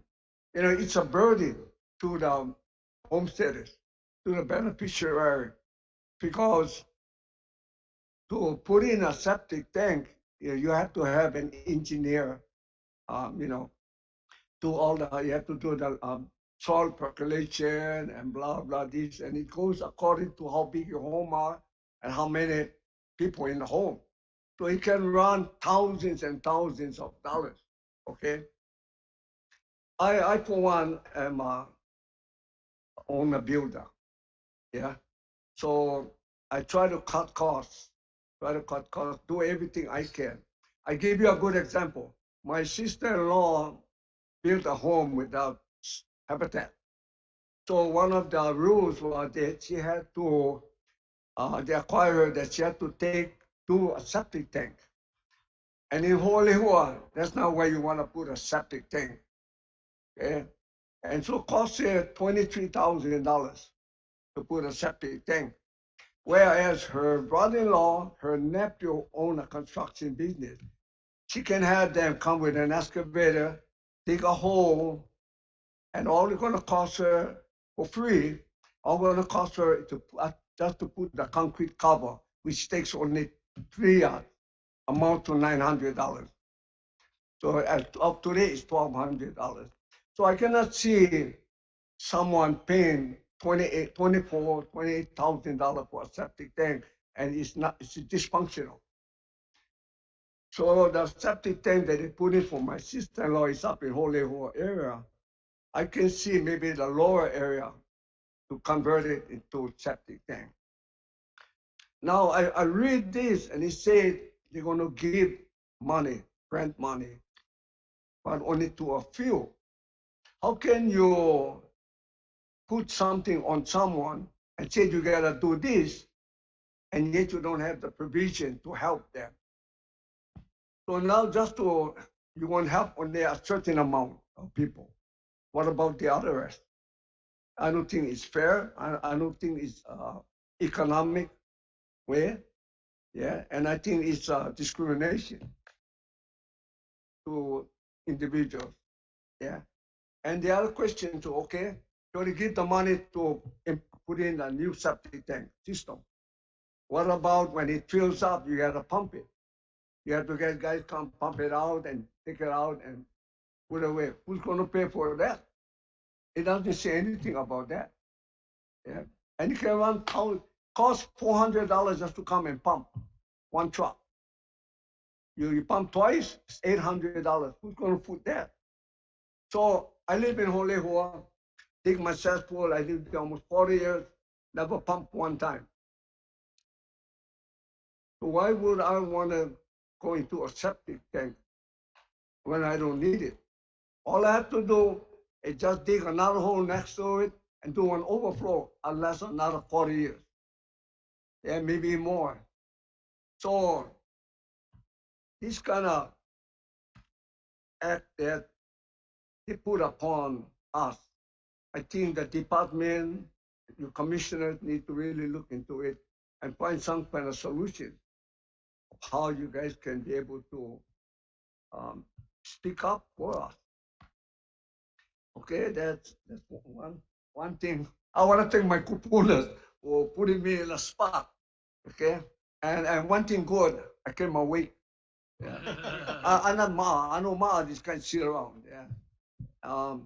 So second, okay, successful, everything. So, the number one thing they wanted me to get across, and you can see today what happened. That other islands concerned, we were on Molokai. I think they want Molokai concerned to be taken care of first before all the other islands. Yeah, but we all have family, we all have animals, we have farm that we need to take care of. We're not gonna come here sit all day and worry about other people, other islands. I think that's the commissioner's responsibility to see and figure out whatever your island needs. Yeah. That's one of the concerns they asked me to talk about. And they also talk about the property tax. I have a concern about that too. And Mr. Lee talked about it a little while. So today I want from you, all of you, call it, um, to tell me, wait, let me get that word right. Okay, so what is the difference? So what is the difference between land tax and property tax?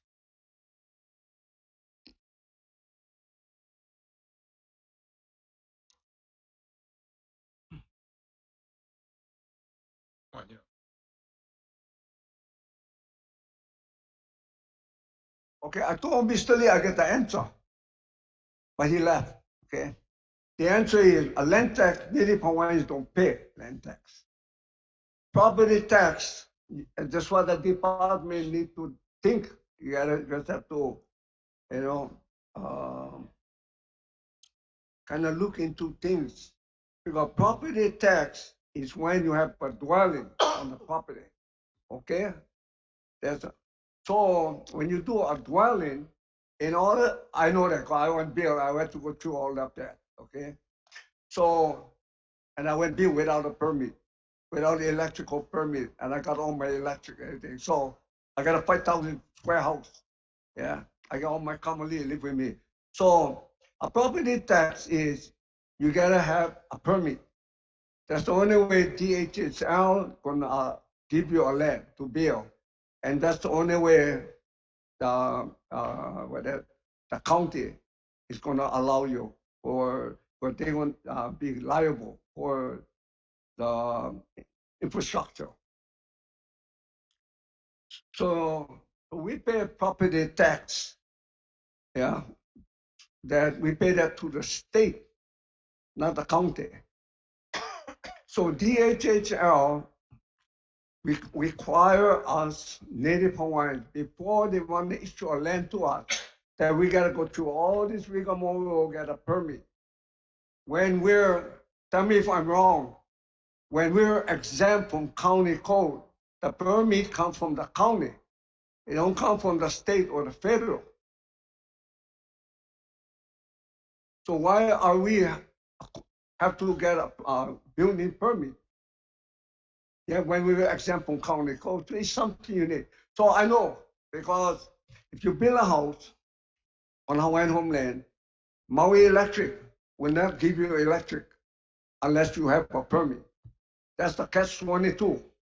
Okay, you gotta have a permit for Maui Electric. But today is solar.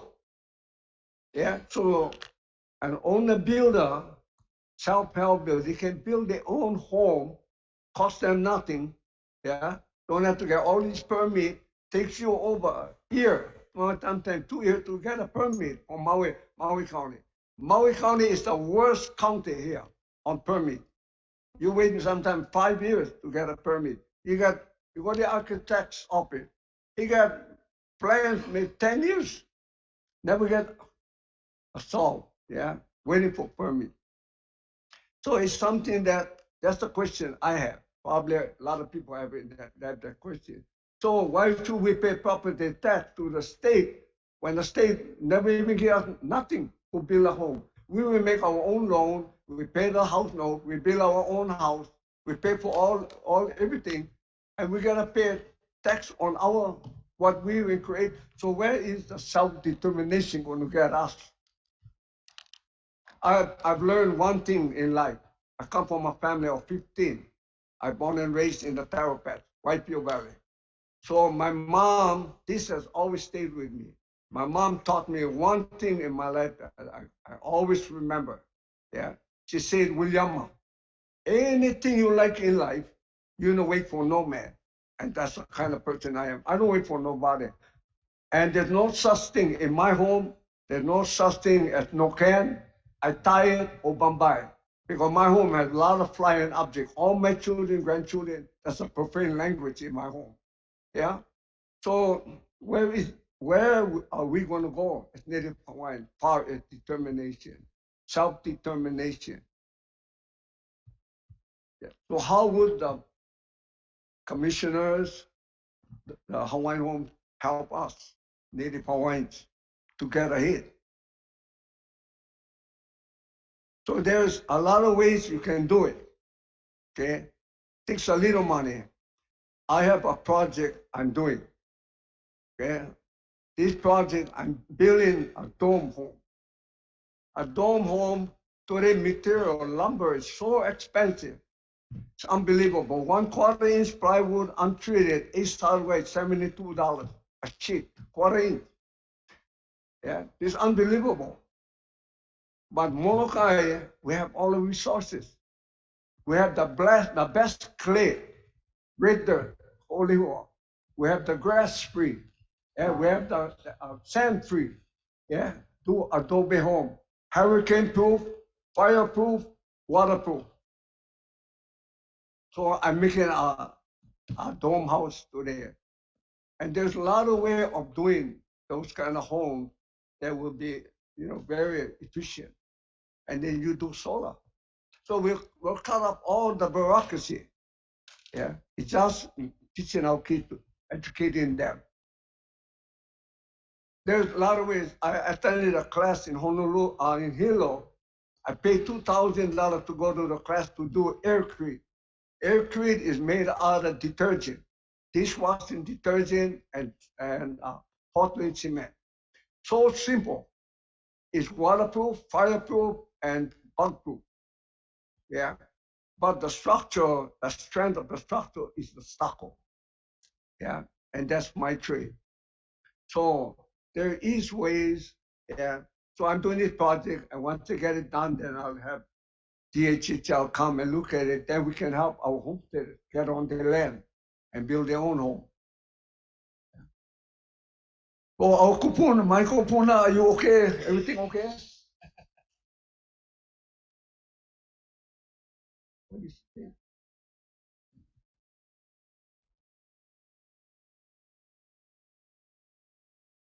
Wait, I gotta go there. I cannot.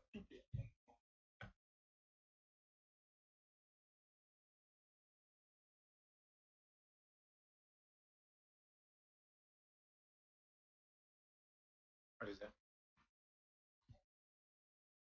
Oh, not a dog. I like the old guys. Yeah, I gotta go. Video? 5:30. Yeah.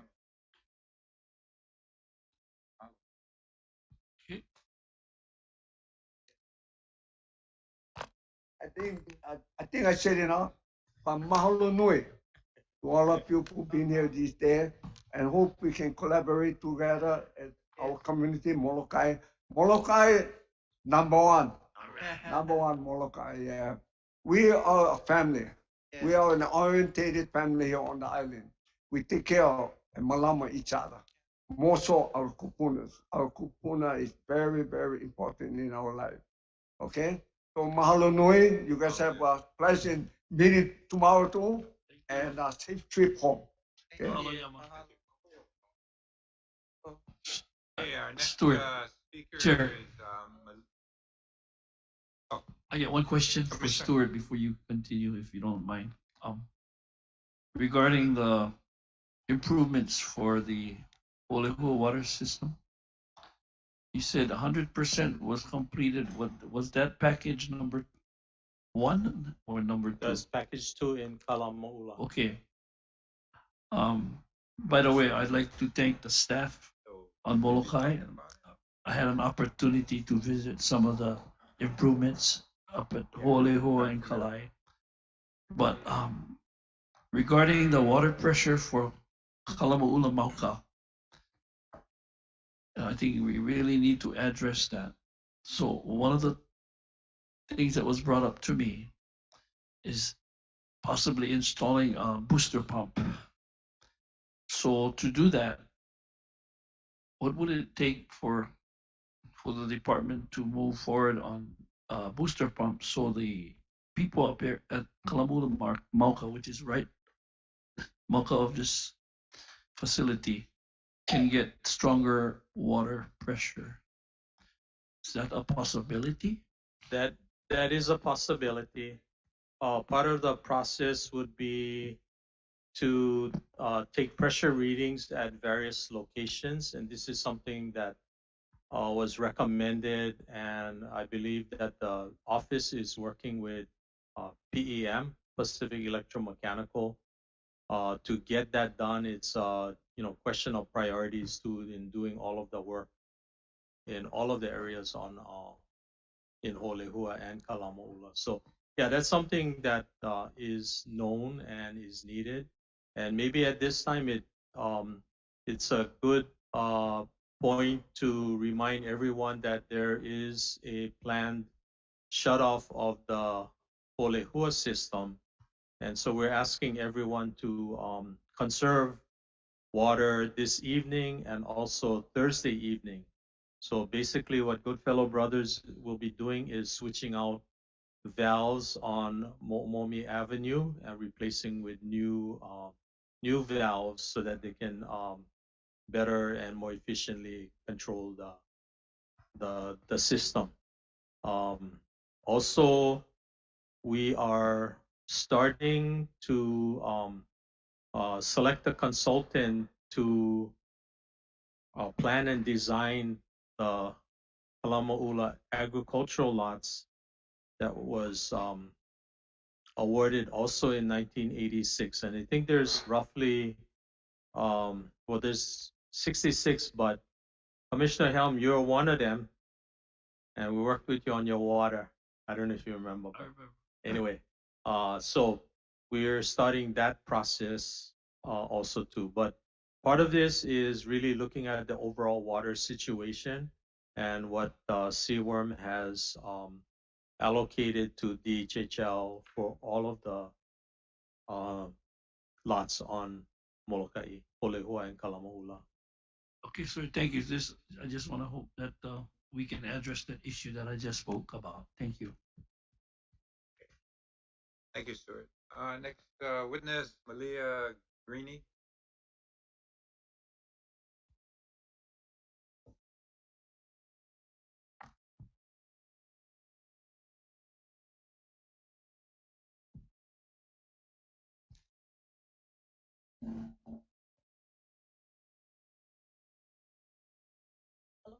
Oh, can you hear me? All right. Okay. I'll speak up closely to this.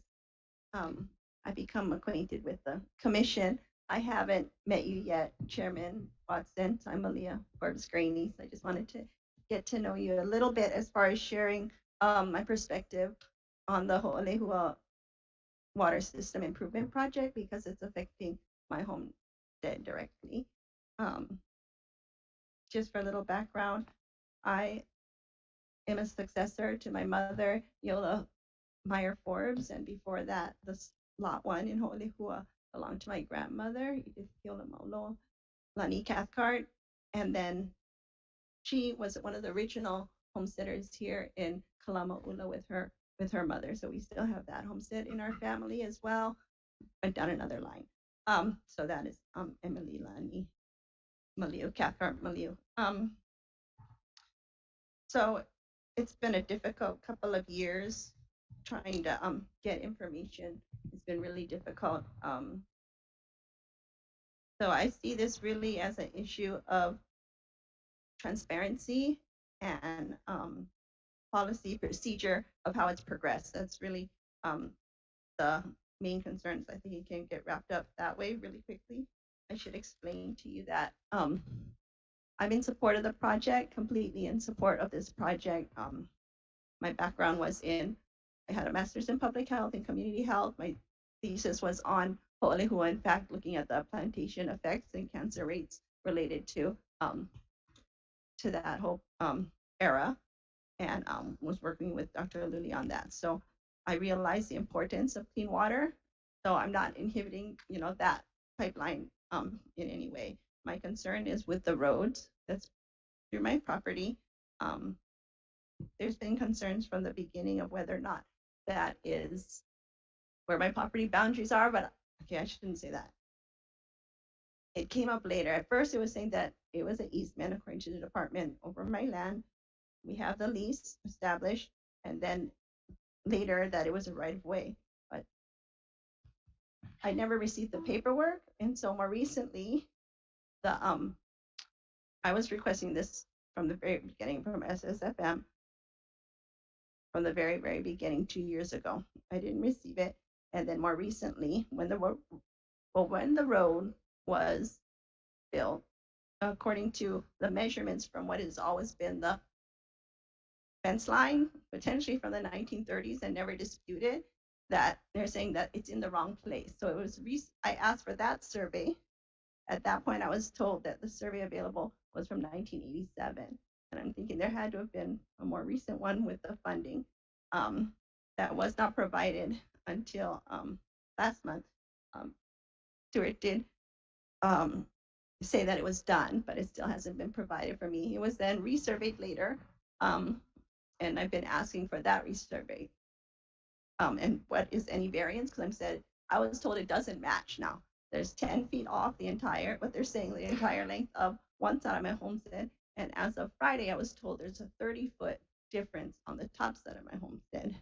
So what I've been asking for is, where does it vary? Could I please have those two different, surveys, and to see where it actually varies from where the fence line is and where the road is located. So that's, basically the situation is just extremely frustrating because, in addition to that, many of the homesteaders and others in Honolulu who were impacted by the road were provided with mitigation type of impacts, adverse impact mitigation, various things. And at that time, I was told that I could have certain items done for me, right? And it got very close to being done. And then it was halted abruptly. And I've been really consistent about making sure everything was in writing, and I really wanted that agreement. Then it went to proceed to pave the road. And so that was my concern, that there was still nothing in writing. I haven't seen the surveys.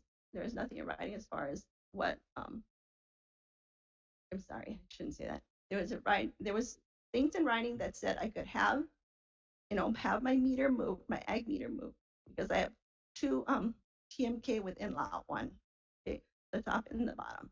And so we already had been on a wait list for decades to get the ag meter, and it was awarded like 20 years ago. So that we could farm our orchard.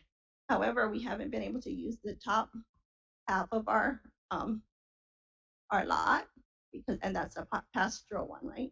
And so when I was provided from Maui County through the head of DHHL, and then overseeing that Maui County, and then later on by Chair Ayla, but in writing it was given to me by Maui County, right? And then, but I wanted to either have that at the point where they're proceeding with the road, either have it provided to me or get it again that it would be provided to me. So I haven't received either one of those. And my point too is that this meter is a meter move. It's not a new meter. So it shouldn't be subject to any moratorium because I'm not using any more water than that was ever been moved before. And it was literally detached and was going to be moved, and then it was just reattached in the same location. So that's very concerning to me, especially because I've been told if I don't get it, if it's detached, you're never going to get a new one. And if you don't get them now, you're never going to get a new one. I've been told, directly here on Molokai, face to face. And then the letters I've received as I continue to ask for the written documents, including the surveys, have been more and more severe. Okay, they've been more and more severe, and it's been reversed to the point where not only am I not being told that I'm not going to get it, I'll pay for it, and it's subject to going back on the list already that we have been on for decades, as if it is a new meter allocation. So these are my real concerns, and I'm concerned because on Thursday, Joe from Goodfellow Brothers, who's the engineer on this island, he came up and then he handed me the same papers that I've had many, many times, and including my lease, and basically saying, if you're going to impede this, well, he said, I'll call the police if I'm going to impede this. And I think I'm here to let you guys in because I don't want to. I've never been against the project. I just want to make sure that this road, if it's in my property, where I know where my boundaries are, okay, and that is correct. And so that's a concern, and that this impact, because it's, from my estimation, it's impacting acres of land that are now going to not be usable for ag or pastoral uses. So it seems to me real simple what I'm asking in return and what was granted to me. I haven't been asking for more than that. And then what was promised to me as far as what they could do with the land clearing. But my main concern has always been movement of my own meter. And anyone can see that by looking at these papers that were provided to me again on Friday, on Thursday rather, that is no more than my state plat map blown up different ways and colored in different ways. And I talked to on Friday to the new person, Mike Chanley, at I think that's how you say his name, from who's SSFM's manager. So that's Karen's replacement. And he took one look. He's like, "Oh yeah, that's not a survey." And I said, "Okay, I need that." And I also talked with Stuart, and it seems like there's still a lack of clarity of what I actually want. So I'm told that someone will come out and talk to you and walk it with you. And I said, "Okay, that'd be great, but I'd like it in writing first, so I know where the variance is, and to see where the new markers are, and then we can walk it and look. Anyone's welcome to come and walk it and look and see what I'm talking about, and you'll realize that it's a large area that's impacted." So I just wanted to provide you with this background. I was reassured last week that you'd contact me, that we could discuss it. I hope we can discuss it. I had talked with Chairman Island. We hadn't completed the situation because when he had halted the work up there, he said that we would work it out so that we could come to an agreement where we were both in agreement before they proceeded on. So that's really it. And so that's been my position. And then I've been told, even as of Friday and up to this morning even, don't worry, if it's in the wrong place, we'll tear it up. And I'm thinking, that doesn't make sense. And, I'm saying, again, taxpayers shouldn't be paying for a road, tear it up and put it someplace else if that is the case. So anyway, we'll get this, I hope, taken care of. And I believe that those surveys are available. So thank you. I know we've been, this particular issue is new to me, but I understand that the staff has been working with you for a while. But I can assure you that you will be treated fairly, and we'll do the right thing. Okay? That's really, yeah, that's it. Thank you. Thank you. Okay, the next testifier is Sybil Lopez.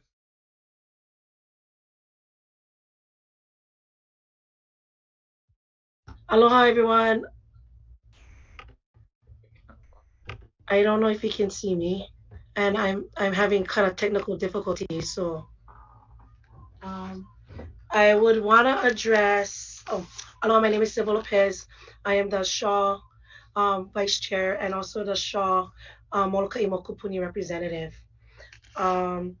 E3. So E3, I did have some handouts. I handed it out to Leah Tress to provide. I only had one copy for the Lanikia survey. And attached with the Lanikia survey is Kelia Purdy's email that she sent during the ILA administration. So she couldn't be here today, so she allowed me to share that for you in regards to the Lanikia Center and the survey that they conducted. In regards to the drainage study, the short-term response, if you look at if I don't know if you have my Gmail my priority list that I provided to Kali Watson. He was able to attend our Molokai Mokupuni meeting back in March 22nd on a Wednesday evening. And prior to his meeting, I shared with him our six priority concerns for Molokai. And of the six priority concerns, I guess two of them are on your E3 item agenda. And so it'll help me. I would want to support the drainage study for these streams that are located in our south shoreline, which is identified on the map that was provided on the E3. And what the kupunas have been talking about with regarding Kapakia, Kamililoa, Oneli'i, and Kalamaula below, um, those were all the concerns that were raised, and we're hoping that on the short-term end, we're considering that the department open or create some type of emergency response program, because during the time of disaster, we have no one, the beneficiaries has no one to respond to, or anybody on the ground that can respond to our kupunas during this time. I know Commissioner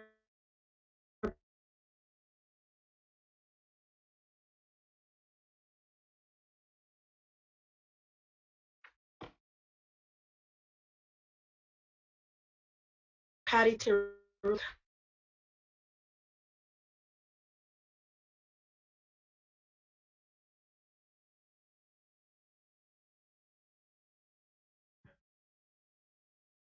Hello, Sybil. You still there? I have, yeah, I'm having technical difficulties. Um,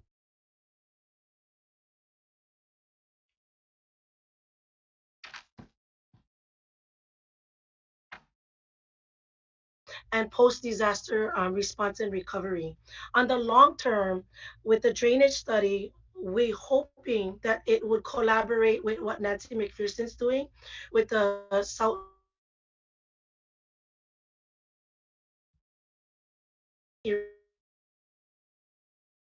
corporate a design.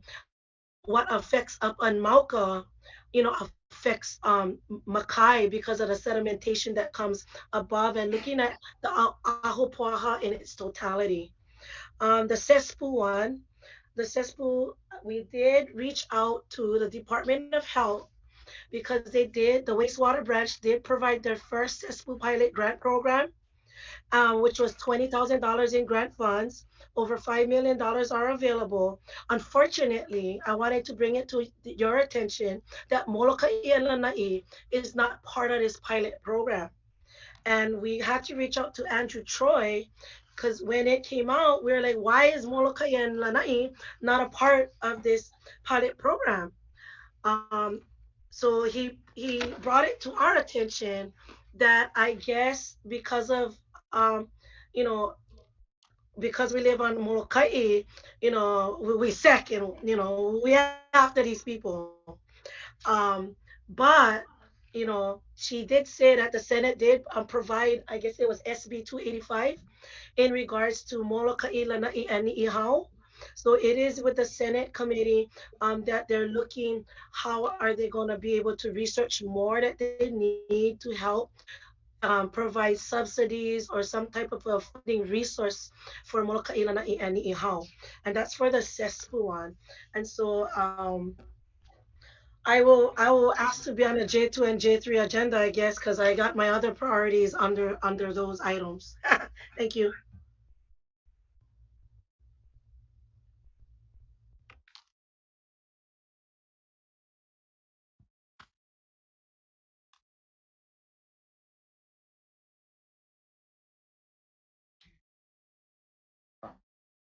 Okay, we got one more. Cora Schnackenberg was familiar.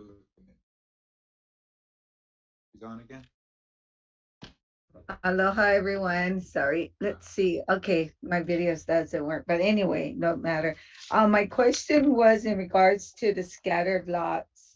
I just maybe one or two questions. So my question was, what is it designated right now? What's the land designation right now under scattered lots? Is it just ag, or is it a combination of ag and residential? That's my first question. Hello, Cora. This is Stuart. It is ag designation. Okay, ag designation. Okay, mahalo. My other question is, Chair and Commissioners, when we talk about awarding these lots, I just wanted, what I came across working with various projects was that so when you first applied, right, you could identify which island you wanted your homestead to be, and then there was another part you could identify a district area. And so in 1970, they did away with the district area. So it's only the land, and then it's the category, ag, pastoral, etc.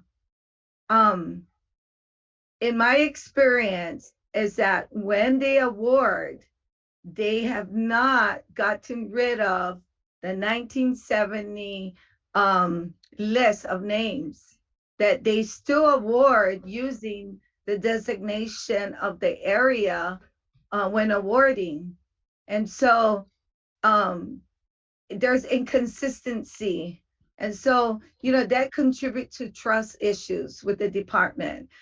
So then when we look at when you award, there's many lists where there shouldn't be any, there shouldn't be several lists. And so that's another controversial issue. So Chair, I just wanted to bring to your attention that is what's going on.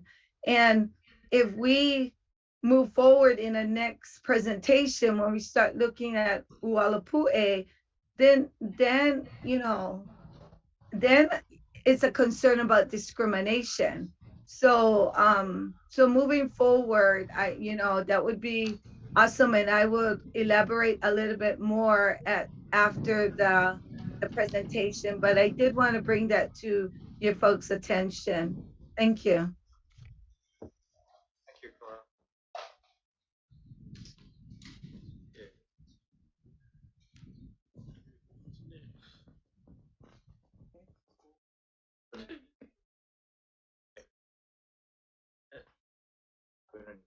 What about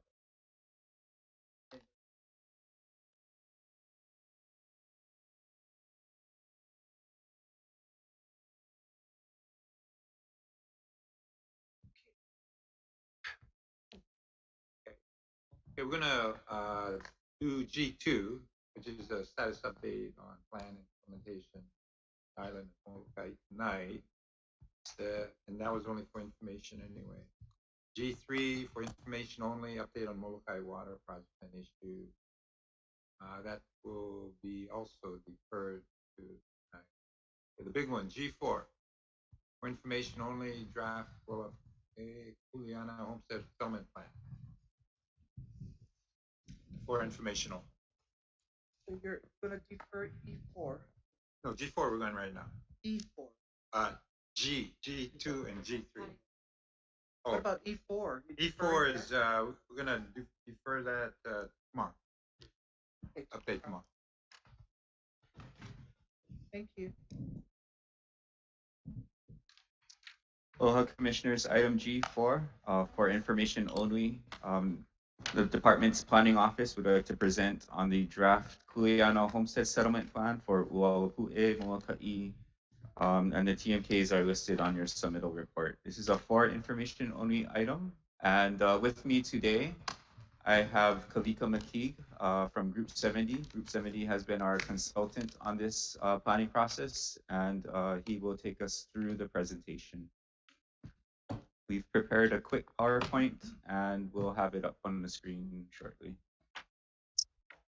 While that's coming up, aloha mai kākou, Kalika McKeague, G70, again, as Andrew mentioned, been assisting with many other hearts, hands, and minds on this project, and it's our pleasure to share this informational briefing with you this afternoon. And just before I start, Oi, Chair, good to see you. Mahalo for stepping into this kuleana again, and to fellow commissioners, mahalo for everything you do, and understanding that I may be the impediment between a nice break before your evening meeting. I will try to be succinct as possible. So I can't see the Is the presentation up? I'm sorry, I can't see it from my side for some reason. One moment. Okay. Well, I guess for the sake of time, just to kind of give the preview here. So, this afternoon, what I'd like to do is quickly take you through what the project is, the extent of the planning process that's been conducted to date, and a summary of what we've heard from community through its various forms of beneficiary meetings and community meetings. Well, thank you. I can see it now. So yeah, this is a good stop right here. And kind of basically getting you to the end game, which is we have a preliminary draft settlement plan that actually identifies some lots, identifies other areas that are pertinent to the settlement plan requirements, and then talk about quickly where do we go from here, meaning from the issuance of the settlement plan for draft into that environmental assessment phase and eventually to the subsequent steps. Next slide, please. So again, really briefly here, I'm sorry guys, give me one quick second, my screen just froze up. Okay, I'm back. Okay, so again, just talking about Walapui specifically, it's about 401 acres in total on the east side. Like Anakala said, we are in Manae, and so 401 acres of Walapui, of which the settlement plan is going to look at about 184 acres specifically. And so again, understanding that where we are today took a lot of community championing, and I'd like to personally thank Cora and many other spirits that have come forward in the likes of Ahonui Homestead Association stepping up as the champion. And as I understand it, through the 2019 Molokai Regional Update process, had helped to facilitate this project being a major priority. Just a little bit here in terms of the planning process itself. It's a special subset of rules.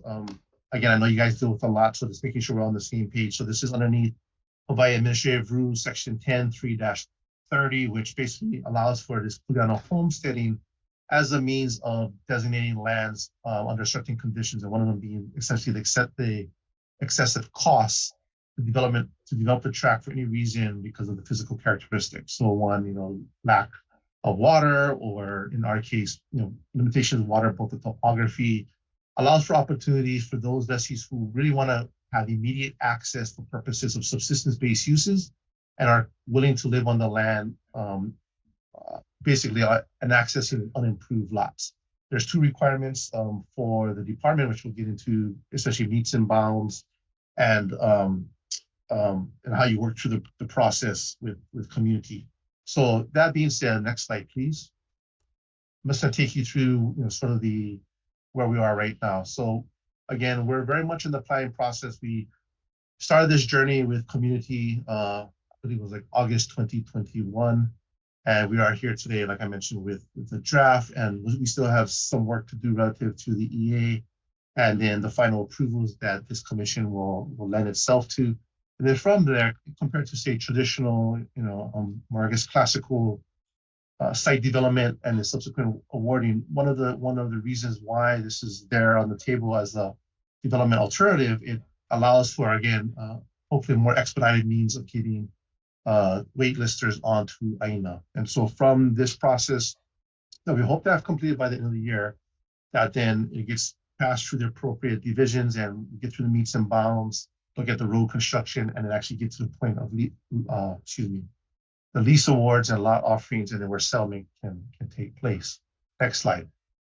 So as I mentioned, really the three prong of any good process, right, is having this good data, having good knowledge, having good EK, and that EK can come from a myriad of places. So again, I think we valued here really the opportunities, the fact that AHA had done a lot of background work on the AINA, provided us access to other community members who knew a lot of the AINA itself, the history of the sites, how water moves, all these intricacies that goes into designing a place appropriately.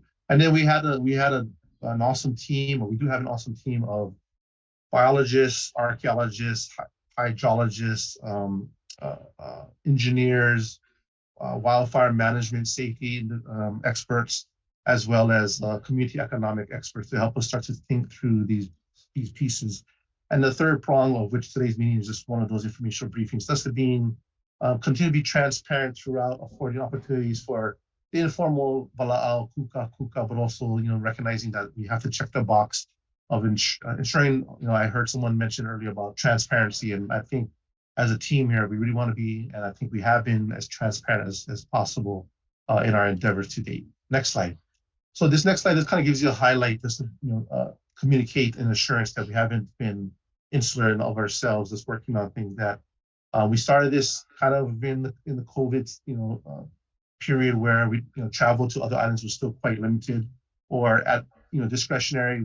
We from Oahu was questioning whether we should be coming to Molokai, being potential vectors and all those kinds of things. So we really limited ourselves, and then finally did reach the point to have a lot of great initial conversations and one community meeting thus far in person. And so the long of it short, we are, you can see for yourself, where we've gone through in terms of the types of meetings, working through a very unique process with the Edith Kanakaole Foundation, bringing their mana'o into how we engage with community, how we engage with cultural experts, kupuna, kumu, loea, to understand this vahi through their not just their eyes, but again, their na'au, how they see the place and how they feel for the place. That honui akea process is to lend a foundation of understanding, in our words, the kanavai and the kapu that should be established for this place, and that everything we look at thereafter as a choice of land engagement or island engagement should be vetted through that. So again, just highlighting the fact that we have and continue to be inclusive throughout our dialogue. We're hoping to have our next meeting sometime in the early part of May, which would be kind of a continuation of this meeting today, sharing the draft settlement plan with folks and kind of diving into some deeper details. Next slide.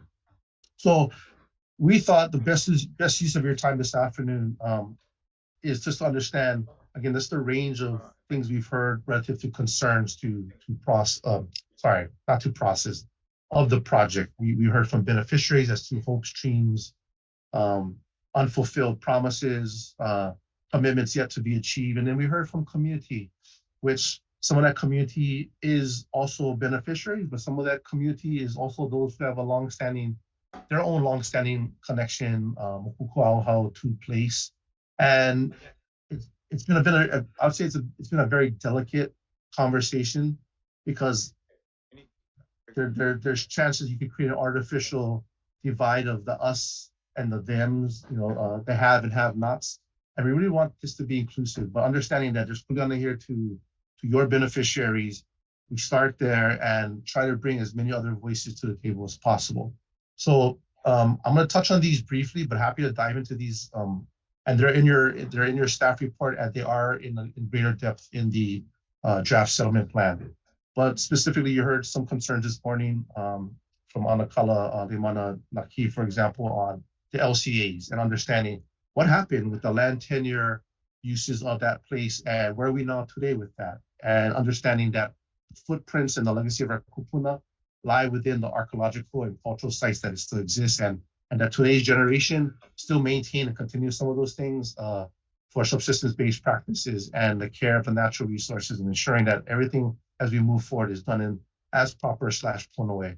This last point, preference for selection of ohana from Molokai, that's an interesting issue, probably the one this is not the first time it's probably being brought up to this commission, but one of the things we heard was fundamentally, how to keep Molokai in the sense, people that are on this wait list or people that would be utilizing this opportunity from certain key members, the concern was, or the advice was, well, you should be drawing from the Molokai list, or those from Molokai as first preference, because they know Molokai, they understand Molokai, they can adapt and survive. They can survive. They can be resilient in Molokai. So that led to some interesting conversation of which we're trying to highlight. Next slide.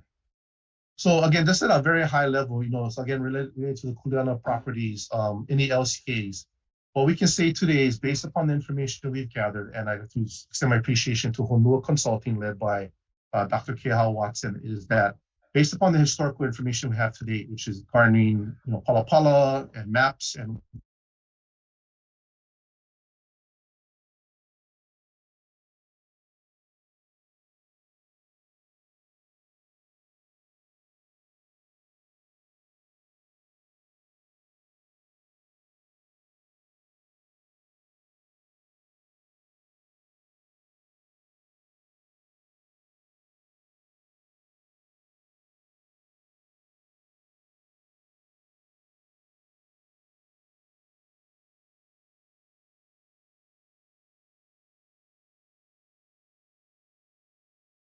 until 1999. So all of that to say, best of our understanding, no LCAs were awarded in the current project area. So I want to be clear on that. Cultural, historical, and archaeological sites. Again, I can spend a lot of time in one of these. I think prior to the start of this study, we were aware of two very preeminent Heiau and maybe a couple of key sites. The big highlight reel here is after we were done, probably around an 8-month period of gathering information, we identified 103 possible historical and cultural sites that contain about 132 features. And most of these sites range from, on the traditional cultural side, range from everything such as habitation sites, cultivation garden sites, and even windbreaks. I want to stop there for a moment only to also politely say that these areas, they'll need to be stewarded in an appropriate manner, cared for in an appropriate manner. We have rules today that we have to administer relative to historic preservation. But all in all, this is opportunity for adaptive reuse, re-engagement of Kanaka to Aina, reestablishment of ancestral Kuleana to these lands. And so as much as we see them as resources that have to be documented and will go through the SHPE steps, if you will, to me, this is sort of a validation or verification that, the kupuna of this place did utilize this, at least a portion of this space. And for the most part, as we're thinking about how to rehabilitate / reconciliate that connection back to Aina, how to do it again without creating a detriment or disconnect to others who may have pilina to this place. So all to say, we're really looking forward to trying to push on some of these things. On the next slide here too, looking at the natural resources and site safety. Sorry, can you go back really quickly to the slide before? So sorry. Yeah, again, we heard many things today about the effects of flooding and erosion and runoff. Ualapue is also having to do with some of that. It has a steep, very steep topography. There's existing runoff now. There's existing flooding now, and it's basically due to the fact that most of that area is denuded. Much of it is not native. There's pockets of native, but what we want to do is look for opportunities to restore it back to native. We want to create opportunities to figure out how can those slopes hold more water for a longer period of time and actually hold the soil as well. So by the time it gets onto Ualapue, you have cleaner water feeding that system. And so really, when we're talking about restoration, it is about re-engagement of the Aina. So to do that requires us to actually be purposeful. And one of our recommendations is for, to really address all of these concerns. We're hoping that whether it's AHA or another group of folks that come out, they work with beneficiaries, they work with the surrounding Ualapue residents, they work with the East Molokai Watershed Partnership and other experts to essentially come up with what are the appropriate means and what steps to take towards, restoring Aina to a way that some of these issues are no longer prevalent. Again, this is not unique just to this area, but again, because we have invasive species, that usually lends to higher possibilities of having wildfire fuel, right? We have grasses that can burn faster, kamea. So we actually worked with the Hawaii Wildfire Management Organization that's based in Kona, but really they're Pai Aina wide in their expertise, and they are part of our planning to ensure that the spaces we're trying to create can adequately address wildfire protection and being proactive in that capacity. Next slide. So again, so a unique part of this is that underneath this portion of the rules, utilities are the responsibility of the lessee. That being said, I think all of us can agree as planners and designers that you can't really not think about how does someone get water? How does someone address the wastewater issues? How do you address the human experience engagement with Aina? So even though it's not a specific provision, but our particular plan actually provides at a very high level about 5 or 6 options, recognizing too that there's some ongoing issues with the county and understanding that these things may take some time, but there's potentially temporary solutions we can try and address. And again, as I mentioned, this preference for selection of Ohana from Molokai first being a strong preference. In short, as we understand it, that require more extensive amendments. That could probably create a much longer process, if you will, as people weigh in on this. But I think it's an issue that, probably is important to have, but that's not my decision to make. I'm just a consultant, but understanding that we're hearing this in this community and others as to how do you quote unquote find the right folks? What we think here for this particular plan for Kulano homesteading plan is that by the very nature of what it offers, it's not a turnkey, doesn't come with quote unquote access to running water. It's gonna entice those that either are up to that or say, yeah, I can handle that. Shoot, let's go.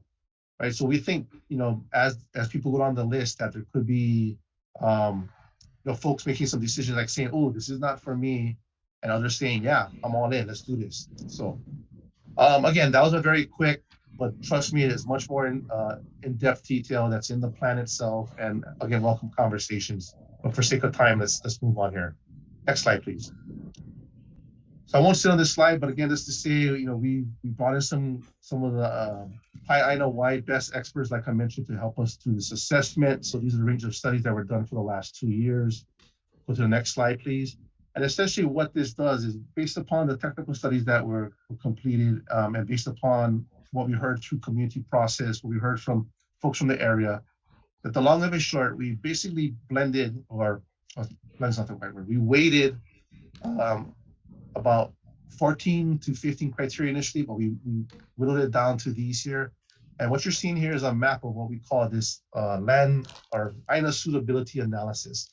The long of it short is the darker green based upon weighting these various factors. So like we weighted archaeology, like there's a presence of resource. We set a 50-foot buffer around it. Again, no one's telling us we have to set 50, but 50 is a pretty generous buffer. We're going to set 50 for today. And same thing with the streams. We're going to provide a 100-foot buffer on each side of the streams. And basically looking for, okay, where are those pockets of opportunity to do either subsistence homesteading, Kuleana homesteading for the purposes of subsistence agriculture, community uses, stewardship uses, what should be held in conservation. So at the end of the day, if we can go to our next slide, is the beginnings of the settlement plan. And again, the settlement plan requirements are very specific as are detailed. So we need to talk about the approximate location description of the tracts of land, the size and number of the lots to be awarded, wherein are we looking for opportunities of community spaces and for common areas, and some initial concepts and ideas around community management and economic development. As well as what's interesting here is that the plan itself must actually speak to the viability of ensuring the identification, protection, and preservation of all significant historical, archaeological, and biological sites. I'd also probably add into that, in the nature of biological / natural resources, is the water issue. There is a well site, there's a well protection zone as an example. So we put all these things into our consideration. And then finally, what is that timetable? So here's where we are today. And this is the last slide with numbers, and the rest are sort of conceptual ideas. Is that at present, even though I spoke about 184 acres that are being the settlement plan, we realized with the general plan update and the redesignation, well, there's some new designations of land uses that at whole, we're taking a look at the 401 at a very high level and then zooming in on the 184, which I'll show you in the next slide. But for this slide here, we're suggesting about 30 acres. So we're looking at these 31-acre lots for Kuleana homesteadings to be subsistence ag-based. We're looking at approximately 8 acres of community use, and as you can see here, 85 acres of special district, 129 acres held in stewardship, and the remainder in conservation. So what does this look like actually in a plan? Next slide, please. Next slide. Next slide. Sorry about that. The table. Yeah, there we go. Okay, that's the one. So for the purposes of this description here, the what you see on this slide, it's Mauka's to the left of the picture, Makai to the right. In terms of orientation, is just for this particular presentation, it was easier to show it in this angle, and we're actually going to zoom in. So we're showing the entire 401-acre parcel. Maybe we can go to the next slide to take you into the settlement plan area so you can actually see some of the details much clearer. Next slide, please. Okay, perfect. So let's just hold here for a minute or two. So what you're seeing here, again, we're providing 2 points of access. Again, that's to assure concerns. For example, if, for example, we need to move quickly up Mauka or down the mountain, we have 2 points of ingress, egress. And what you see here in the yellow, and I'd say in the light yellow red hatch, are the Kuleana homestead lots themselves. So as you can see, they kind of stay along. What's there now is as one road up. That road does need some improvements. In fact, if you come up from the other side, that road is really not usable. So again, working with our engineers, we're going to find ways to make that road, again, more suitable for actually getting up there, but as a design tool to help address the stormwater runoff, the soil collection, and to minimize as much runoff going more Makai. What you see here in the sort of blue, sort of smaller blue circles in between, or maybe it's periwinkle on your side, are the archaeological sites. So again, we haven't engaged that specific process. If you're familiar with SHPE, relative to a 68, 6042 review, which requires an AIS. Again, the size and coverage of this parcel and the extent of sites identified, this was to inform, quote unquote, design and planning. So for now, we've been very conservative to say, well, there could be then a situation where we preserve all the sites, all 103 sites. What does that look like on the map?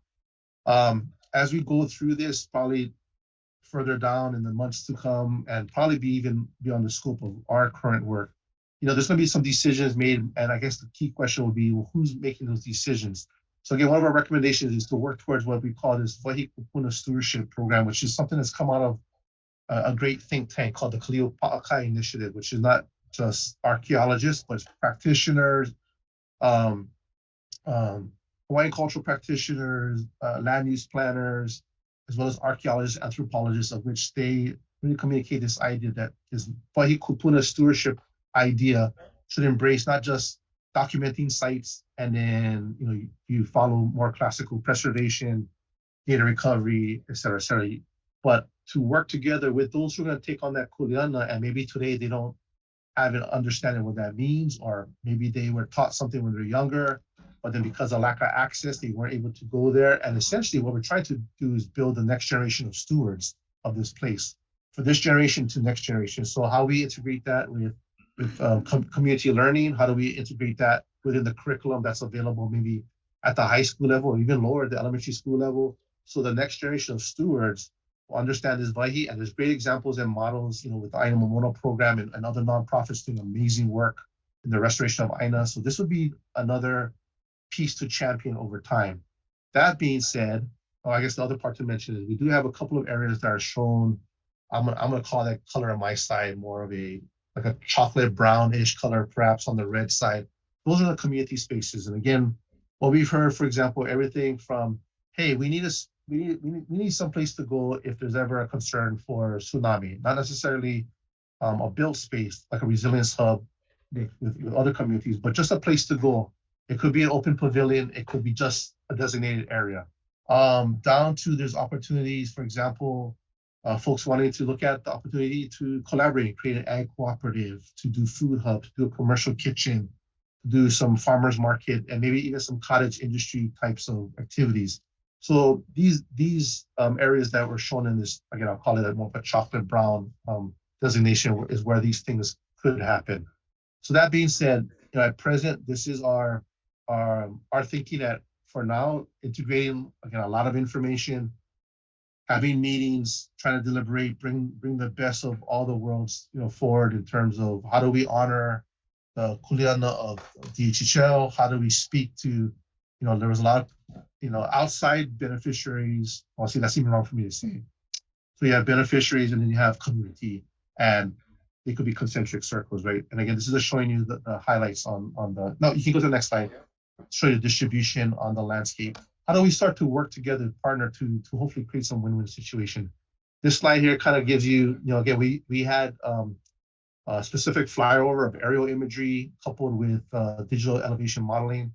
So this is so that gives us a lot of information as planners and engineers to think about space. So all I want to do is give you a flavor of what, where the spatial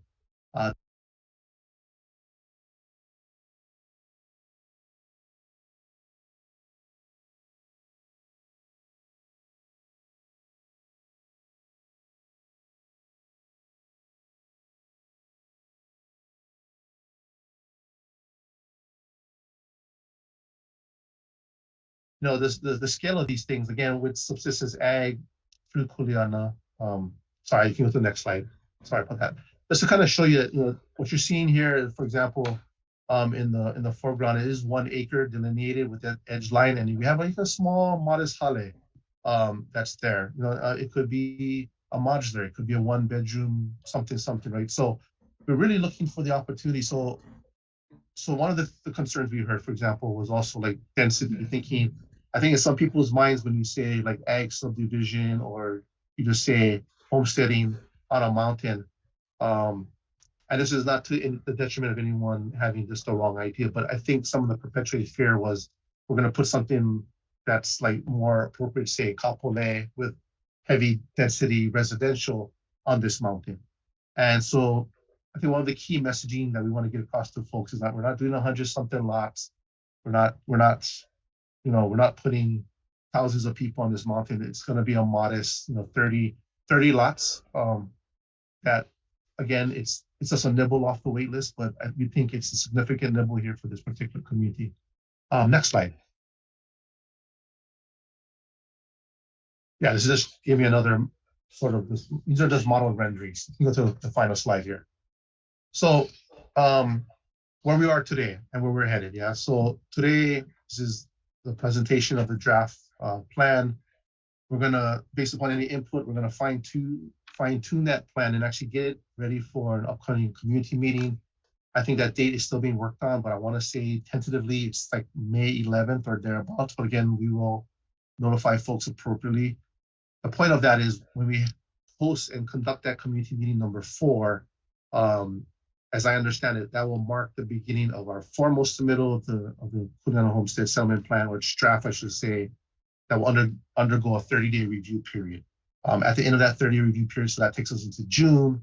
What we like to do at that point in time is actually take those comments in and actually start the process of the EA itself, which again, as most of you are very familiar with, starts with early consultation with not just agencies, but with key citizen groups, individuals, essentially any stakeholder that has identified themselves that wants to be part of the environmental review. And as you folks are really well versed, we'll go through that environmental assessment process. But because we've done so much work, we've gathered so much information and data, and because we understand, from a certain perspective, a sense of urgency, Cora and her mama and Judy and others have expressed, like we gotta hold more, we gotta make this happen. While our kupuna are still here with us, so we're gonna do everything on our side. We're not gonna rush it to force it, but we're going to try and do everything we can, and hopefully we can release a draft environmental assessment for your consideration in September. That again will undergo a 30-day requisite review, and depending upon the extent of comments we receive, we're hoping that we're seeing here in November, but no later than the end of the year, that we'll be coming back to you folks to do the final EA presentation and FONSI and approval of the settlement plan. So that concludes my presentation. If you can go to the very last slide, one more beyond the Mahalo Nui Loa. Again, just thank you for your time. Many folks know how to get in touch with us, but the easiest way right now is that Uwalapue Kuleana at g70.design. They also can go simply, if today's the first time they're hearing this, they're like, hey, I want to learn about more information. Just go like DHHL Uwalapue or DHHL Molokai on the web, and that should take you to our project page. So with that being said, again, just thank you guys so much. Happy to answer any questions or take any feedback you may have at this time.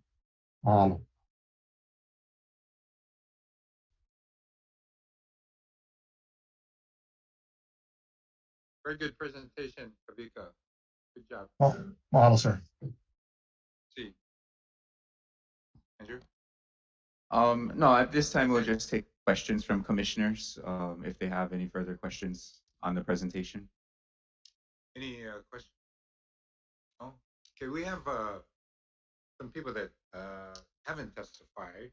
So I'd like to call those people up. The other that are requesting to testify have already testified, so I'm not going to call them up. Judy Caparita.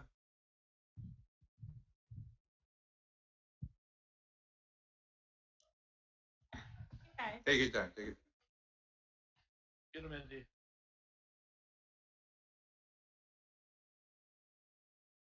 Praise the Lord, everybody. Hey. Thank the Lord that I can Amen. live one more day. All right. I've been over 50 years. And you know what? I never saw Hawaii so slow. Yeah. When Hawaii so slow, you look around, they're building up already. And us, we gotta go through the whole thing. Well, brother, it's nice to see. Hello. And all you commissioners, hey, I know can run, but I can tell you that I love you. I love everybody at Molokai. We're so blessed. We're so blessed. I thank Jesus for taking care of all of us. And that's why Molokai is a place that we're from 2019, from nowheres, people on the waiting list. They was crying for land. You know, this guy, he said, put the people on the land, not put the house on the land, because it's so expensive. I got one house. I waited 49 years for me to get inside my place. And you know what? They say, Judy, you cannot afford it. I said, hey, talk to my boss. He said, I can afford it. I'm going to get it. And you know what? It took 2 years. But then they said yes. The next day, we was building a wall. Oh my, Mo'opunas. You go over there. It's all my Mo'opunas. That's why it's not the kind of the house. It's the love that's in the house. You raise them up with love, they come to be good men, good women. And I thank you, Jesus, you know. That's why we're so blessed over here. But let me tell you something. You know that when we studied this, our own, by our own. You don't hear that. But that's why the younger blood cannot see that the people on the waiting list come here. We try to do it the best we can. But the waiting list is the top. And if you don't like, you go on the bottom. The top go down like this. But the board, when they get on the board, they get the children or the relative on top of the list with nobody on top of the list. That's why it's so screwed up. You know, you gotta make sure you gotta be in righteousness. All of us belong to God. And He looks at us, everything that we do. That's why I know that we can do what we can do the best by working together. That's why I said, I'm for Walapui, I'm for water. I went to Supreme Court. I don't know where you, but I went to Supreme Court because of the kupunas didn't go. And then you know what? 2/3 of the water is for the Hawaiians. Hawaiians come first, no matter what. If you get one big company over there, if you gotta take the water, you can take part of the water.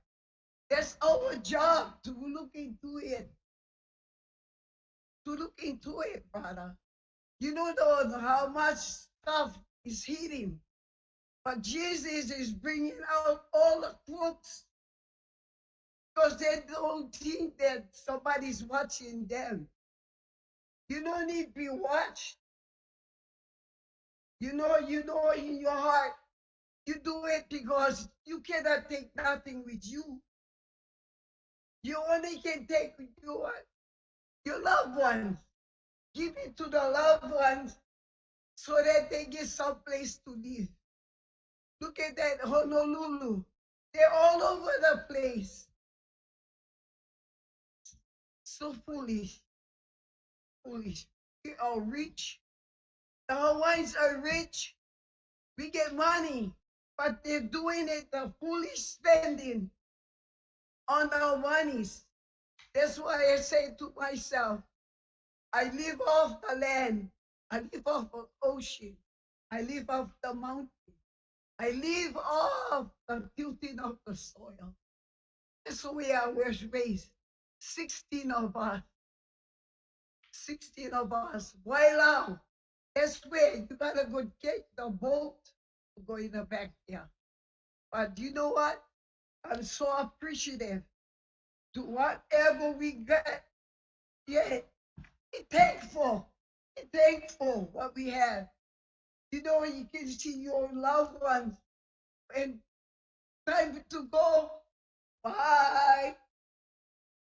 You don't can say to the boss, no. I know like go today. Poof, gone. That's why we gotta do what we gotta do today in righteousness. I'm so glad, brother. I see you starting to do your work already. All you guys, I need to tell you, you know, I really appreciate you guys. Mahalo to you guys. But you know what?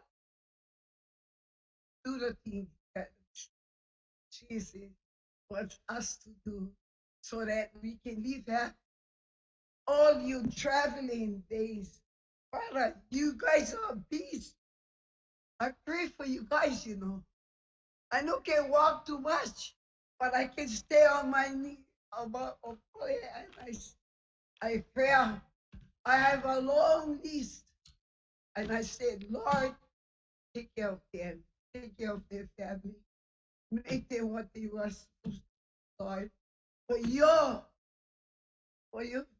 history, I give you all the praise. I give Jesus all the praise and the thanks for talking to you guys.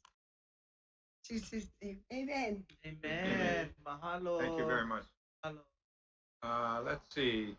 One last person that hasn't testified, Laurie Buchanan.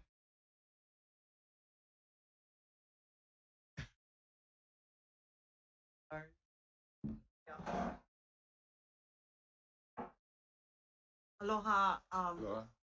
and welcome to Molokai, Honorable new Chairperson, Mr. Watson. So nice to see you and meet you, Honorable Commissioners.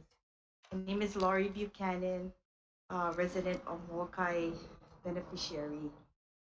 I'll speak to the most recent presentation of Walipui and Mr. Mickey. Good job, outstanding presentation.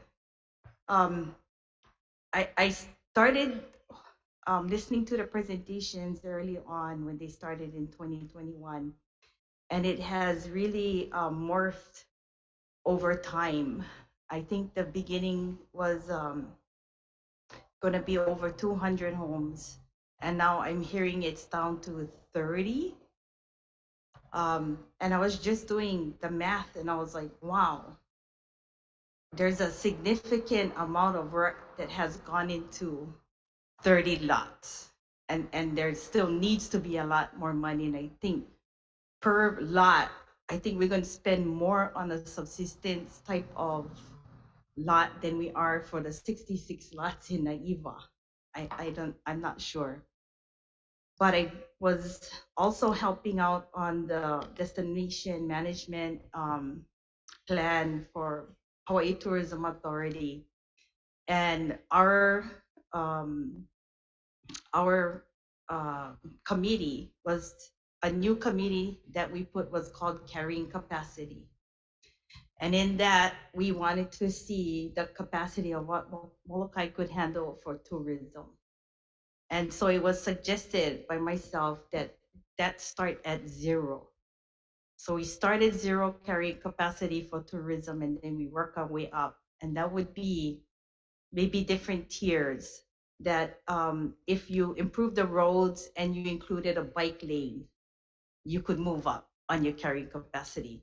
And while I was watching all of the presentations today from Molokai, if you look at it as the commission, the Hawaiian Homes being a developer, what would be the impacts of a developer? Doesn't mean if you're Hawaiian or you're not. And so while you have Kuleana over your boundaries and your within your jurisdictions, it does not do anything for outside of that. And so when it came to Walapui, I did see in December some practitioners give a presentation of why at the time they were not supporting Ualapui. I even think it was not even down to 30 lots at the time. Most of the issue came with water. And I don't think that we went back to, I know that the commission went and asked for water allocations statewide. And at the time, someone did intervene at the commission meeting and asked that they bifurcate out the allocation for Walapui. So there is not currently an allocation of water for Walapui, is my understanding. So that needs to go back to the commission. At the time, the people who came to the commission in December in opposition of Walapui said that they would most certainly intervene. So just that aside, I didn't see that Mr. McKee clearly conveyed, at least to what my understanding, Mr. McKee, the opposition, the reasons for opposition, because I know myself, my contention was that the land was unsuitable for homesteading, because it consisted of a lot of hard pan, which is the same type of soil conditions you see on places like Kaho'olawe on the west side of Molokai. And that it would be very hard to amend those soils to be ag ready. Besides that, the slope and the conditions and having over 100 sites was also an issue. But that's why I said Mr. McKee did a fabulous job of doing Walapui, the future in the next 30 years, because it's like, wow, there's a lot of Kuleana that has to go in 2 lots that was supposed to be hurry up and just give me my lot and I'm going to figure it out. And I think sometimes you got to be careful about what you ask for, because we saw that on the west side at Haleolono Harbor, because we were having all of the canoe races where thousands of people were coming in. And then the ranch proposed sort of a marina. Then the county said, oh, we're going to give you water and make bathrooms.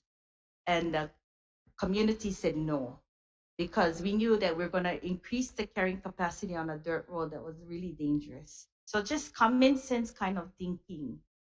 So as we move forward, Group 70, I hope that you keep in mind and keep an open mind. Also, alternatives wasn't discussed about maybe a land swap that would be more suitable instead of, all of these other kind of negative impacts to the homesteading. So that's just for Oalapui. And that's no disrespect. We most certainly support finding homes for people on the wait list and just beneficiaries in general. And so I wanted to go back to the vet center really fast and just say at the time, one of the main reasons was that there has been no other land allocations for parks in Ho'olehua. So the land was taken away from the park, but there was no additional lands found to be suitable to have another park. And there's no discussion on the table as to where all these lands that was lost to Lanikeha and the vet center for park in Ho'olehua. So I just wanted to keep that on the record. And then I wanted to just mention something about Naiva.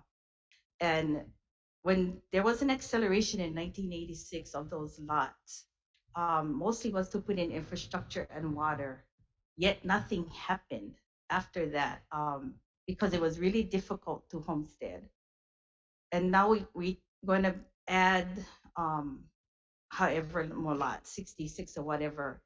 There was a really brief slide on the noise ambiency report and what has happened over the years with the influx of the Department of Defense at Marine Corps Base on Kaneohe. Inadvertently, Molokai has now become the area of preference for military training in the takeoffs and landings. So Kalopapa and Ho'olihua have this influx of touch and go, touch and go, touch and go all day. And then that increases during some times and then it subsides. But the equipment has changed. So the aircraft now include Ospreys, light attack helicopters, Black Hawks, and those types of equipment that wasn't the same as it was years ago.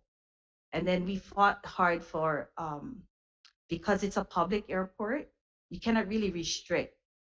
But what the Department of Defense did was they agreed to hold back the 3,000% of what they actually wanted to do at our airports and just decided to change the equipment. So my argument at the time was we had a lot of veterans on Molokai. A lot of them were suffering from PTSD, and that these types of trainings were really egregious to them, and they were suffering, especially beneficiaries in the homestead area. This will also be true for the Naiva because it's right in the flight path of where the Department of Defense conducts these trainings. And then I wanted to go back to munitions, the issue of munitions in all of West Molokai, including Ho'olihua and Makanalua, to be very careful because we know that there were multiple munitions sites for storage and dumping.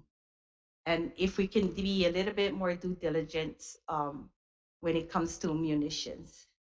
And I think I wanted to support Mr. Kaholoa on his cesspool thing. When he said he never had to pump his cesspool, I wanted to thank the Wallace Ohana for making my cesspool because I have never pumped my cesspool since I built my house in 1986. And Uncle Wallace told me, he said, girl, you're never going to have to pump your cesspool. And I said, okay, right on. And I never did. So I don't know what we're going to do with that. But that's it, I think. That's my concerns for now. Thank you so much for listening. I appreciate it. Thank you, Larry. I'd like to thank everybody that joined us today. Mahalo to all of you. Let's see. Okay. Yeah, just for information, the Kalamaula Homestead Association is going to provide dinner starting at 5:45 p.m. And tonight's community meeting starts at 6:30 p.m. And tomorrow's meeting starts at 9:30. So the chair will entertain a motion to adjourn. Recess. Is there a second? Or recess, excuse me, recess. All those in favor say aye. Aye. Those opposed, motion carried. Thank you very much. Thank you, everyone.